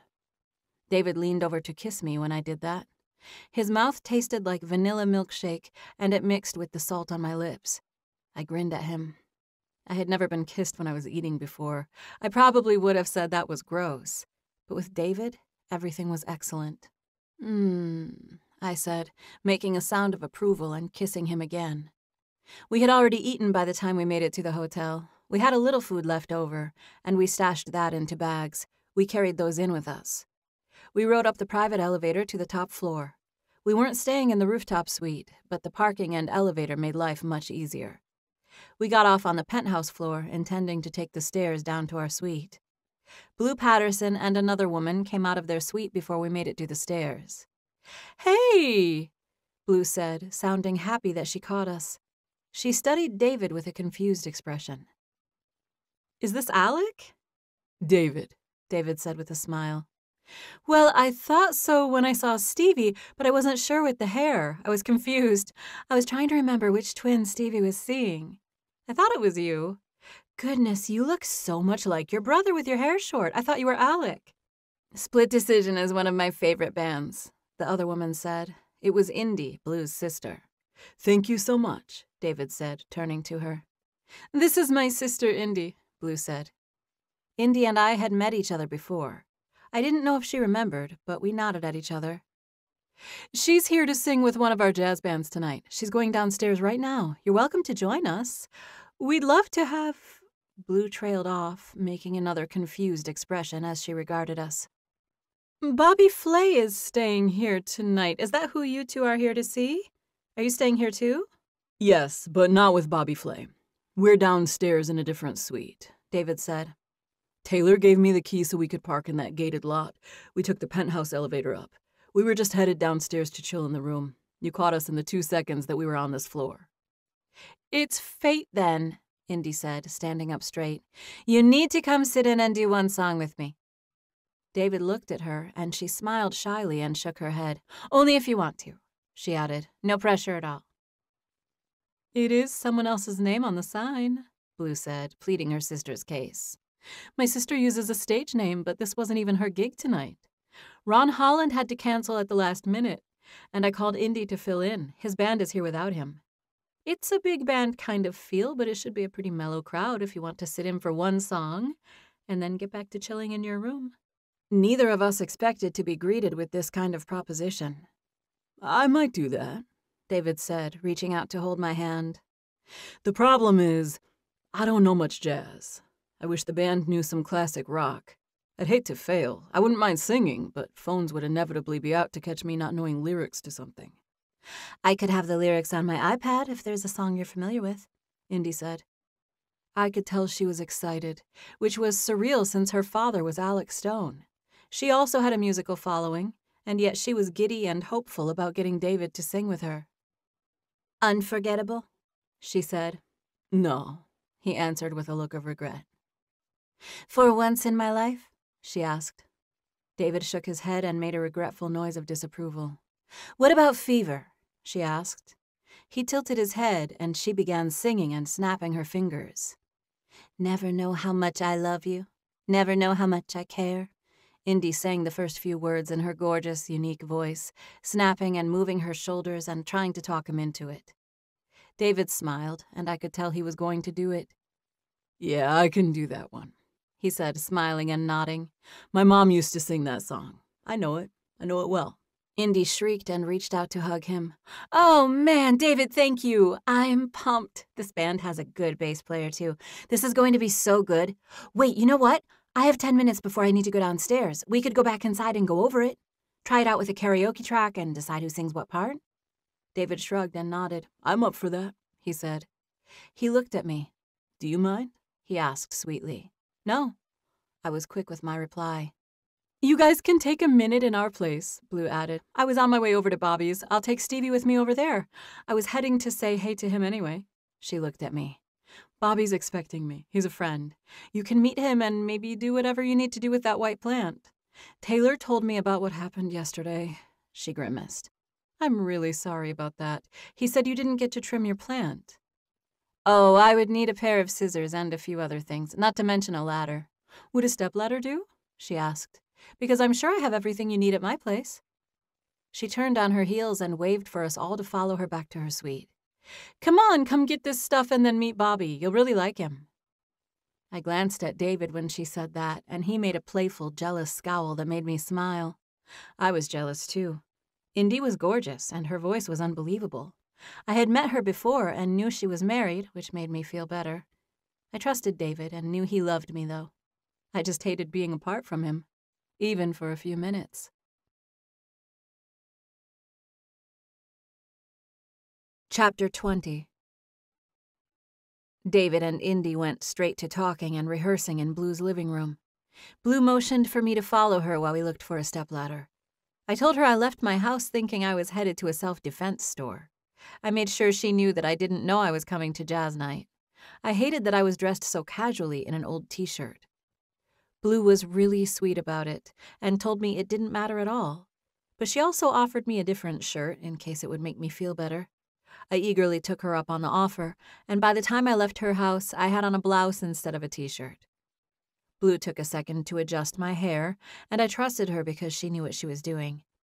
She and I only took a minute in the back room before heading out. We went through the living room quickly so we wouldn't disturb David and Indy. My whole life, I had a relatively normal existence, up until the time when I met David. The surreal, dreamlike moments had escalated intensely since then. Tonight was one big dream, starting when I pulled up at Joytown. Now I was meeting Bobby Flay. Taylor was already in the chef's room when we got there, and he was happy to see me and really apologetic about me not being able to tend to the plant yesterday. Blue suggested that I get out the ladder and make those cuttings while we were all just standing there, but I couldn't do it. I knew that I would be leaving LA for good in just a couple of days, and I didn't want to cut the plant for no reason. I came close, but I didn't tell them that David and I were eloping the following day. I didn't want to cut the plant, though. I was going to have to tell Taylor and Blue soon, and also figure out how to teach Lucas all my duties at Patterson Place. We'd figure it all out. Lucas could do it. I believed in him. We stayed in Bobby's suite for about 15 minutes before Indy and David knocked on the door. She said she had to be getting downstairs in a minute, and we all agreed that we would leave with her. David was cool and calm and seemed to be having fun. He shook Bobby's hand and made his acquaintance, and then he crossed the room coming toward me. He was mine and I was his, and it was happening in front of Taylor and Indy and Bobby Flay, for goodness sake. We were only in Bobby's room for a couple of minutes after David and Indy arrived. We said goodbye to him and made our way downstairs for the show. Bobby promised he would join us if he could make time. "I love your little white shirt," David said, coming up behind me and whispering in my ear as we walked out of Bobby's suite and to the elevator. "It's Blue's," I said, turning and flirting with him. "I borrowed it." Taylor walked in front of us and carried the unused stepladder back to his apartment. He sent Indy and Blue downstairs, since Indy was now in a hurry. He gave David and me the choice, but we stayed back with him. The ladies went down in the elevator, and we promised that we would meet them on the first floor momentarily. I didn't want to waste any more time before telling Taylor about leaving. I wasn't sure when I would get another chance to talk to him alone. "I'm thinking I might go to Galveston on Tuesday," I said to Taylor as he unlocked the door to his suite. "Oh, did you not tell him that already?" David asked. Taylor glanced at David, who said, "We're going to try to fly under the radar and get married tomorrow. Jonah's trying to figure it out. We might have to ride to Vegas." Taylor smiled at me with raised eyebrows. "Congratulations, Stevie. And you, David." "Thank you," David said. "We're ready.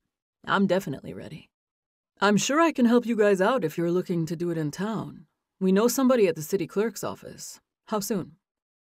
"Today. Right now, please," David said, taking a hold of my hand and causing Taylor to laugh. "We almost went to Vegas earlier. Jonah begged me not to. We had people following us, photographers. It would have been all over the news if we went over there." "Who are you looking to have present if you do it here in town?" Taylor asked as we made our way into his suite. "None of my people will be here," David said, "so it's just me." "What about you, Stevie?" Taylor asked. "I'm asking because we can just do it here in my suite tomorrow if it's not too many people. I think I could hook you up with a marriage license and everything."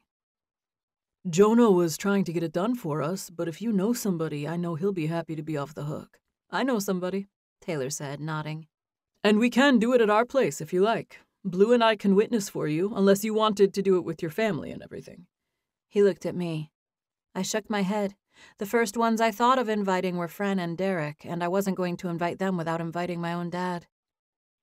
"I'm good with just having you guys as witnesses," I said. "That way we know it won't make it to the press." "I don't care if it makes it to the press," David said, kissing me in front of Taylor to prove a point. He held on to me, and I grinned and leaned into it. "Just plan on doing it tomorrow at 6 p.m., Taylor said.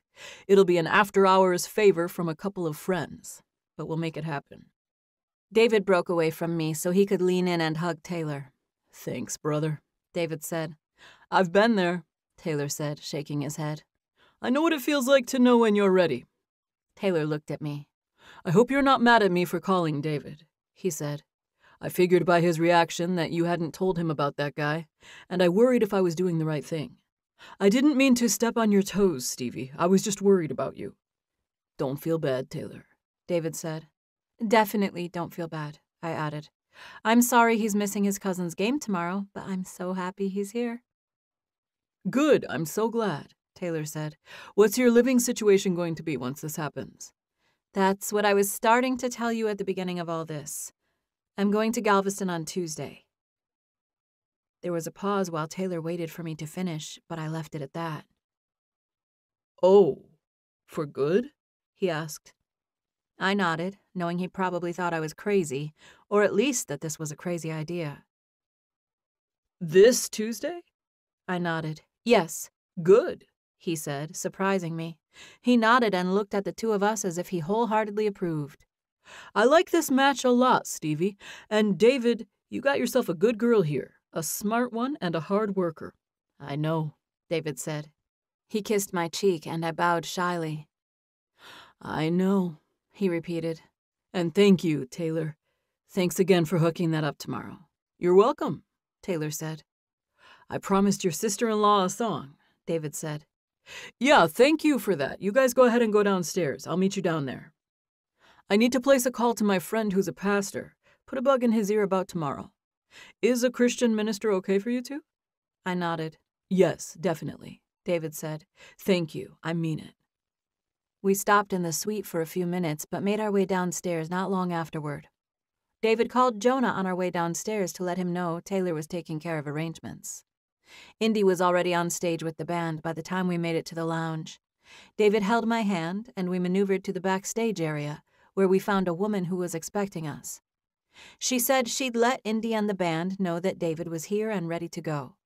She also said that I was welcome to stay backstage, but that I wouldn't be able to see the performance from there. She told me if I wanted to watch, I better go into the audience.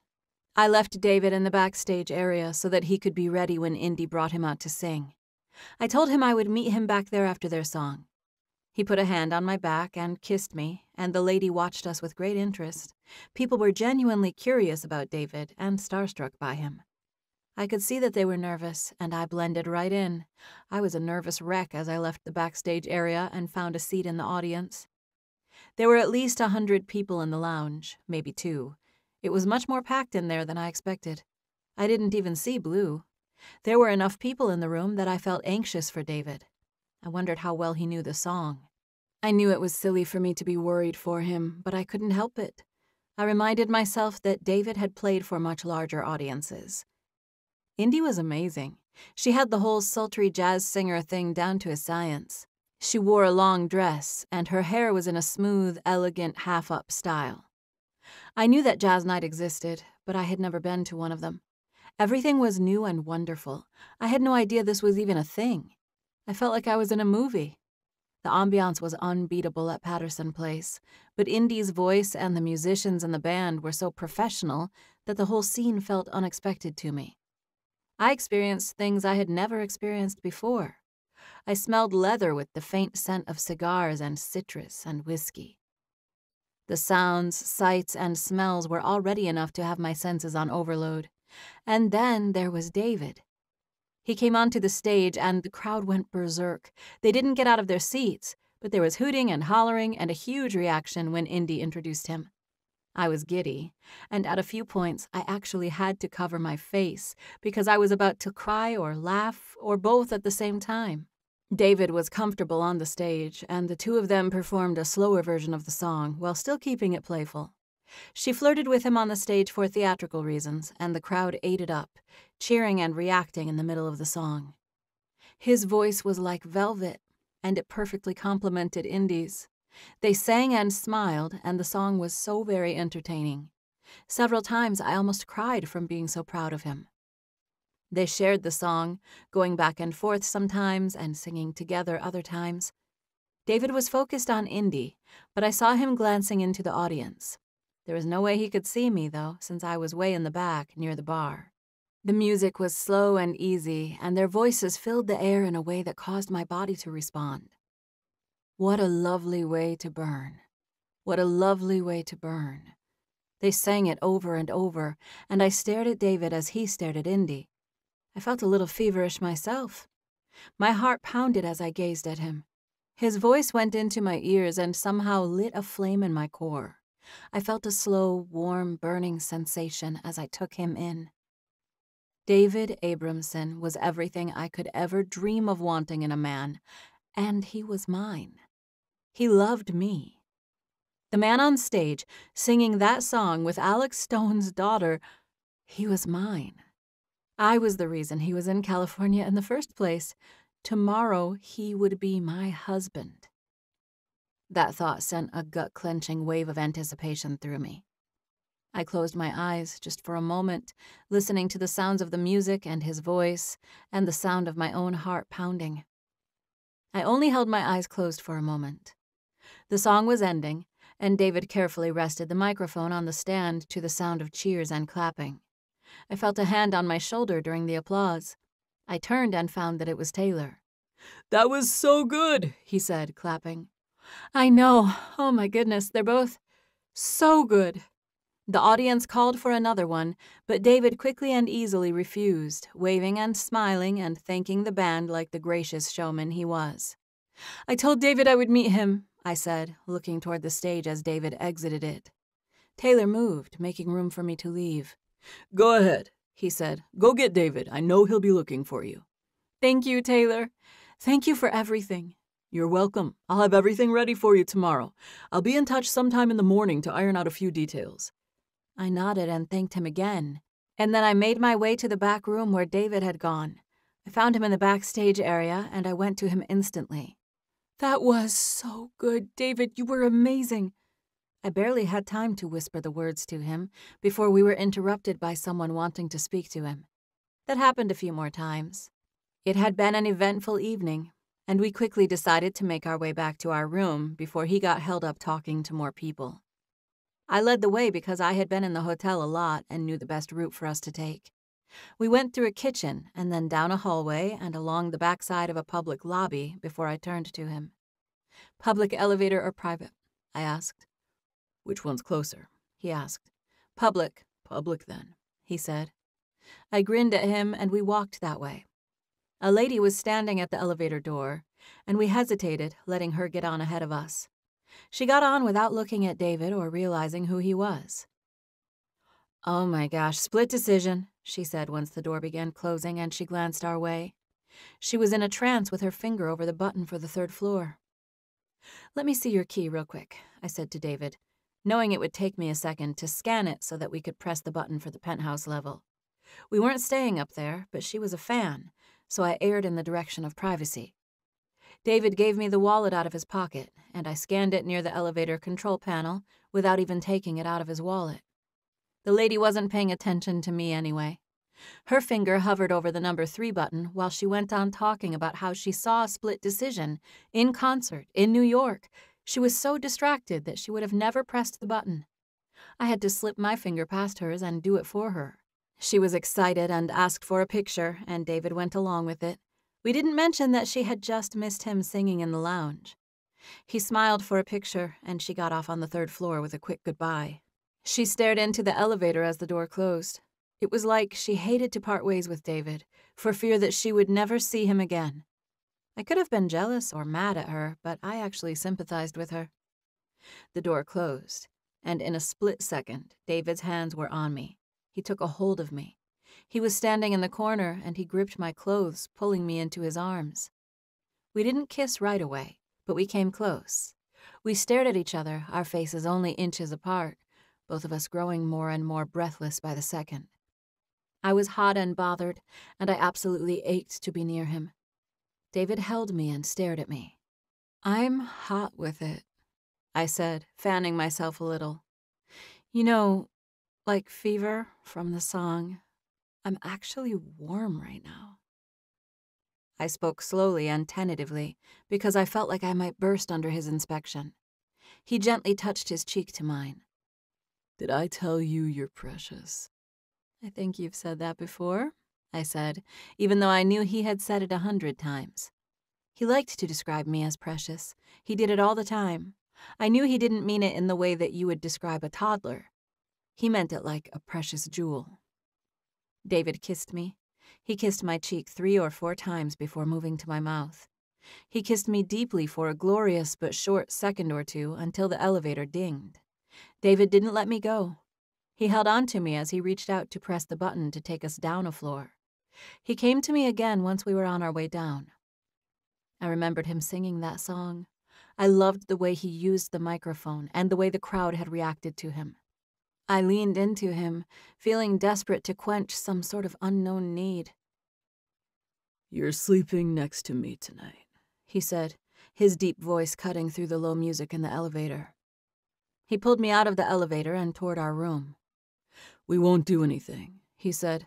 I know we waited this long, and I'm not trying to do anything, but I'm marrying you tomorrow, and I'm sorry, but I'm falling asleep next to you tonight, Stevie. I don't want to let you go, and I'm not letting you go. I held his arm, feeling desperately in love and so happy that he was standing next to me. In those seconds, as we found the room and he opened it, I experienced a whole host of emotions. Relief, happiness, doubt, fear, pride, love, jealousy, grace, hope, joy. My body was on fire for David. My heart felt like it might explode. He wanted to sleep next to me. He wanted to marry me. We could stay up all night, he said, and in that case, we'll be getting married today. I laughed. Yeah, but sleeping makes a whole hunk of time go by faster. He grinned. A whole hunk? I stopped and pulled on him before we got to our room. I haven't been home, so I need a t-shirt and shorts to sleep in, if you have them. If not, I can run to my house. Oh, he said, making a moaning noise of disapproval as he held on to me. I don't want you to say my house anymore. From now on, you're with me. From now on, it's our house, and your house over here is just that old place in L.A. He spoke slowly and seriously, and the tension between us was so thick you could cut it with a knife.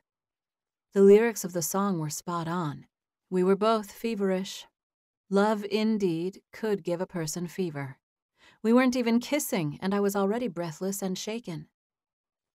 Well, all my pajamas are at my old house in L.A., I said. The one where I used to live.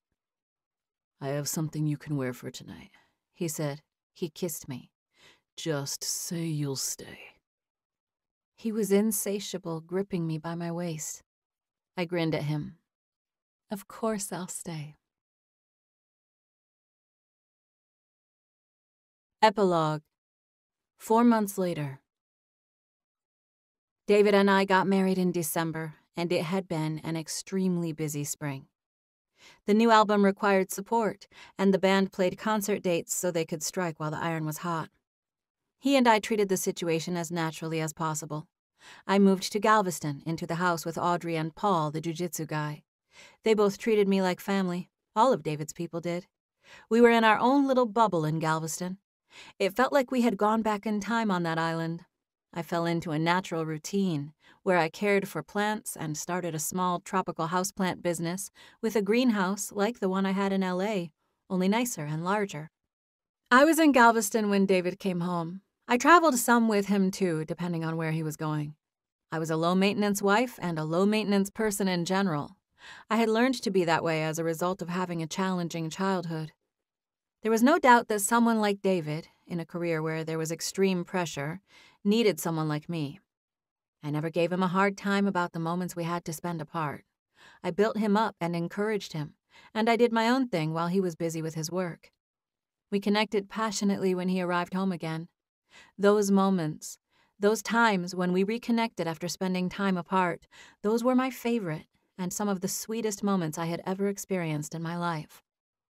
Most of the time, I knew exactly what time they would be coming home, and I could stage some scene for him to arrive to. I didn't feel pressure to plan anything elaborate, but I would do things like be in the middle of baking cookies with my hair in a towel while wearing a cute set of PJs. David was coming home tonight after a month on the road. I had caught up with him for 3 days in New England during the tour, but I hadn't seen him in over 2 weeks, and I had several things planned tonight when he arrived at home. His flight would land at 8 p.m., and he had a ride from the airport. I had a whole scene planned with gifts and food and things I had purchased ahead of time. I was trying not to think about it. I had work to do with an elementary class until 2 p.m., and even then, I still had hours to wait before David got home. There was only so much preparing I could do. The house was clean and everything was ready for his arrival. For now, I needed to concentrate on the group of third graders in front of me. David's cousin, Andrew, was dating an elementary school teacher, and she had asked me to come talk to her class about propagating plants. I cut and planted a few starts with them so that they could nurture them in the classroom for the remainder of the school year. I had been in her room for 40 minutes, and I had just finished watering the little starts when a soft beeping, buzzing sound came over the loudspeaker. The students knew what to do. They all got quiet and waited to hear the announcement. I looked at Chelsea as a voice sounded through the speaker. "Ms. Lynch, are you having a guest speaker this afternoon?" "Yes, ma'am," Chelsea said. My heart raced a little, thinking Chelsea might be in trouble for doing this. I had just gone straight to her room. Perhaps I should have checked in at the office first. "Is there a Mrs. Abramson in your classroom?" the lady asked. "Yes, ma'am, there is. She's just done a science demonstration for us." "Okay, well, she's got a visitor at the office, a gentleman named, Mr. Carl." There was a pause, and Chelsea gave me an innocent shrug, to which I responded with a vigorous nod. "Yes, we know Mr. Carl," she said to the lady based on my reaction. "Okay, I'll send him your way," the lady said. "Thank you," Chelsea said. She looked at me with an expression that said she wasn't sure who Carl was, and I smiled. "It's David," I whispered to her, smiling. "Oh, okay," she said. "Is he back home?" I shrugged. I didn't think so. I thought he was coming in later tonight. I glanced expectantly at the door. "You should go out there," she said, pushing at my shoulder. "I'll clean all this up. He'll be coming from the office, which is this way." She pointed at the door and to the left, and I started walking instantly. I could hear the students getting excited, even though they had no idea what was going on. Chelsea was talking to them and working on calming them down as I opened the door and stepped into the hallway. I looked to the left, but it was just an empty school hallway. I heard a door open, and then a few seconds later, I saw my true love, my rock star of a husband, step around the corner. David. He had on jeans and that same beaver t-shirt from the very first day I met him. I had slept in it the night before, and he didn't have another one like it, so I knew he had been to our house. He was so very handsome as he walked toward me, a sight for sore eyes. I held back tears as I jogged to him. David smiled as he caught me in his arms. He lifted me and buried his face in my neck, kissing me over and over again. "What are you doing in Galveston?" I asked in a quiet but excited tone. "I live here," he said, pulling back and flashing his perfect white smile. It felt like heaven being in his arms. "How long have you been home? How'd you get my t-shirt on already?" "We caught a flight last night," he said. "I got back at noon today. I thought I'd catch you before you came over here." "I went by your mom's first," I said. "I took her some of those sunflower seeds they gave me at the nursery." He did not stop kissing me. I was thankful that we were in an empty hallway because David held me and kissed me and didn't relent. Our bodies were used to each other. I easily molded to him, holding on to him.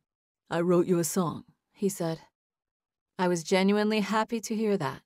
David was better than any pop star. I didn't know it until I got to know him, but now I so appreciated his talent.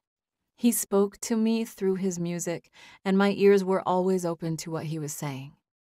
"You did," I said. "Thank you. What's it like?" "It's a love song," he said, moving and holding me. "Alec loves it. He said it's a hit." "A love song, huh?" I said, acting way more casual than I felt. "Yeah, a love song," he said. "And it's about you." I blinked, staring into his eyes. David breathed in and sighed like he was the one who was smitten. "I'm home for 2 whole months, my love. I told Jonah not to even call me for a few days. I'm gonna sleep in and help you in the garden and not leave our house for 3 whole days. Don't worry. I have everything you need at home, I said, touching the side of his face. I just went to the store and got a bunch of stuff. I had a whole thing planned for you when you got home tonight. I have chocolate-covered strawberries in the fridge. I already found those, he said guiltily. My eyes widened. Did you eat them? David grinned. Not all of them, just 2.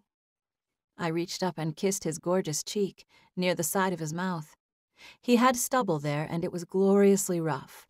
I had missed him so much I felt like I could actually break into pieces now that I was in his arms. You can have as many as you want, I assured him. I'll buy more for tonight if I need to. He licked his lips, staring down at me like he wanted me instead of a strawberry. I think it's tonight right now, he said. He picked up his arm and faked like he was looking at a watch. Seems like it's getting really late. Oh, we better get home then, I said. And that was what we did. This is Kate Rudd. We hope you have enjoyed this unabridged production of Split Decision, Book 1 of How to Tame a Heartbreaker series by Brooke St. James. Copyright 2024, Brooke St. James. Production copyright 2024, Brooke St. James. All rights reserved. Thank you for listening.